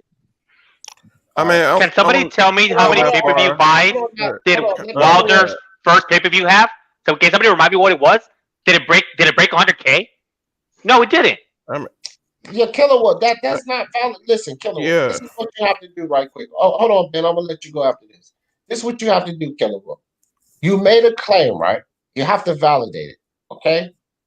The claim is that basically Wilder has no name. Okay, now that claim cannot be validated. He is the number 3 guy at the division. Until you can give us a point to validate that, you need to learn to let things go. This is just maybe you misspoke, maybe you exaggerated, or whatever. But that point is dead, man. That point is dead. It's not dead, and I just validated with asking you what was Wilder's pay-per-view fight without Fury. 100K? Garbage. Okay. That looks like he's a nobody. Garbage pay-per-view. Okay, you validated nothing. Because with all that you said, he is still the number 3 guy. He is still, his name is talked about as much as fucking Fury and Wilder. I mean, and Joshua. So listen, when your name is talked about like that, when your name is all around in boxing like that, you cannot say you have no name. You can't validate that. He has no incentive for using because he doesn't sell. Let them talk. Yeah. I definitely would not say Wilder doesn't have a name. I mean, in my honest opinion, the only reason the heavyweight division got lit was from the emergence of AJ and Wilder. I mean, it was popping a little bit when Josh Fury, like Wilder is a big part of why that shit is popping. When a heavyweight division popping, boxing is popping. Wilder's brought like hella people into, like, this dude been knocking out fucking everybody. This dude had nothing but knockouts on his record. Like, that's bringing in hella casuals. There's been so many people talking to me about Deontay Wilder. Like, before that, like, Fury fight, like, the hype behind him was getting ridiculous at a point. Like, every time he came out with a new costume, that's how much more popularity he was gaining. But, I mean, like, Usyk fighting Wilder would be a great fight if Usyk could get past Wilder. Which I think he got a chance to do. I don't think Wilder chin has the best chin in the world, honestly. I don't think AJ chin is like all there either. You know what I'm saying? I think Fury chin is a little bit better than theirs. But I know Usyk don't got that much power at the heavyweight division, but I think he's such an accurate puncher. Like, over time, he might be able to beat Wilder. But I mean, if he could get that fight with Wilder, I mean, I would love to fucking see that shit. I got Wilder winning by KO, but yeah, I would still love to see that fight. And I definitely would not say, you know, be hating on Deontay Wilder like that. You know, I know like the LDBC, like they be hyping up Wilder, Spence, and, you know, all the black fighters, and then they be racist and shit. And then, you know, motherfucking Latinos be on us around. But yeah, you don't have to, you have to jump in, man. Yeah, you don't got to become that monster. You don't know what I'm saying? You don't got to become that monster. Hold on, Ben. Hold on, Pete. Hold on, Ben. Like, yeah, I was getting ready to jump in anyway. I don't even get into the race shit over here. So I'm really tired of talking about this shit. I know it exists. I know what people talk about, but I really just slam that before we dump into it. I don't even want to get on that. So let's just keep it boxing. Like I said, I know the race shit exists, but man, that ain't even my cup of tea over here. Monkey Kung Fu, what's up with you, fam? But go ahead, guys. Go ahead. Can I say something, D? Yeah, go ahead. Deontay Wilder doesn't have a name. I've heard Deontay Wilder's name more than my own name over the last year. Yeah, really. That's God's honest. That's God's honest. Exactly, Brian. You know why Floyd Mayweather had such a name? Because so many people hated him. Yeah. But he still had a fucking huge name. And because so many people hate Wilder, which in my opinion, no offense to you, Killer, it appears evident to me, because a lot of what you're saying just felt like hate to me. But because so many people do have that disdain for Deontay Wilder, it drives the name that he has in boxing. But he definitely has a name in boxing. As I said, I believe right there with Fury and Joshua. If that was true, he would sell. If what you're saying is true, he would sell, but he doesn't. Wilder is a draw, though. He is. When did 100K pay-per-views become a draw? Wait. When did he do 100K? When was the last time he done 100K? His first pay-per-view. He got like 100K. It was garbage. That's a long time ago. What did he get? What did he get with Luis Ortiz? Did he get 100K? That's fact. Huh? No, he didn't get 100K. Like, I don't understand. Like, are you guys in the Showtime pay-per-view office that you know how many pay-per-views guys get? Hold on, smoke. Just aim that toward Killer, because it ain't no you guys. This is right. Hey, but is that his numbers from? Is that his least amount though, Kalua? Hey, Like No, he's where are at you getting two. the numbers And from? What is your source for these numbers? hey, the same sources that giving you 850K, Okay, the same so sources that what the source same is sources. that? Hey, your people are using to say that Spence has Okay, I don't have people. What 300K. source are you Okay, talking about? like the same people. Yeah, It was but I don't all have over Twitter. people. It What was source? all over Which Twitter. people? It was all over Twitter. You Twitter. know, Twitter. all the people who Twitter. like keep on talking about people's This is pay-per-view Twitter. buys Okay, cool. is the same So you're getting sources. your numbers from So Twitter. unless you want to say that all the sources don't matter, I never want to hear you talk about any pay-per-view buys unless you want to credit all of them together. Either you credit all of them or you credit none of them or shut the fuck up. It's that simple. Okay, great. Shut the fuck up sounds perfect. I'm not gonna shut the fuck up because I give credit. Most people do. If you don't, then shut the fuck up about who could pay or who doesn't. Okay? Twitter is I'm a using waste the of same time. sources. Well, you gave me the options, right? So shut the fuck up sounds about right because getting numbers from Twitter. Okay, good. Shut the sounds fuck like up then. you Okay, good. Then shut. Kalua, you can't keep cutting them off. Go ahead, Smoke. Because you Right. had your So chance. right. So when we're talking about pay-per-view numbers, I don't consider Twitter a credible source. So maybe if we want to have this discussion, maybe come with a better source than Twitter, right? Because I feel like it is a better option to not talk about the numbers at all than talk about the numbers that you get from Twitter. Yeah, that's for sure, Monkey Kung Fu. Yeah. He said it needs to start with dismantling these unnecessary weight division and numerous belts. Then we can figure out where it ends. Yeah, for sure. For sure. Hey, but Kalua, if that's Wilder's like least amount of pay-per-views, just like Canelo, right? Canelo's least pay-per-view was 350,000. We're not gonna say that Canelo does that, right? 350. We're gonna go with a happy medium in the middle. So I I see mean, 275. He's had two. He's had two pay-per-views. One, he got garbage pay-per-view numbers. The other one, no, he did Fury. hold on. Who had 275? I see Wilder 275 right here. Multi-industry sources has informed boxing.com that on November 23, Fox Sports 4 fight pay-per-view telecast top Wilder repeat knockout win over Luis Ortiz and GM Grand. Yeah, and Las then Vegas on the north of 275,000. you gotta count the Fury ones too. You know, those did like almost 900,000. So I mean, and we can't just say it was Fury because they wanted to see both those guys. Wilder So. was No, bigger it's than his Fury. dance partner. Look, hold on. America, Here's he my was. guy. Hold Yeah. on. Here's my guy. Hold on. It definitely wasn't just Fury. Regardless of the point that Kalua is trying to make here, it definitely was not just Fury. Because when Fury fought Schwartz, they had to comp 5,000 tickets. And this is my Yeah. guy. So I don't even want to hear this shit about it was just Fury. It was a combination of both guys, which means, hold on. It was a combination of both guys, which means both guys get credit for those numbers. Regardless of what Kalua is trying to make a point here. Kalua is just trying to back up the point of him saying Wilder has no name. And he doesn't know how to let things die. Yeah, and I'll say this too because like when Canelo fought Triple G, a lot of people said, "Oh, Canelo did that because of Triple G," but Triple G never did nothing before that. So yeah, you got to count both guys, equally. Okay, so let's say I agree that his number was 275. That is still garbage. Those are garbage numbers.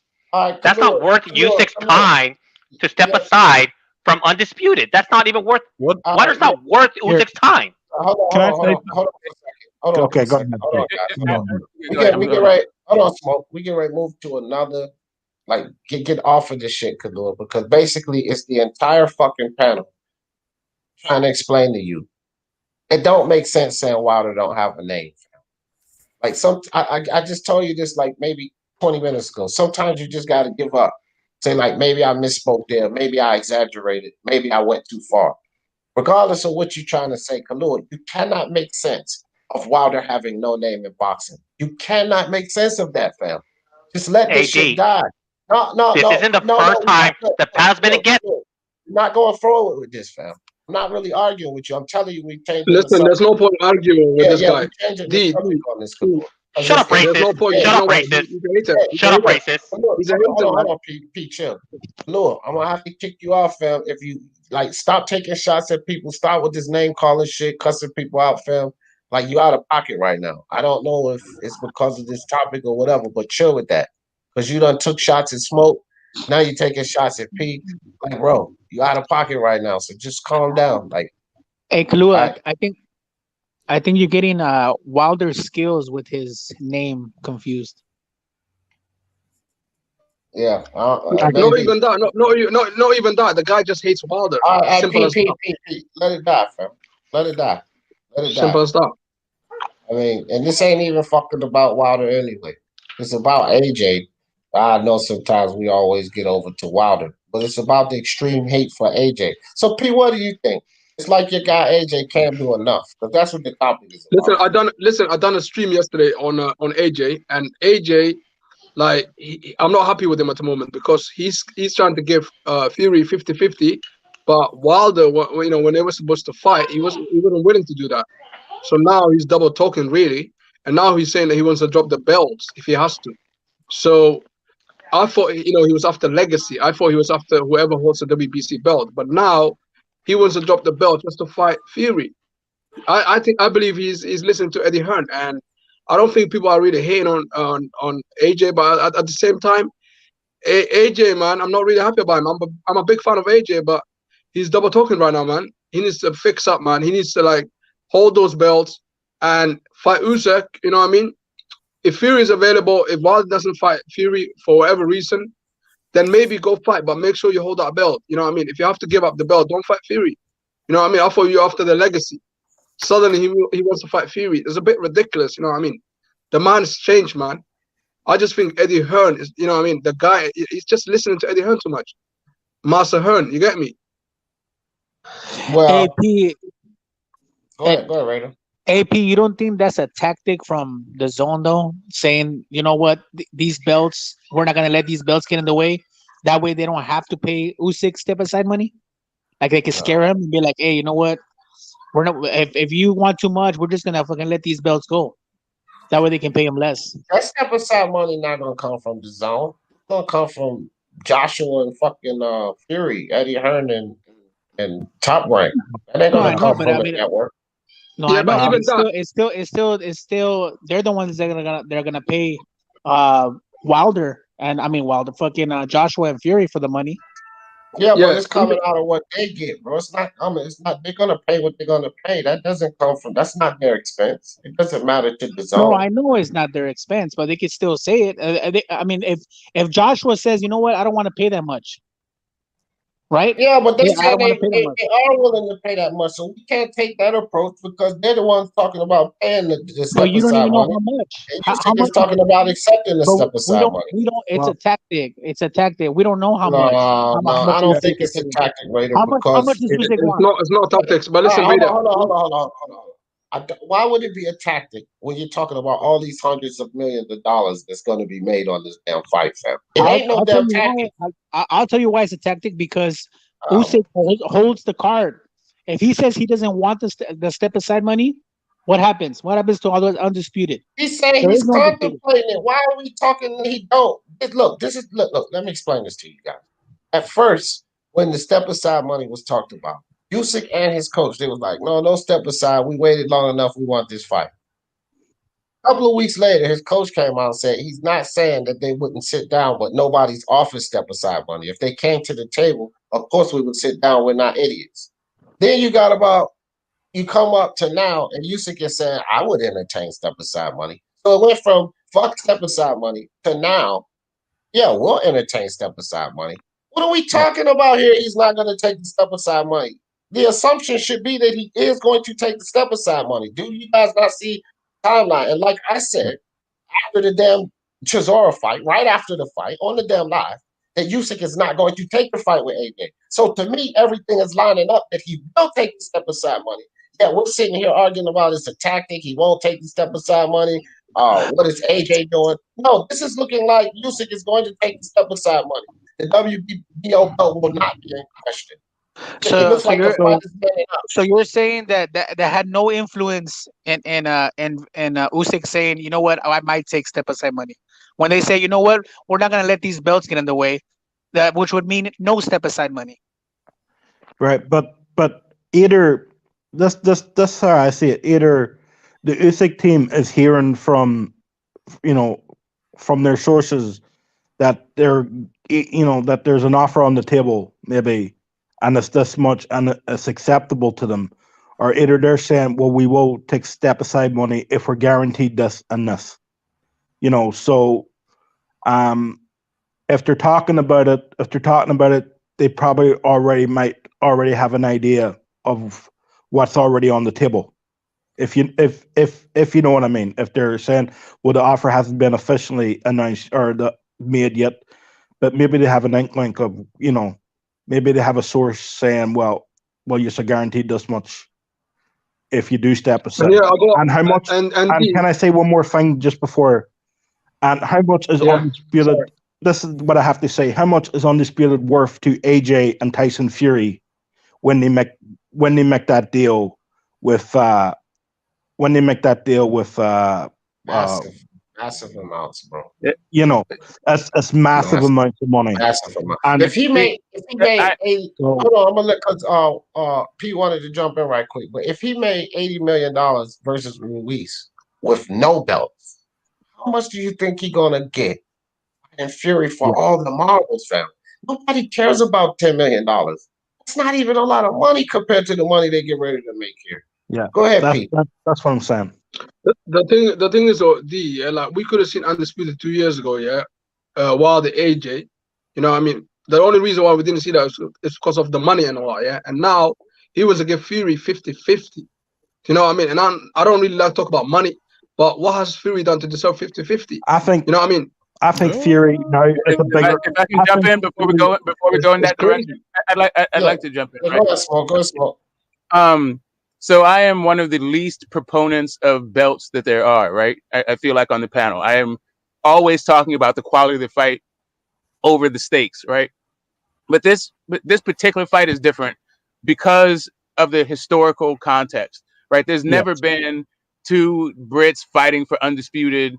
If there have been, I mean, I don't even think in the 2-belt era, much less the 4-belt. Like, I think for just this historical significance of Undisputed for these two guys is to me as almost as important as the fight itself, right? I still think the fight is more important. I still would rather see the fight, even if there's no belts.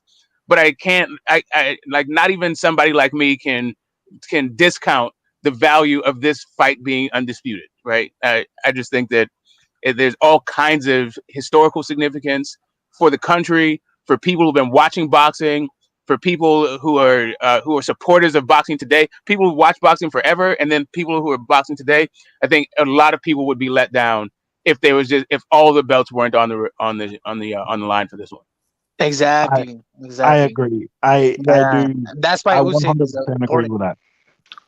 Okay, Piki's asking. Hold on. Okay. Go ahead, Kilo. Sorry.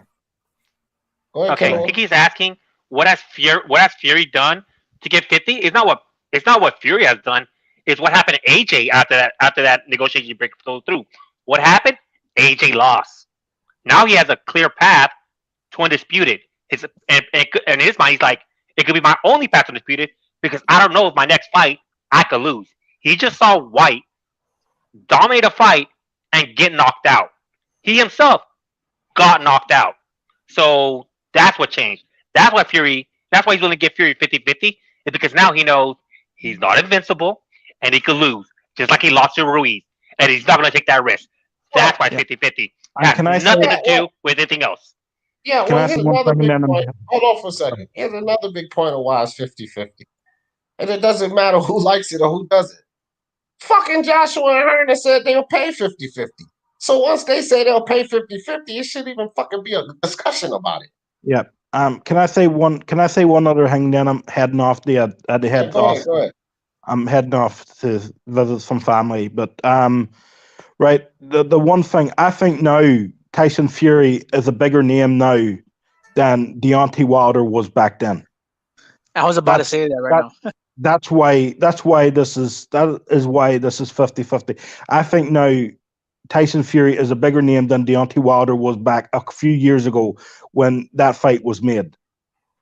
If that fight was to happen today and Deontay Wilder was undisputed, or Deontay Wilder was the champion now, I think it would be more 50-50 because he's a bigger name now than he was a few years ago. So, but Brian, I feel you. I feel what you're saying. But when he fought Otto Walling, 7-8 months ago, I mean, before he fought Wilder, like nobody hardly watched it in the UK. It was like 4 o'clock in the morning. I did. I believe that was AJ you know, a lot of people would stay awake to watch the fight, even if it was against Otto Walling. So you can't really say, I stayed up. I stayed up and watched it. Okay, and Pete, yeah, but you're Pete, Yeah, hardcore, bro. hold on for a second, guys. I'm Hold talking on. about the casual. Pete, all you can say is nobody in a certain, maybe not a lot of people in a certain region. But you can't say nobody watched the fight because a lot of people watched that fight. Maybe not in your region. What's the number though? What's the number? Hold on, Pete. Kalu was talking about numbers. Pete. Was I talking while y'all was talking? No. So show the same respect, fam. Now, again, this is where y'all go with this shit. You get ready to go far left too. Because it's real simple, man. Don't go far left with these things. You can prove a point, but you don't gotta go far left with it. To sit here and say nobody watched it, that's just totally unreasonable, fam. It's unreasonable. Maybe people in your region, a lot of people in your region didn't watch it because it was 5 in the morning. But Brian's Yeah, telling but what's the number though? What's the number? Pete. Brian's telling you, he's like in that time zone.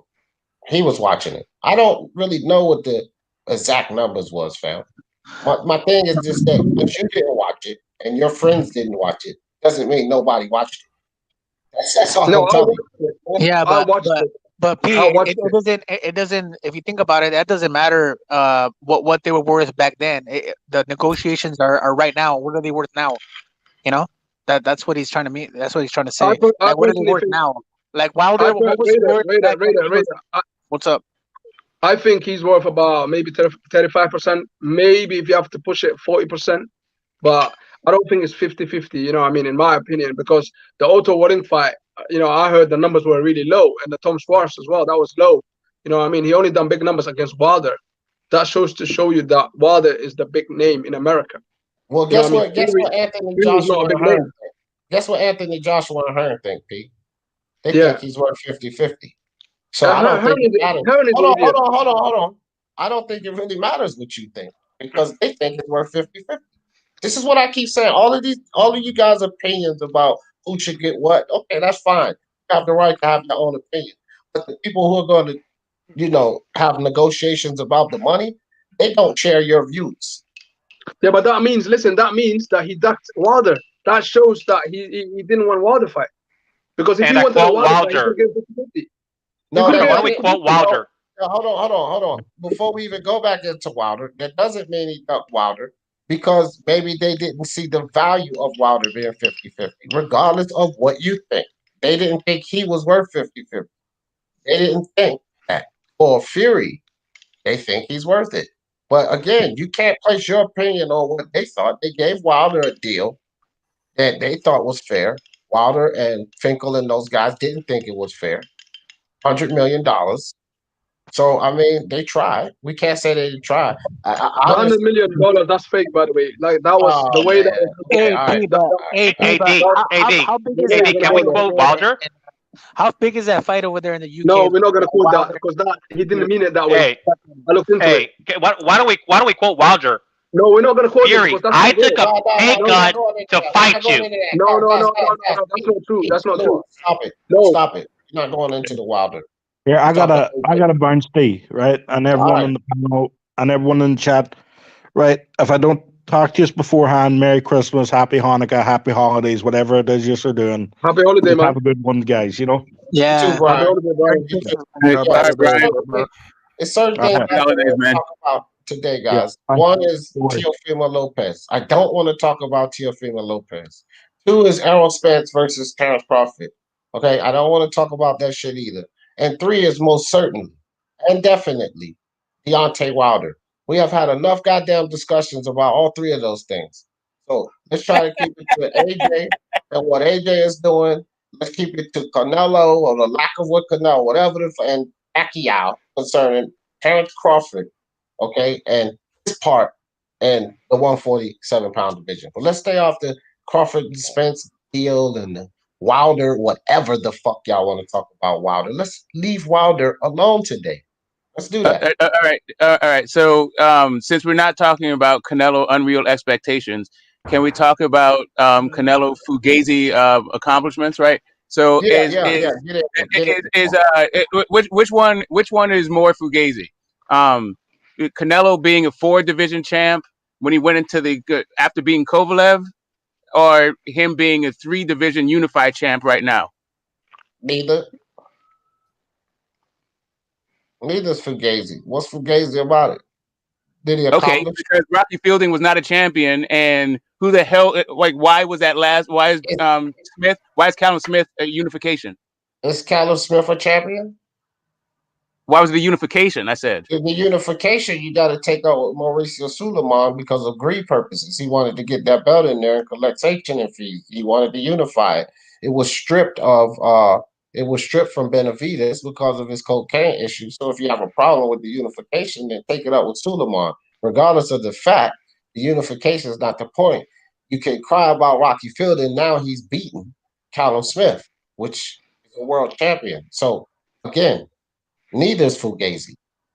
Well, you just gave the reason why one is Fugazi. You just told me who I should talk to about it was Mauricio Suleiman. But the reason I have to talk to Mauricio Suleiman is because it's Fugazi, right? So the question is, which one is it? Is it the fact that I have to talk to Mauricio Suleiman in order to find out why that was a unification, or is Rocky Fielding a real champion?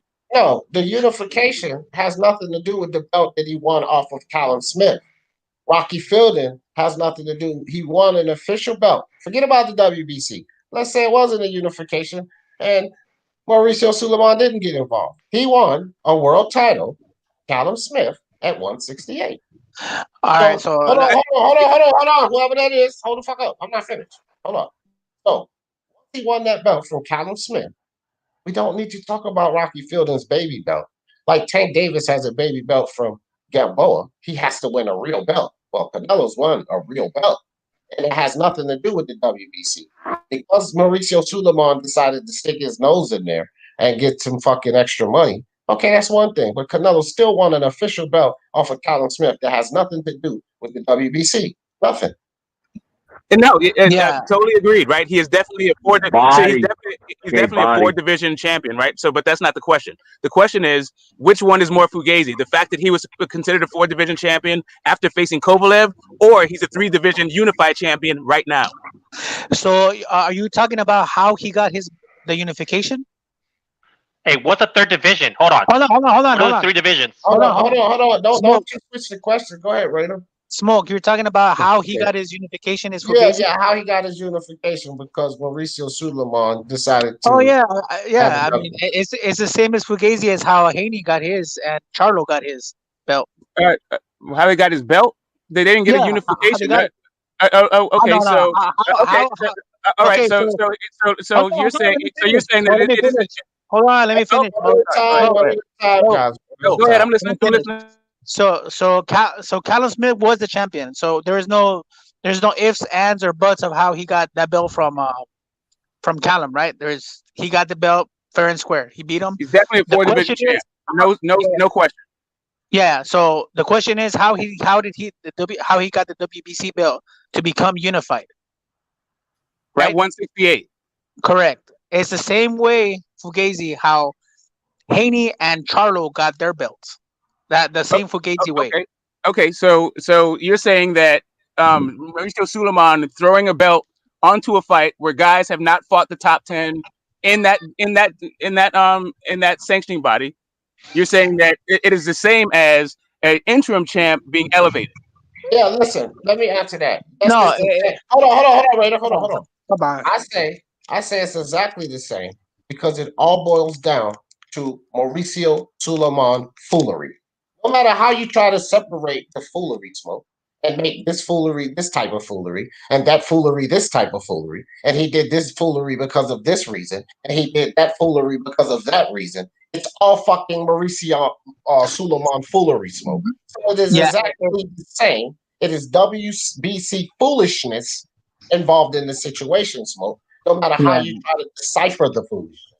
And if you had to pick, which one's more valid, if I had to pick which one's more valid, it would have to be fighting at least for the vacant belt, not just having it given to you by email without even fighting for it. So let's say, so you're saying that the interim champ, he wasn't fighting for a vacant belt, right? That's firstly. He was fighting for Callum Smith's belt. That was the fight. Then Mauricio Suleiman threw a belt on top of it to guys who have not fought anybody in the WBC top 10 for our top 15 to actually qualify for that belt, right? AJ was not the interim champ, right.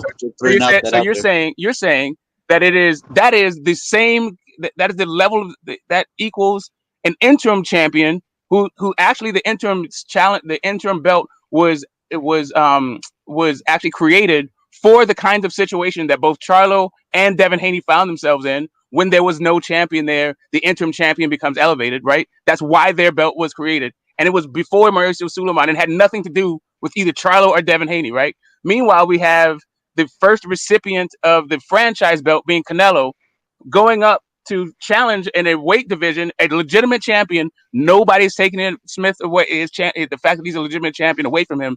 But why do we now need the WBC belt to throw on there to make Canelo a 3-division unified champ? Well, that's simple. Well, okay. You're talking about. Hold on. Let me respond quick. Hold on. That's the narrative. That's the narrative. Hold on. That's the narrative that we throwing this belt on here to make Canelo. No, Mauricio Sulaiman created the franchise belt because Mauricio Sulaiman wanted to fill his pocket. Mauricio Sulaiman just threw that belt into the mix for sanctioning fees so he could fill Mauricio Sulaiman's pocket. This was not a narrative to make Canelo anything. It may have it may have fallen into a place that Canelo did become that, but Mauricio Sulaiman did this for financial purposes for the WBC, not to benefit Canelo. Canelo was the beneficiary of WBC foolishness, like so many other fighters have been beneficiary of WBC foolishness. However, the WBC foolishness is concerning the WBC filling their pockets, no matter what type of subject or what we're trying to do with Canelo here. This is the thing. We put all of these things in line so that we can say Canelo this, Canelo that. No, Mauricio Sulaiman's best interest is green. That's why his belt is green and he's chasing the green because his best interest is green. It's not to suit Canelo. All right, Smoke. So you're saying that the interim was created, right? So like the WBC created that. So the WBC also created the franchise belt so you can move up and automatically fight for the WBC belt, which that's what happened. Well, you could fight the WBC champ, right? But anyway, he's already fighting for the WBA champ, so he didn't need to fight for the WBC champ, which was vacant. But also, but beyond all that, I think that you guys are placing 100% of the blame on Mauricio, who definitely deserves blame. But I believe this is shared blame because I don't think that Canelo is forced to take these belts. As a matter of fact, as you're saying that he's getting paid, it sounds like you're suggesting he's getting paid. He has to pay for these belts. So if he's getting benefit from it and he's also paying for the benefit, then he's also responsible for it. It's not like Canelo can say. It's not like they're forcing a belt down Canelo's throat. Canelo can say, "I don't want your fake belt," right? But it's a real belt. The only problem is it's a real belt. It's the same belt that we say that. All right, great. So then let's not. If it's a real belt, then let's stop. Let's just stop blaming Mauricio Sulaiman and saying it's him that's manipulating the situation. It's a real belt. So why is it that for this particular fight, the real belt is being challenged by somebody who has not fought in the for that title? Right? It's generally top 15 fighters in that sanctioning body that fight for the vacant title. How come these two guys who don't fit their qualifications get to fight for it? Okay, hold on. I know everybody want to jump in, but Smoke, you cannot dismiss Mauricio Sulaiman at any level. Don't say let's not blame Mauricio Sulaiman because it's Mauricio Sulaiman who makes the decision. He never had to put that belt up. Period. He never had to put that. Hold on, Smoke. I'm talking. Mauricio Sulaiman is solely responsible, first and foremost. Solely. You can point the finger at Canelo and what said about Canelo and all this blah, blah, blah. Mauricio Sulaiman is solely responsible, fam. Solely. Because he didn't have to try to collect sanctioning fees. That's what it's about. That's all I'm saying. It's about Sulaiman. Right, but I don't see how that is an argument for solely responsible. It sounds like maybe it's a better argument for primarily responsible. But at the same time, just like how me and you Smoke, right? We say that Teofimo is not undisputed, right? Why? Because on paper, Devin Haney has the belt. He has the belt. How he got it, It is what it is. How he got it, right? But so we got to keep the same energy with Canelo. Canelo has the WBC belt on paper.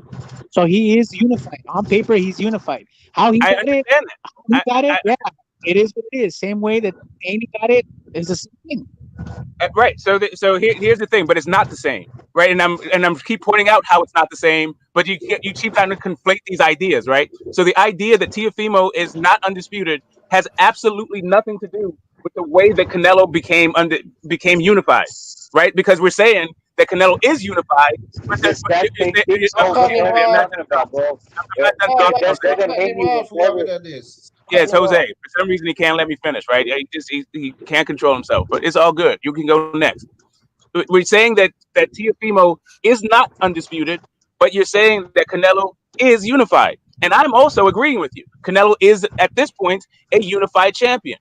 But at some point, are we going to actually acknowledge the fact this guy is getting his accolades padded? No, right, yes? Let's let Jose jump in. Wait. Hold on. Let's let Jose jump in. Wait. All right. Okay, what the fuck? Yo, I said, What up? hey, What up, I said, let's let Jose jump in there and then Mark. Jose. What up, everybody? Happy Christmas. I know that's your favorite. What's cracking? What's up, man? And I think Get This Book is always hating on Canelo, but that's nothing new, right? And it's funny how he's calling Canelo a fake unified champ, but then he calls Devin Haney a real champ and Charlo. So it's kind of funny. I think we all see that. But Devin Haney was never the interim champ, so I think he got his facts wrong right there. That's first of all. And Charlo was also never the interim champ. The way Devin Haney got his belt was because, if you guys forget, and I have to remind you, Loma and Campbell fought for the vacant WBC belt. The same thing. Loma and Campbell fought for the vacant belt, so it's not like it's never been done before. And that's the same vacant belt that Haney got without even fighting. Now, as far as Canelo and the WBC unification, is the same thing. Now, do you know who the challenger who Canelo was supposed to fight for that WBC belt? Is that guy Yildirim. Do you really want to see Canelo fight Yildirim so you could call him a real WBC champion? If that's the case, then it's cool. I'm cool with it. I'll see Canelo fight Yildirim next, and then he'll be the real WBC champion. Yeah, that fight's next. What's up, Mark? Yo, y'all hear me? Yeah. Yeah, my whole thing on this whole situation is, like, one, I feel as though Callum Smith technically had a right to fight for the WBC world title, because back when he fought against Eric Skoglund, he was elevated to Diamond Champion, and he was actually made the mandatory. And then when he became the WBA Super Champion, he was still the mandatory, but they never forced it. While Benavidez was the champion, they never forced the mandatory with the WBC of Callum Smith. Then they ended up, for one reason or another, without an eliminator, just giving Avni Yildirim a mandated fight. So technically, Canelo fought one mandatory, and if he fights the next one, that would be 100% fair that he'd be a unified champion at that stage. I have no issue with it. Right. So, So at that stage, right. So we're just talking about this stage, right? Even right now, I have no issue with it. And Rival, I'm not even going at you about this. I just wanted to clear up one thing. Charlo was an interim champion. He got that in the Centeno fight. Centeno. I can't remember the dude's name, but yeah, he was an interim champ. So the interim. You have two champions who were elevated, and one guy who actually fought champion for a belt. But he fought a WBA champion. He didn't fight the WBC. He also fought the rightful mandatory. Hold on. Hold on. But he did fight the rightful mandatory. His piece off, fam. Like let Smoke talk, because it's just gonna get out of hand. Go ahead, Smoke. Right. So the idea that he can fulfill both with Liam Smith, I think is a stretch. But at least it's addressing what I'm talking about, right? You can say that the guy was a mandatory for, before he became champ. That's fine. but he never actually exercised that mandatory. And there's been a couple of different there's been at least one champ to come during that time, right? So the fact that he didn't exercise it against David Benavidez, to me, is telling, and to me says that maybe it's David Benavidez that he should be securing this against, and not Yildirim or Smith. But that's a different kind of argument. All I'm pointing out is how come people are just overlooking the fact that this guy is being handed a unification with a Callum Smith fight. Okay, so nobody's overlooking that. Go ahead, Mark. Go ahead, Mark. So let me. I'm not overlooking it. I know I'm not overlooking it. All right, go ahead, Mark. So when he became the WBC Diamond Champion, right? Mauricio Sullivan said that he was the mandatory, right? Then when David Benavidez became the WBC Champion, Mauricio never ordered it, even though it was requested twice and they rejected it. And then they put Anthony Durrell into the fray. After Durrell and the Abney Yildirim fight, right? They allowed that to happen. They were forcing those fights, and essentially Callum Smith was getting pissed off, and he was paying for the sanctioning fees the entire time as the mandatory, and they rejected him as mandatory, even though he said he was mandatory. That's not on Callum Smith forcing or looking for the mandatory. Callum Smith was rejected twice by the WBC, even though they originally said he was the mandatory.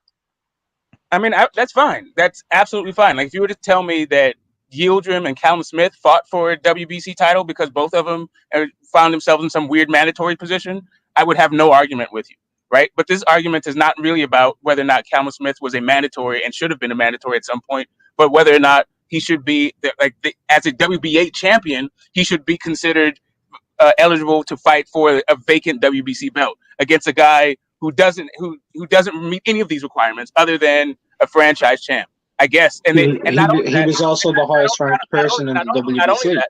Not only that, the fight between Canelo and Smith was already made for the WBA's championship that Smith actually held.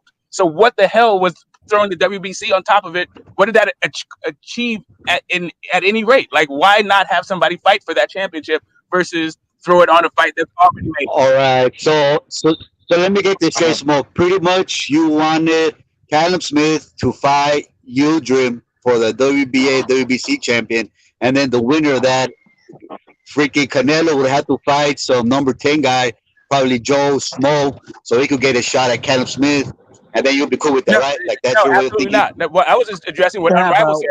What I want is what I would like is for Canelo to fight David Benavidez, but I would also like David Benavidez to be able to fucking make weight. So I don't know that David Benavidez can do it. But if we want to ask what I want, that's what I want. Yeah, but why didn't Devin Haney fight anybody for that belt then? Devin Haney was elevated as an interim. He fought for the interim title and won that fight. No, but he didn't fight anybody for the WBC belt though. Right. He was elevated. Canelo couldn't fight Benavidez because he fucking did coke and was a fat ass. All right, go ahead, Mark. Like, Smoke keeps bringing up the idea, right, that Callum's the WBA champion. Callum is also the highest ranked WBC contender. He was the Diamond champion. Right. Well, okay. First, I understand. We'll give you answer. You just don't want to hear him, bro. We'll give you all the answer. I understand that you're saying that he was the highest ranked contender.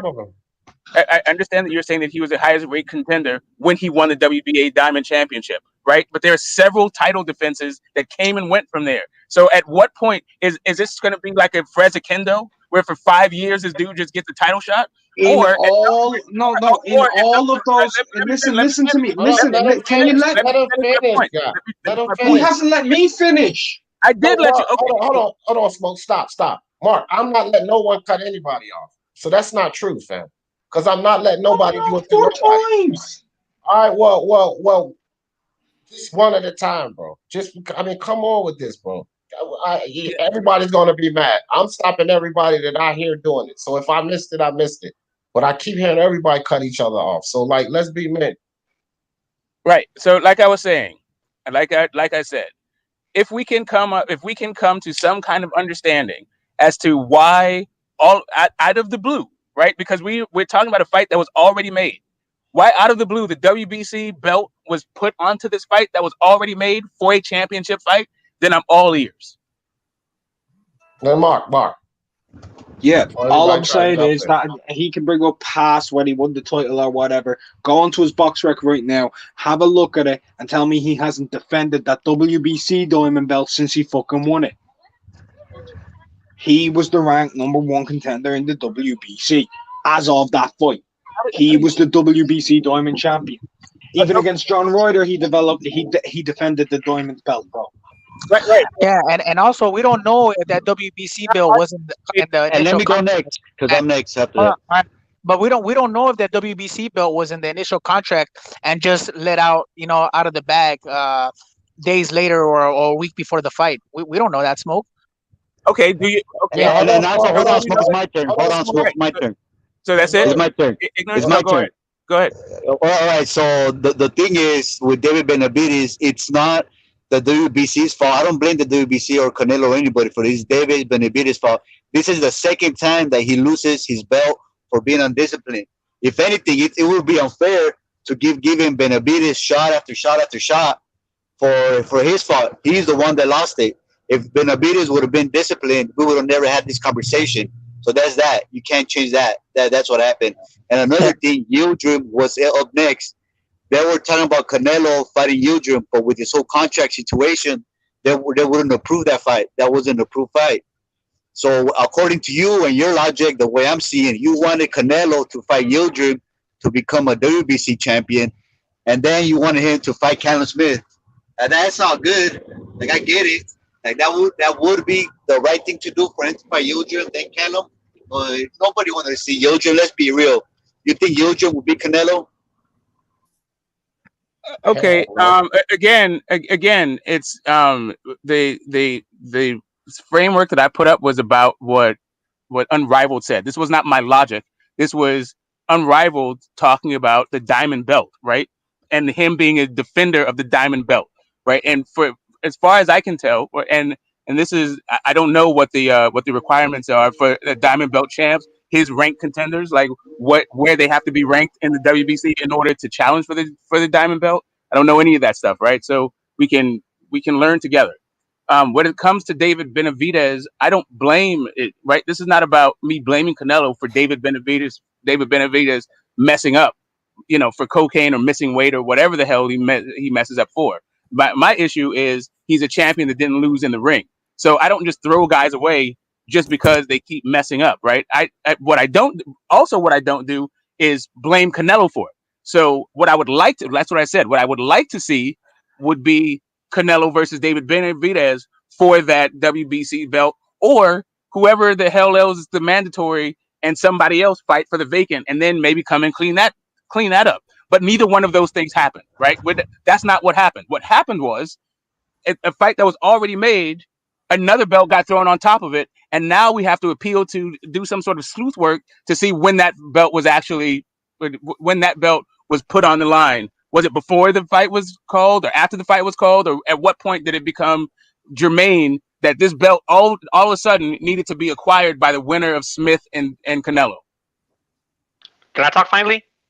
Exactly. I'm about to go. I'm about to go. Can I quickly say something? I just want to say something quickly. I'm going. 2 seconds. All I want to say is Canelo. He's a cherry picker. The sport's a joke. You know what I mean? All right, can come off. You know what I mean? He can fucking. Okay. Yeah. Maybe what could have happened is Yildirim didn't want to become Devin Haney, so he says instead of having a joke belt, I'd rather let the belt be defended in this fight. I fight the winner, so become a legitimate champion, and I'll be Devin Haney, who has a fake belt that nobody respects. How do we know that didn't happen? Because we're not behind the closed doors, so we don't know exactly why I got at it. But one thing I do know is Yildirim has his fight next, and if he beats Canelo, he'd be a legitimate champion instead of a fake champion, which he would be if he just won a vacant belt versus who knows who. Okay, so you're saying that okay, so that was Kalua's closing statement. And Smoke, what's your closing statement? My closing statement is, I think we need to definitely not expect the world out of these guys and appreciate, especially like Hall of Famers, appreciate what they've done for the sport. and where they are in the All sport. right, never mind. Fuck it. We can ready to go for about another 30 minutes. Two hands Oh, just all right, jumped cool. in. So We can then, go. so great. So by your logic, what you just set up, instead of fighting for a real champion versus a fake champion, Loma versus Luke Campbell was for a vacant belt, right? That doesn't make you like fighting for a vacant belt doesn't make you any more valid a champion than fighting for than being elevated. Is that what you're saying? That's cool that you say that, but my point is, why did this fight have to be for unification? There was Canelo's already a belt on franchise the line. champion. There was already a belt on the line there, and you can't unify that unless Mauricio Suleiman deems it possible to be unified, and he does that on a case by case scenario. He does that on But money isn't by money scenario. yeah, but isn't the franchise you're able to go up and wait and challenge for that belt right away? Yeah, that's another I mean, point. it's whatever Mauricio says it is. Well, no, I mean, let's hold be on honest for a about minute. Hold on. That's a good point that Raider just made, and we ain't just gonna, like you say, smoke gloss over that. That the exclusion is that you go up to the next weight class and you're able to fight for that belt. Now, because David Benavidez sniffed his belt away, he still gets an opportunity to fight for that belt. So he put it on the line. That's a chance to fight for the belt. Right, but aren't you supposed to challenge the champion? Do you just challenge for the No, belt, even though there's nobody there? No. Oh, okay, so right, no, so hold on, Smoke. No, hold on, Smoke. no, I'm fine with it. I'm fine with it. I'm fine with that being the answer. Let me answer it. Okay, go ahead. Your interpretation is it has to be you have to fight a guy. The rule that says you get the opportunity to fight for that belt. Great. So my original question. So we go right back to my original question. Which one is more fugazi?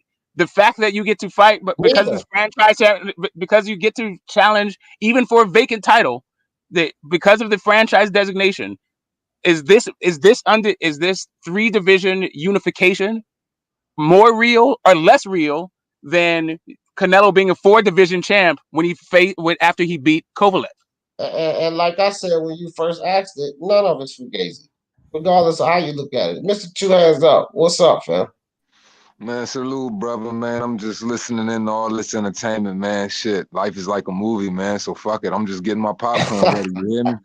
I feel you, dog. I feel you. What up? Salute. Raider, salute. What's cracking? Mark, salute. Palua, salute. Who that, Brian over there? No, that's Ben. Salute. Ben, salute. Ben Dover, what's poppin'? What's good? Man, chilling, my G. Everything well. Okay, right, back to the bullshit. Oh, yeah, Ben, go ahead, because you ain't said much, Ben. I wanted you to chime in on this. Everybody get a voice. Oh yeah, my fault. I actually just sat back down a second ago. I went up to make some food. What was the exact conversation? Well, that's all right. You'll get it. Just listen up, because they ain't finished yet, I'm pretty sure. But you missed a good one.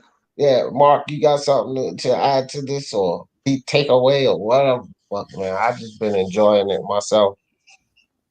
Now, my whole thing is like when we talk about like what's more fugazi, right? Like this happening, like so you've got a franchise champion fighting against a WBA super champion / mandatory / kind of not mandatory for the WBC title in the unification. Is that more fugazi than, let's say, the IBF, who has single-handedly the most weak mandatories in the entire sport, the WBO, which isn't even recognized by an entire organization and community, a WBA super belt, which doesn't have any mandatory responsibilities, where 90% of all of the champions don't unify belts, even though the entire purpose of it is for unification, or the WBC World Championship itself, where at middleweight we didn't even have a damn mandatory for the title in over 8 years. Is any of that more fugazi than any of the stuff I just mentioned? No, not really. The whole sport's fugazi. You gotta fucking deal with it. Facts. Well, right. So within the whole this whole sports fugazi, I'm just talking about specifically the belts, right? And the way that these belts are being handed out and also recognized. That's really what I feel like maybe I need to be really simple. Are we going to talk about how the WBA is a fake belt and ceremonial, WBA regular, but it's a real belt when Canelo gets it? Or it's all the time fake, or is it all the time real? I mean, who called the WBA a fake belt? Yeah, but I don't understand, Smoke, why you bringing up when he fought Fielding or Kovalev, he became a 4-time. I mean, he is a 4-time now. Right, So, because I mean, the issue is because we're talking about Canelo hate, right? So maybe some of what is being described as hate is just people who actually have a legitimate gripe outside of Canelo when it comes to what's going on with these belts, and what's going on with these belts seems to be part of what is being marketed as Canelo's greatness. So what? It's the same thing that's being marketed for Tank Davis's greatness. It's just what Mark was just saying. It's a part of boxing. Like all of these goddamn people that want to sit here and bitch him on about Canelo was the same ones that was accepting Tank, multi-division champion, fighting fucking Gamboa for the same kind of belt. And Floyd's marketing him to be the biggest star and all of this nonsense. It's the same. Okay. It's the same. Yeah, So hold on, but we're not talking. But they're not on the. Fuck that. I'm not finished. Right? You said your piece on the same line. It's the same bullshit all around. And these PBC lovers are comfortable with it when it's their bullshit. But when it's someone else, they want to point a finger at it. Fadon does this all the time. Fadon's a perfect example of this. And even though you may not be on the same page as Fanon Smoke, you tend to have the same arguments as Fanon. Okay? Even though you may not have the same reasoning, you have the same arguments. But he will sit there and accept all of this for Tank Davis and anybody else that it happens for at the PBC, but it's such a big problem and a travesty, and why Canelo has to be expected to do so much more than everyone else. It's all bullshit because it happens all around the board. I'm not finished, Mo. I know you like L Dog now. I know you don't like this. No, I'm just waiting. I like didn't know you're done. Well, I ain't finished then. Right? Like I'm gonna rant a little bit about this bullshit. It's all good. It's all good. I'm all here. It's not consistent. Rant, my it's brother. not even around boxing what we gripe and bitch and moan about. Like the Floyd Mayweather fans that want to say, "Oh, Floyd was an angel." Canelo's doing this, that, and the third. Well, he got the idea from Floyd. Okay, he got the idea from Floyd to maneuver around boxing the way he does. It's not okay one time. It's just, and it's a travesty the next time. It's the reality of boxing right now. That's the reality of boxing, and that's what Mark was alluding to. This is a part of boxing. You want to call it fugazi, and you start digging down the line and go down the line of PvP fighters and make a list and bring it up here so I can post it up of what's fugazi. There's a lot of fugazi shit going on there. But I don't really hear you too much folk arguing when it's fugazi shit happening under Al's banner. I don't.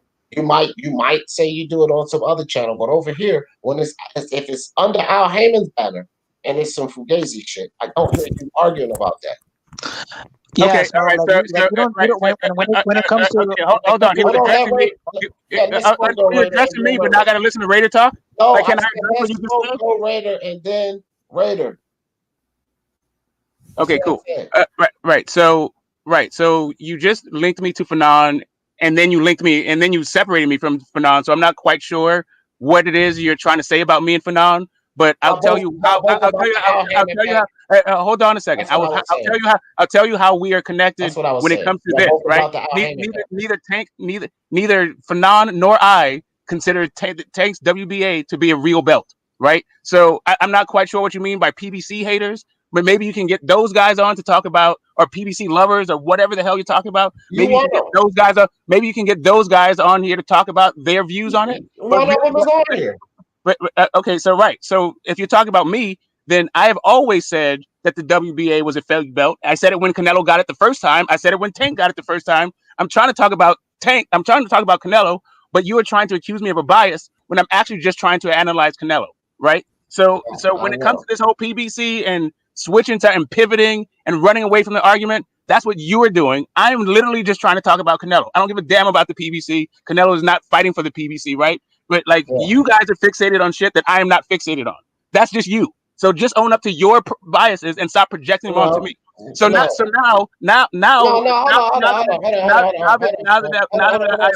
Smoke. No, I don't work like that. You don't take a shot at somebody and just try to keep going. No, sir.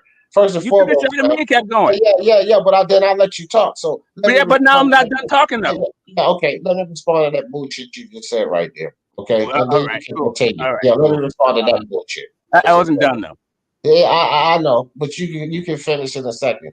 Cut all that bullshit out about what you display, fam. If this is what you display, that's what you display. I always talk about people's inconsistencies. When P get up here and he says some shit before and not keeping the same energy, I talk about it. And I don't care what you say, the correlation with you and Fanon was that if it's not under the Al Heyman banner, there's no argument. That's my point, and that's what I see. I don't argue with you if it's under the Al Heyman banner. I never do. It's always this type of shit. So if that's what I see out of you, I have every right to say it because you don't argue with me unless it's the Al Heyman banner.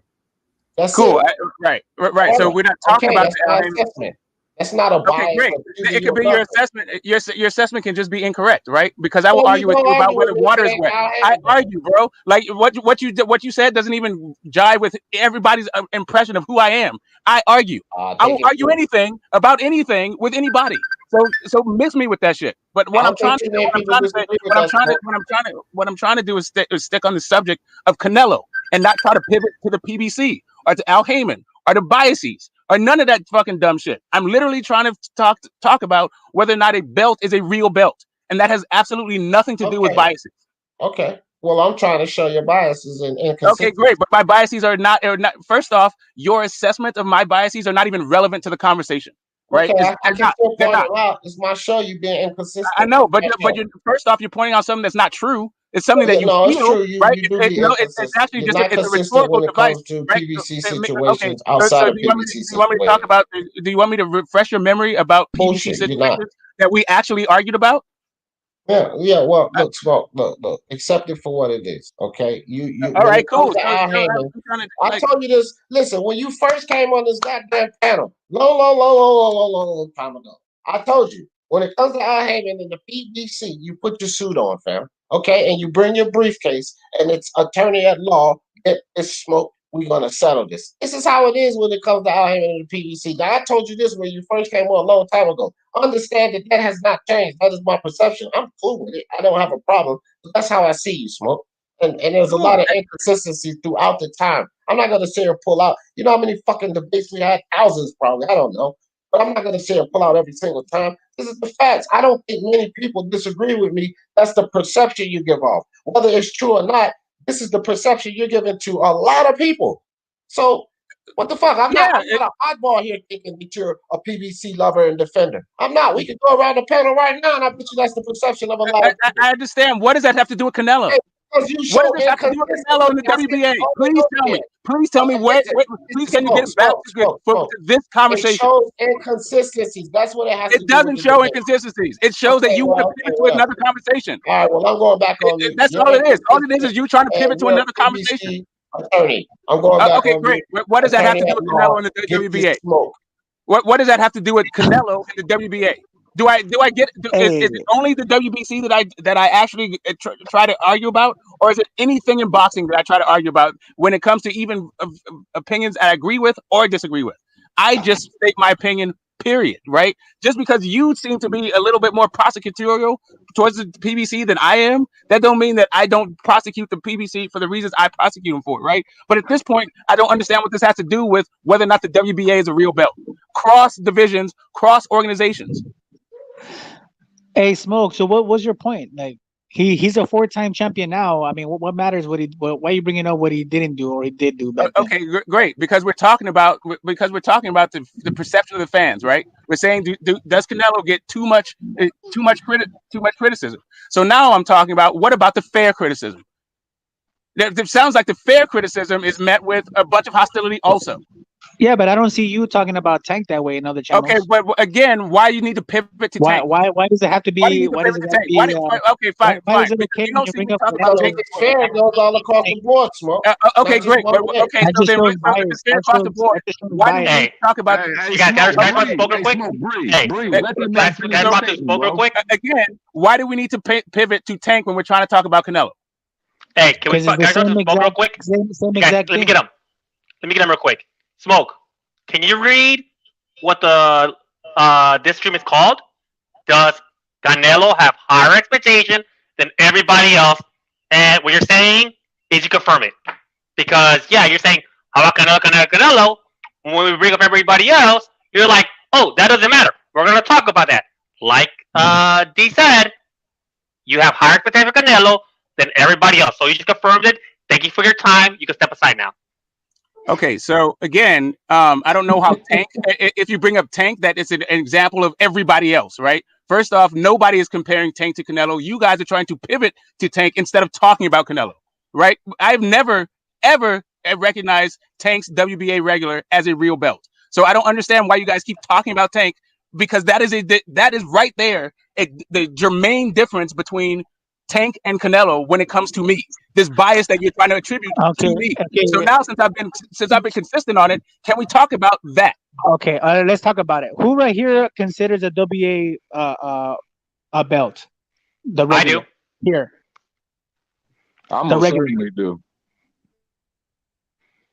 So I mean, I don't get what Smoke's trying to get at. I mean, you're talking about something that he didn't do back then when he is now.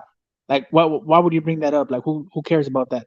Okay, again, I thought I was pretty clear, but maybe you missed it, so I'll clarify once again. Since we're talking about the unfair criticism Canelo gets, why don't we talk about the fair criticism that he gets? Whether or not that criticism is fair, or is that also unfair? Do you understand now? So, all right. So on paper, was he a 4-time champion? On paper. On which paper? Whether you consider the WA regular belt a title or not, on paper, is he a 4-time champion when he fought after? What paper? What paper? What are you talking about on paper? What do you mean? What do you mean? What do you mean? I mean, what do you mean by on paper? What does on paper mean? That's what I'm asking you. You're the one using the term. What do you mean by it? Smoke, come on. You sound like you are the one using the term. What do you mean by it? Hey, Smoke, wait a minute. Hold on. Smoke, hold on. Smoke, hold on, Raider. Smoke, why are we gonna sit here and even begin to argue about a term that everybody in America knows what it means? He knows what it means, but I know. Hold on, Raider. Hold on. Like this is where the shit starts to get stupid and ridiculous. Let's just go forward with the discussion, Smoke. You know what on paper means. We don't have to sit here and define that term, Smoke. Seriously. Especially you being involved in politics and shit the way you were. We know what the analogy, what it's referring to. We all know what that's referring to. So let's move on with the conversation. Hold on, Raider. Hold on. Let's just move on with the conversation instead of making this an argument about on paper. Smoke, like, come on. Right, because there are papers that say, as you brought up, that Teofimo Lopez has 4 belts, right? So if you ask if Teofimo Lopez is undisputed on paper, sure, you can go. It depends on the paper you're looking at, right? So when we're talking about these kinds of terms, I think they bear definition and going a little bit past the superficial, because the superficial doesn't give us the answers that we're looking for. That's just my impression of it. I'm trying to figure out a conversation between boxing heads, not actually pushing an agenda. I don't know why you guys keep going to our biases and all this other weird ass shit when I'm actually just trying to get some universal terms defined. All right, Smoke. Well, I got. Hold on, Raider and Smoke. Raider and Smoke. I got about 9 other people, or like 9 people total on the panel. So y'all take a breather. Smoke, take a deep breath, because you're gonna hear a lot of stuff you don't like to hear, Smoke. I'm probably sure, but you're gonna have to wait till it come around to you. I can't let you respond to everyone, or it'll just be Smoke talking half the damn time. But L Dog jumped on, IVT jumped on, and Mark and Mr. Two Hands, if y'all gotta say something. So L Dog, I'm sorry. What did you get ready to say, L Dog? Yeah, man. So I just want to say, man, like, first of all, thanks for having me on again. You know, I had a coffee, so I'm a little more awake now. You know, I'm gonna be even more lethal than I was previously. Oh my God. But Smoke, when you talk about biases and all that, I just find it ironic, man. Like, let's just all front up about our biases, because everyone has some sort of bias, you know, whether it be towards their race or whatever. I don't care, but what I do care about is when other people having their biases try and discredit other people. And I feel like, to be honest, man, you do hold fighters to different standards. You do discredit fighters like with Canelo and all that, man. You know, let's just be real here, Smoke. You know, if you're biased, that's okay. But just admit it and stop discrediting other fighters. All right, man. So whoever else, IVT, if you got a comment, I hope it's about the boxing topic and not Smoke's character. But thanks for that long drawn out nothing, L Dog. We appreciate it. IVT, what's up, fam? Yeah, what's up, D? I'm just listening in, and to me, the message is pretty clear. So I just came on the panel maybe so I can, be like a translator, if you would, because I understand what you guys are saying, but Smoke isn't quite understanding, or I think you guys are just on different pages, right? Um, to me, it seems like Smoke's trying to have a different conversation than what the actual topic of the live stream is, and that's what I feel you guys are saying, right?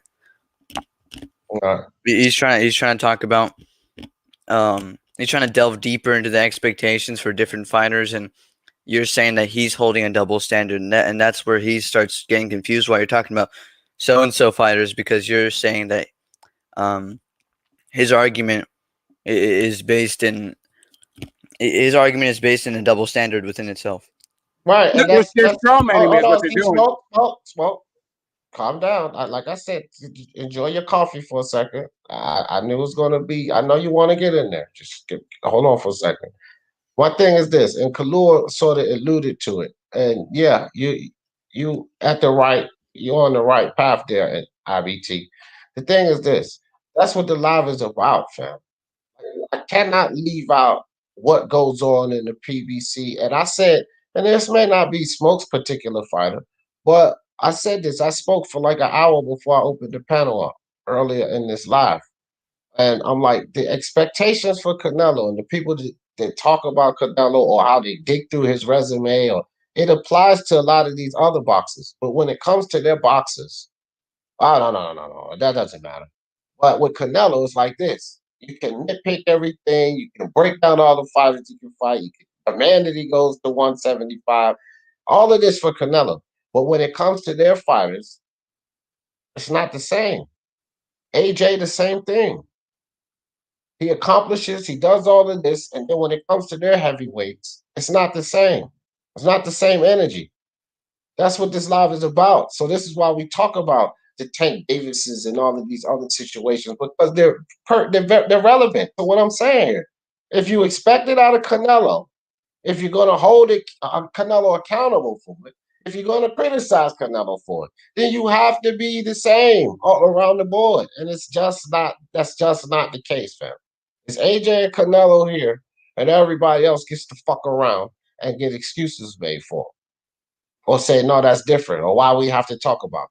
That's what the fucking live about. So we got to talk about that. It's the inconsistencies. It's the double standards. It's the higher expectations. It's the bullshit, the tomfoolery. D-style boxing with the contribution to the Speaking Mind Sports Talk family. Appreciate your brother.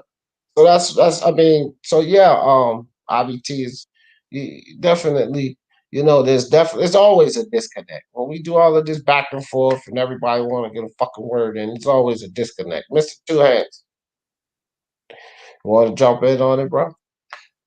Man, honestly, bro, like I really don't even have nothing to say about it. Like, really, it was a bunch of ping pong and bullshit going back and forth. Like, that shit just really made my fucking head spin to the point I almost regurgitated in my lap. So at the end of the day, man, look, man, I'm just here to live and let live, man. Enjoy the conversation. And when I feel like I hear something fruitful, man, I'm more than willing to jump in. And you know what I'm saying? But I don't know, dog. For the love of sport, let's talk about it. Let's talk about it. Hey, I feel it, man, but look, I'm talked out for this one, man. Like, we always get excited. Smoke always there's certain people that always bring some shit. L Dog, one of them. Get this Smoke. Here's another one. Who else? P Boxing. He left, but that motherfucker gets it cranked up too. Y'all guys always big game. Here's another one. That's what happened. But yeah, I don't get how we we gotta criticize Canelo. It's cool to criticize him, but you gotta do it to the point where you gotta look at something he did or he didn't do back then or what he is now. You know what I mean? I just don't get it. Raider, say his name again. Say his name again. Right. So again. Hello. Right. So here's the deal. So first off, what's happening is I'm getting strawmanned, and then also I keep answering you keep asking the same question. Why is he being criticized today for something that happened in the past? I am actually talking about his accolades. So his accolades are what his actual history that exists. The moment he gets the accolade, for the rest of his life, he will achieve that accolade. So it's not like the accolades have an expiration date for either examination, praise, or analysis, actually, or even devaluing if need be, right? That's what happens with every other fighter in every other situation, I don't understand why it wouldn't happen with Canelo.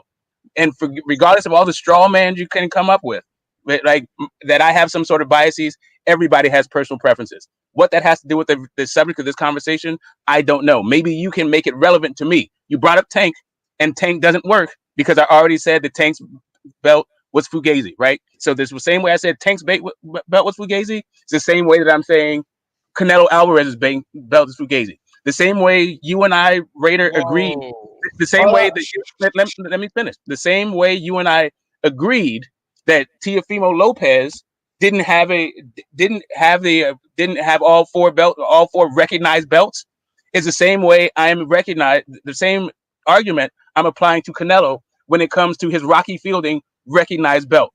So when I talk about padded accolades, that's what I'm talking about. The dude is getting recognition for belts that aren't recognized. Like that. Hey, but I think Smoke. Hold on, Raider. Let me respond. Hold on, Raider. Thanks, Smoke. That was the closing thoughts. Ben, give me some closing thoughts. I'm going around the table, Raider, because I'm going to shut it down. That was Smoke's closing statement. Ben, you got something to say, fam? Some closing thoughts. You there, Ben? Ben is timed out. All right, Raider, your turn. Closing thoughts. Yeah. All right. Well, I think Smoke's getting it confused, right? He's getting recognized titles confused with just champion. 4-time champion doesn't say have to be recognized, right?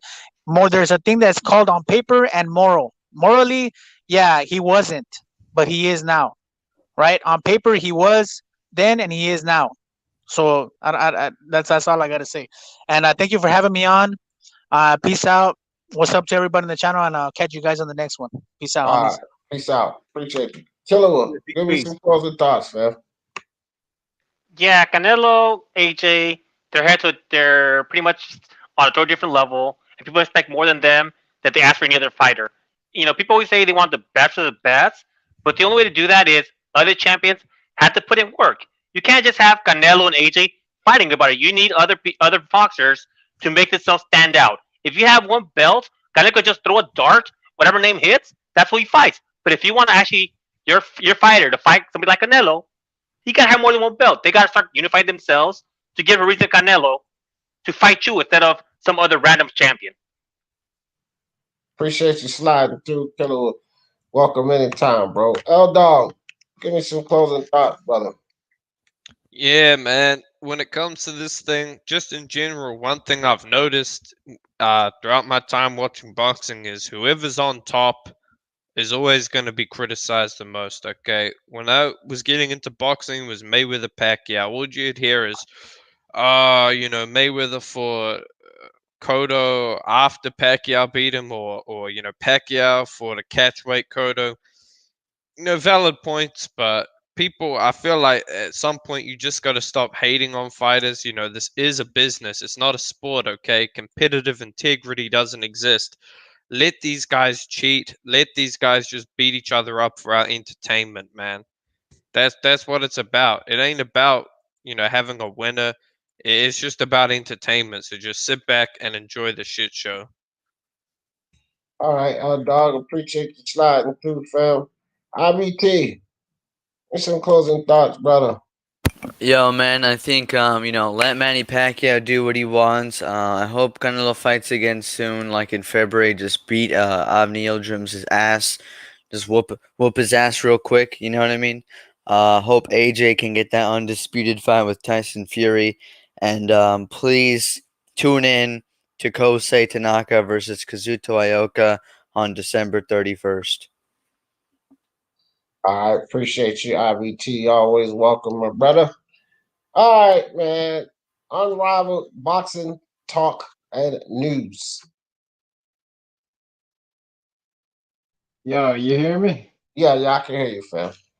Yeah, I just want to say thank you to the whole panel. Y'all are a trip, man. I'm stoned out of my head and I've been laughing my ass off for 40 minutes. Yeah, man. Appreciate you sliding through, man. Oh, and tune in to Kosei Tanaka getting his ass whooped by Kazuto Ioka on December the 30th. I'm damn sure gonna be watching. Appreciate you, Mark. Mr. Two Hands Up. Give me some closing thoughts, brother. All right, man, listen up, man. Oh, hey, at the end of the day, man, with me, it all boils down like this, man. I heard a lot of shit today. You know what I mean? Very, very entertaining shit, whether it was some good shit or whether it was some bullshit. It was still some entertaining shit, man. So just inhale it all. The good smells, the bad smells. Shout out to Skitty! And man, look, at the end of the day, man, we just got to continue to honor the game, man. And look, hey, man, y'all see that picture right there, man? That's Lil Lomi. We don't call him Lomachenko no more. We call him Ice Pack Chenko. We call him Lil Lomi. Stop with all the excuses. Stop with all of the crybaby bullshit, man, and accept your loss. You went all the way over the motherfucking, you went all the way back home just to kick 59 minutes worth of bullshit, and I ain't feeling it. And at the end of the day, as we always say, it costs you nothing to pay a nigga no mind. Respect to the panel. I'm out. Appreciate you. Appreciate you, two hands. Well, guys, I'm going to say this. Carlos said after this stream, BDA is going live. Yeah, y'all go check out BDA for sure. All right, so check this out, man. Anthony Joshua and Canelo Alvarez are held to a higher standard. Makes no sense, man. Ron says, Skitty! Appreciate you, man, with the contribution to the Speak About Sports Talk family, Ronald. It makes no sense, man. Makes no sense. That's just, we had a couple of people come in today, and in my opinion, they validated what I'm saying here, that Canelo and AJ can do nothing right, fam. They're going to be criticized and held to higher standard. As AJ and Canelo fans, you better get used to it, because they're always going to demand much more than they demand out of their own fighters. When it comes to Manny Pacquiao, well, I don't care what Manny decides to do. If he decides to say F Spence and F Crawford and go take that Conor McGregor fight and drop that belt, touche to Manny. He deserves to do what he wants. That's a big money fight. That's a hell of a cash out fight for Manny Pacquiao. You know, shout out to Manny Pacquiao. He can do what he wants. I do say that you guys should be involved in that title, whether it's a title shot, whether they elevate him and make him fight someone, however it works, you guys should be involved in that. Should Manny have to drop that? Appreciate all you guys coming through, man. Pretty entertaining live. Appreciate all the guys on the panel sharing your thoughts, going back and forth. Smoke, Mark, Unrivaled, Two Hands, Ben, Killerwood, L Dog. Appreciate all you guys, man. And y'all know how I always end this thing. For the love of sport. Talk about it. Peace. Peace.